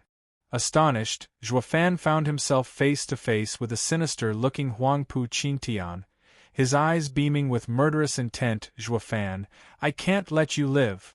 Cackling, Huangpu Qingtian spun a kick into Xuefan's waist, aiming to split him in two. You're the first to ever rile my desire to kill. His brow shuddering, Xuefan faced the sky-splitting leg. Since he couldn't block, he had his right eye flash golden instant movement. Whoosh! Huangpu Qingtian had cut Xuefan in half, only to find it was his afterimage. While the man himself got some much-needed distance between them, gasping for breath, he didn't anticipate Huangpu Qingtian would ever resort to sucker-punching him. What he did just now must have really pushed the guy's buttons, and had now driven him mad with the sole purpose of slaughtering him. The onlookers from farther away were astonished. This was the 3rd time Xuefan and Huangpu Qingtian were at each other's throat. First in Dragon Cloud City, cut short by Dugujantian's meddling. Second was pill stealing, though no one was there to witness exactly how it went down. And as the saying went, 3rd time's the charm. They truly let loose in this round. No holds barred the result? Xuefan's prospects at winning just hit rock bottom. He was on a total defensive, and if not for that mystical ability of his, he'd be a goner. Huang Pu Qingtian's overwhelming dominance crushed Zhuofan. Not even Zhuofan could face this monster gnashing his teeth. Xie Tianshang was tense. Yu Yushan, however, was cackling mad. Both sides' leaders had monstrous talent, but when it came to measuring fists, Huang Pu Qingtian won by a landslide. Zhuofan had no way to fight back. The uninvited guest in the shadows nodded. Huang Pu Qingtian has the advantage in body, but Zhuofan is far more flexible and crafty. He is better by far. And this is when he isn't even in the profound heaven stage. If the two were of equal cultivation, this fight would have ended a long time ago. Huang Pu Qingtian drew the same conclusion, which only fueled his desire to kill to new heights. Zhuofan presented himself as a real and tangible threat to him. He never got the same feeling from the other 6 dragons and 1 phoenix, and only looked at them with disdain even when forced to deal with their cooperation. On the other hand, Zhuofan was a great threat to him. Even more so now that he saw Zhuofan cower the blood Croc horde and trampled all over his royal face. It was a wake-up call. That Zhuofan was the same as him, qualified to be king. With a cold glint in his eye, Huang Pu Qingtian barked, "Zhuofan, is your art only good at running away?" "Yep." Zhuofan was blunt as a birch stump, not forgetting his evil grin as he counted on his fingers. Running, assassination, scouting, spying, and let's not forget my favorite, ring stealing. It has quite wonderful applications, don't you think? That only pissed Huang Pu Qingtian off. He was looking to mock the man into attacking, but Zhuofan was way too calm, ignoring the cheap taunt and making a kingly comeback. His desire to murder Zhuofan on the spot spiked again. The shadow nodded. He knew how to appreciate talents detached from everything, and looking at things with cool and critical eyes were the makings of a great Aravista. At the same time, Huang Pu Qingtian's image fell a notch in his eyes. The shadow slowly began to be partial towards Zhuofan, finding him to be the better seed. Taking a deep breath, Huang Pu Qingtian found himself in distress. Zhuofan was unlike Chu Qingqing and the like. He could come and go as he pleased, with no one to stop him. He was the biggest headache there ever was when made an enemy. That magical art gave him an insurmountable advantage, so Huang Pu Qingtian pointed at his allies and barked, "What are you gawking at? Kill them already." The trio woke up with a start. Why had they stopped? "We gotta box them in." Thus they gave the signal. Luo Yunhai's echelon formation was still shaken from the blood Croc horde, and their momentum slacked. They were losing with the enemy surrounding them. The couple thousand army had sunk into despair against the 10,000 enemies. Few were of Chu Qingqing's level to escape, while the rest would find their lives driven into the mud. Panicking, Luo Yunhai commanded, 3-round formation. In an instant the 3 divisions became rotating barrels, blocking the enemy's onslaught. Yu Yushan wasn't worried though. This formation was a defensive one. They would just have to whittle them down with numbers. Grinning, the 3 looked on coldly. Zhuofan frowned a bit. As long as his friends were stuck here, he was going nowhere and would sooner or later end up just as dead. Yu Yushan leading the 10,000 army not only entrapped Chu Qingqing's group, but also bogged down Zhuofan. 2 birds with 1 stone. Haha, Zhuofan, see how I trample them. Huang Pu Qingtian snickered. He was forcing Zhuofan to face him. Squinting, Zhuofan sported a cold smile. You'd lower yourself to such an extent? Moreover, you'd have done it already if you wanted to. Ha ha ha, indeed. I despise them, but now that you're here, things have changed. I'll take great delight in tearing them apart before your very eyes. Zhuofan tensed and secretly sighed. Just like he thought. Huang Pu Qingtian left them alive, just so he could restrain him, but the cold smile never changed. Young Master Huang Pu, do you really think I'd let them drag me down? Oh? But isn't your young master with them as well?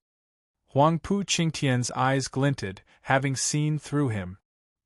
He charged for the armies. It was also then, when a wind whistled straight for him. This was what he was waiting for. He blocked the kick with his hand, releasing a metallic sound. Looking closer, he found Zhuofan eyeing him coldly. He finally decided to attack. Huangpu Qintian gave a crafty smile from having found Zhuofan's Achilles heel. He threw a devastating punch. The blow had the power of a mountain behind it. Zhuofan vanished, letting the punch pass him. The earth caved in tens of meters, over a kilometer. As a result of the massive impact, it kicked up a cloud of dust and shocked even the clashing armies from the immense power display. What power could do this? Zhuofan was sweating now. Blocking that would have earned him a quick trip down under. He looked at his friends helplessly, forced to clash this monster head-on. Huangpu Qintian cackled at the floating Zhuofan, filled with scorn. I wonder for how long can you stop my advance? Zhuofan gnashed his teeth and charged. The effect each time was minimal, barely stalling Huangpu Qintian's progress. His teleports saved him from the worst, but there was no way to escape. Unscathed, Huangpu Qintian was inevitable. He royally took one step at a time towards his target as he unleashed his power. The sight of Zhuofan being played around like a mouse left the others in despair. Not even their last hope could stop the mighty heaven-shaking Dragon Lord, but only Chu Qingqing saw through it and said nervously, "It's for us. Huangpu Qintian is forcing Zhuofan's hand. We have to get out of here." It dawned on them what a disgrace they were. They became Zhuofan's shackles, but how are we supposed to break out when we're outnumbered? What do we do? Luo Yunhai sighed. For even Luo Yunhai to come out empty, it showed how truly desperate a situation they were all in. Chu Qingqing turned to her two allies. Have you brought your spiritual beasts? Their eyes lit up, reminded how their houses provided them with some high-level spiritual beasts. They were pressed at every turn all this time that they'd completely forgotten. The two nodded. Chu Qingqing smiled and spoke heavily. Use our trump cards. Release the beasts and clear a path.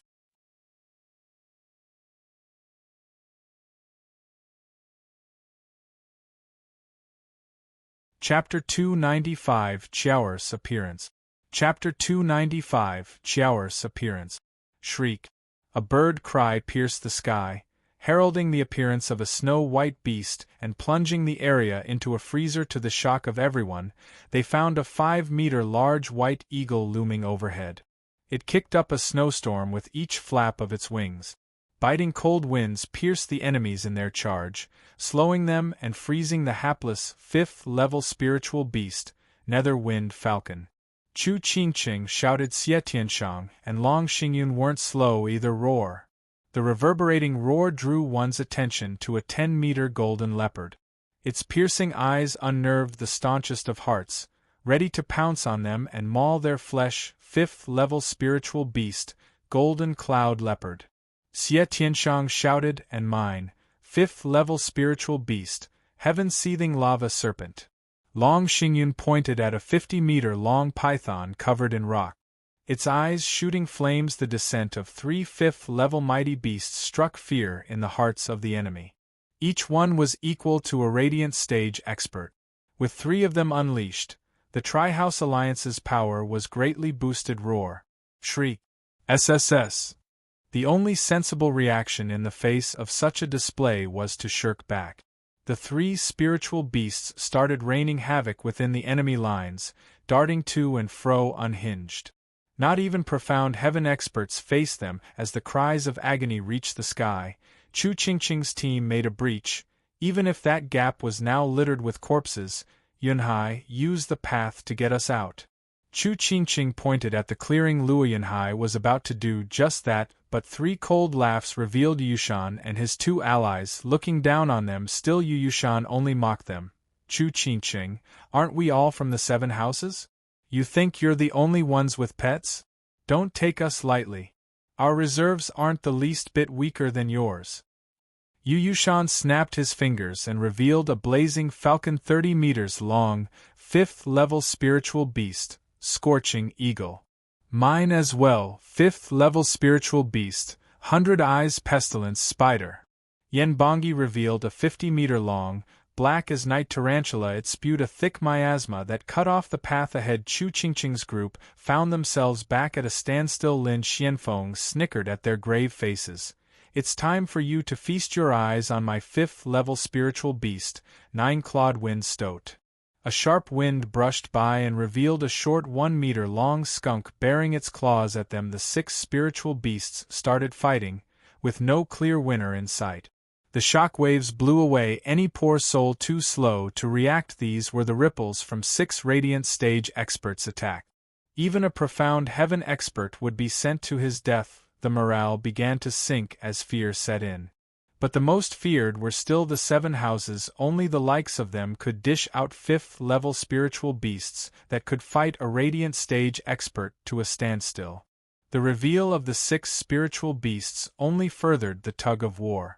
Yu Yushan's side stayed back in fear of not being dragged into their battle, but Chu Qingqing's group now had no way of breaking out either. It now became clear that they were doomed to wait for Huangpu Qingtian to come reap their lives. Chu Qingqing turned to the others.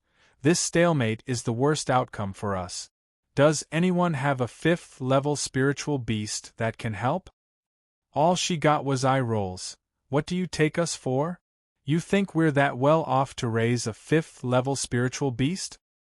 Chu Qingqing sighed in sorrow, while Yu Yushan's side was having a field day at their expense. The longer this dragged on, the greater the danger. Huangpu Qingtian glanced over satisfied, before turning to Zhuofan. I didn't think they would use their trump cards so soon. A shame it changed nothing. Zhuofan frowned and his hand trembled.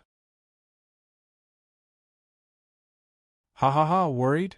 Then I will help you feel at ease by not making you waste time on a bunch of soon-to-be corpses. Grinning, Huangpu Qingtian shouted, Flaming Lion King, end them. Roar! The imposing power pierced the hearts of everyone as a flaming winged lion pounced on Chu Qingqing's army. 6th-level spiritual beast, Flaming Lion King. They all gasped in fear. None saw it coming, that Huangpu Qingtian's spirit animal would be a 6th-level spiritual beast. It was going to throw the stalemate in the enemy's favor. The Tri-House Alliance's spiritual beasts shuddered from the lion's roar.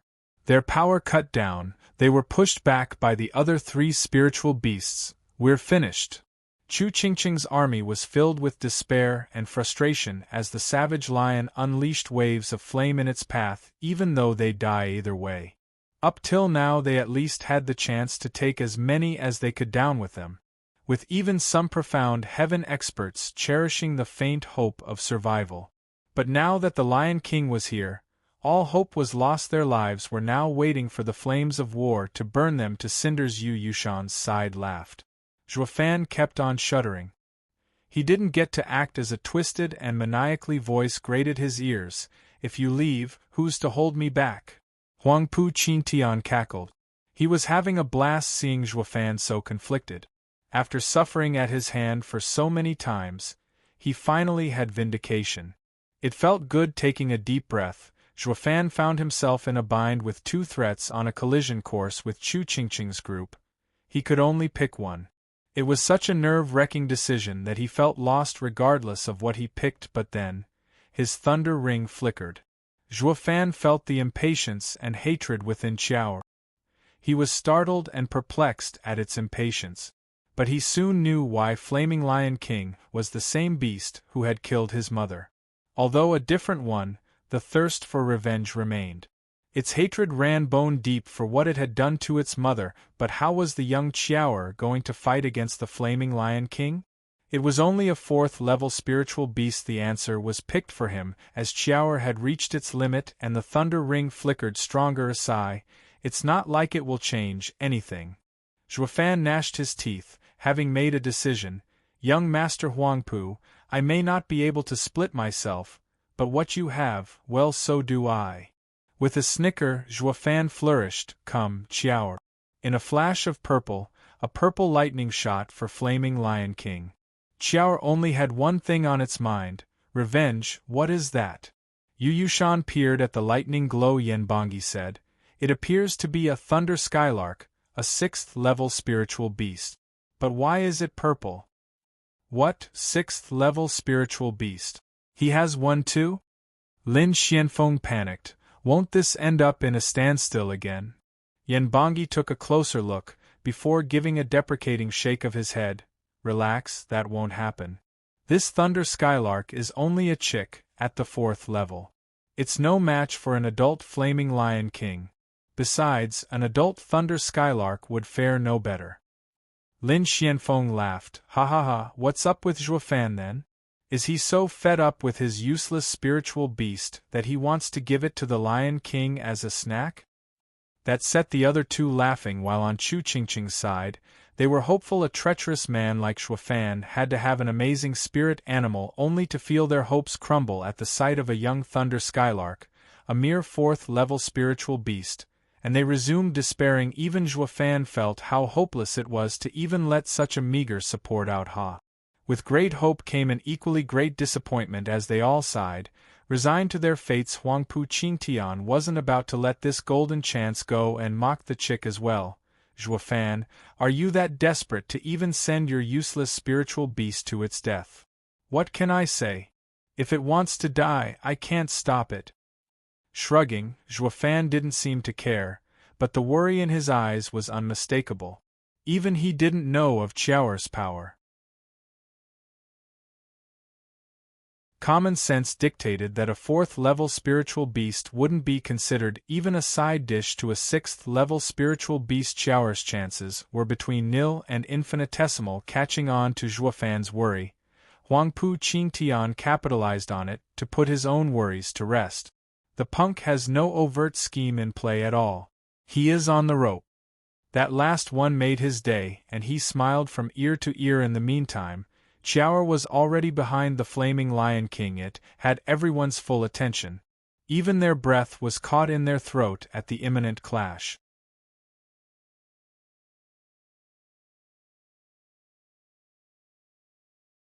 Chapter 296, Purple Lightning's Superiority. Chapter 296, Purple Lightning's Superiority. Roar! Flaming Lion King's roar grated ears as it showed its dominance. The 6th 5th level spiritual beasts had long stopped to watch Yushan's group's spiritual beasts bent a knee and bowed their heads before the mighty Lion King. While on Chu Qingqing's side, their spiritual beasts knew when they were overpowered and shuddered as they inched backward again, and again. It only worked to further let arrogance get to Flaming Lion King's head, showing a scornful smile. It escaped his notice, or, better yet, it brushed off Qiao'er's existence entirely, and it went the same for the other 6 spiritual beasts. What could a 4th level spiritual beast possibly do in this hopeless situation? Chu Qingqing's side's spiritual beasts were vexed. It makes no difference even if you come, foul. You're dead anyway. While the enemy's beasts looked on with mockery, Chu Qingqing's faction was plunged deeper in despair. If the Purple Thunder Skylark instilled a trickle of hope earlier, it was now thoroughly squashed. A spiritual beast's senses were accurate. If they looked down on the chick, then it was clearly worthless. Shriek. Not that Qiao'er cared what any of them thought of it. It only had eyes for Flaming Lion King.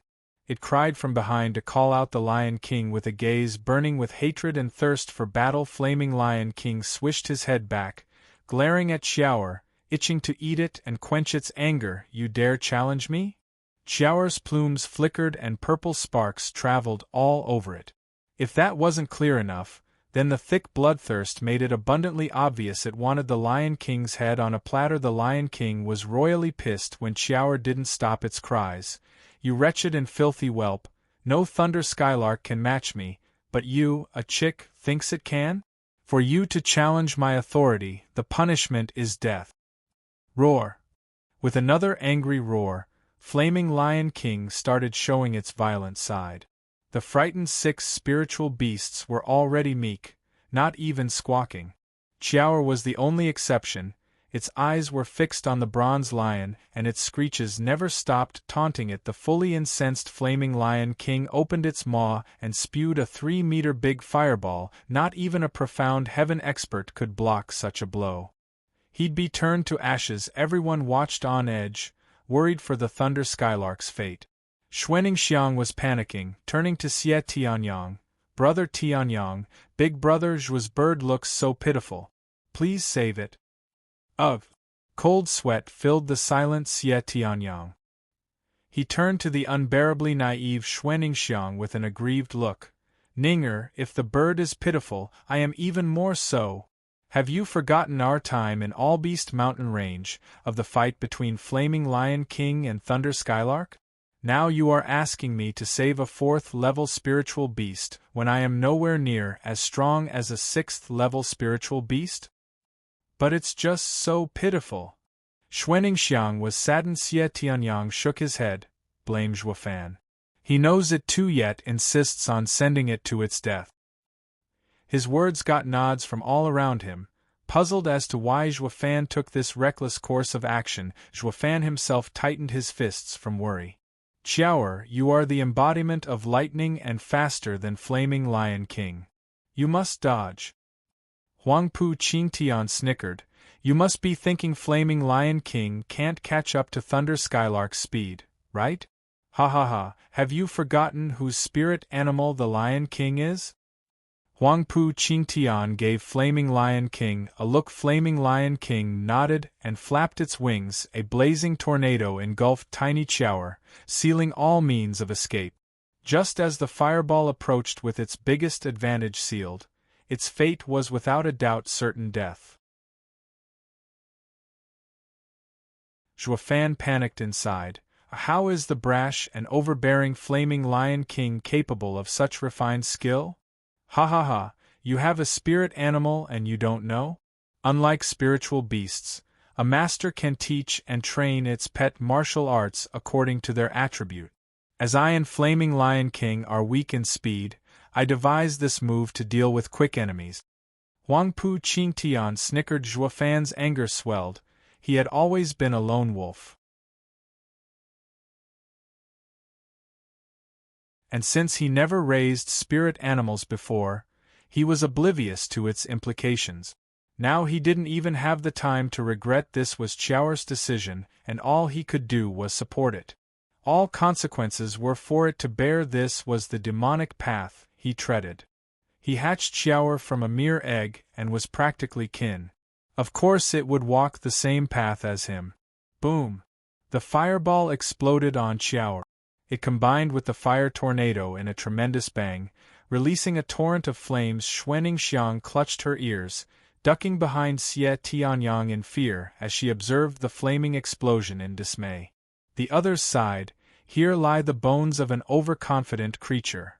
Zhuofan gnashed his teeth, refraining from looking, and clenched his fists further. Huangpu Qingtian beamed.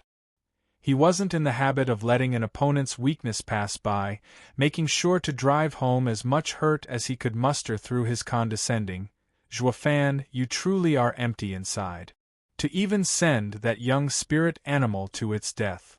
Boom! A thunder cut his mockery short. It came from within the fiery blaze. Purple lightning streaked the skies and pulverized the flames into nothing. Qiao'er was revealed at the center of the purple lightning. Its eyes were raging as before, bent on killing the Lion King where it stood. How in God's name is that possible? Shock and awe was prevalent down below. The worst off were the 6th-5th-level spiritual beasts. Not in a million years had they considered it possible for a 4th-level spiritual beast to survive the Lion King's head-on assault.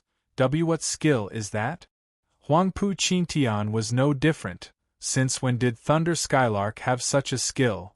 Zhuofan looked at the sky and frowned, only to see Qiao'er wrapped in a purple cocoon of lightning. The errant purple lightning hammered the flames and evaporated at mere touch. Zhuofan was speechless. He found the purple shield familiar and realized where it came from. It was the same as Lightning Canyon's protective barrier. Is it? He didn't complete his thought as Qiao'er was on the move again. Shriek. Qiao'er called out Flaming Lion King once again. But it wasn't all talk now. Releasing its all in the upcoming clash, purple lightning snaked from its body, twisting space itself. The pressure grew from such a mighty display, to the point it felt as if the end of days was upon them. The fifth-level spiritual beasts weren't the only ones terrified of the imminent danger, even humans found Qiao'er dreadful.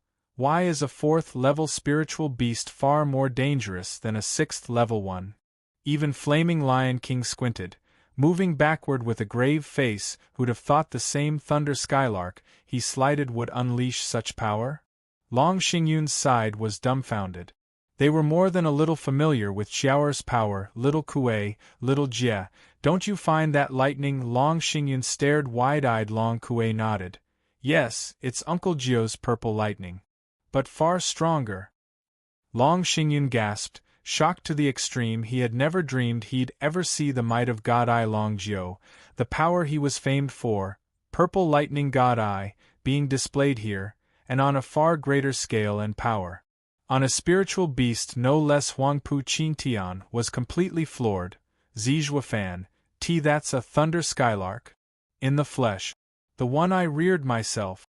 Zhuofan grinned, sponging off another's achievements without even a twitch. He pointed at the lion and barked, Qiao'er, put an end to that eyesore.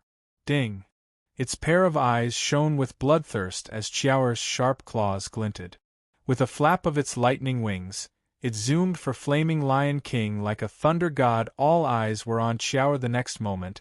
The entire sky flashed purple and people's hearts seized. You're tuning in to the Phoenix Knights YouTube channel. Don't forget to subscribe and join us on this journey to catch the most captivating stories.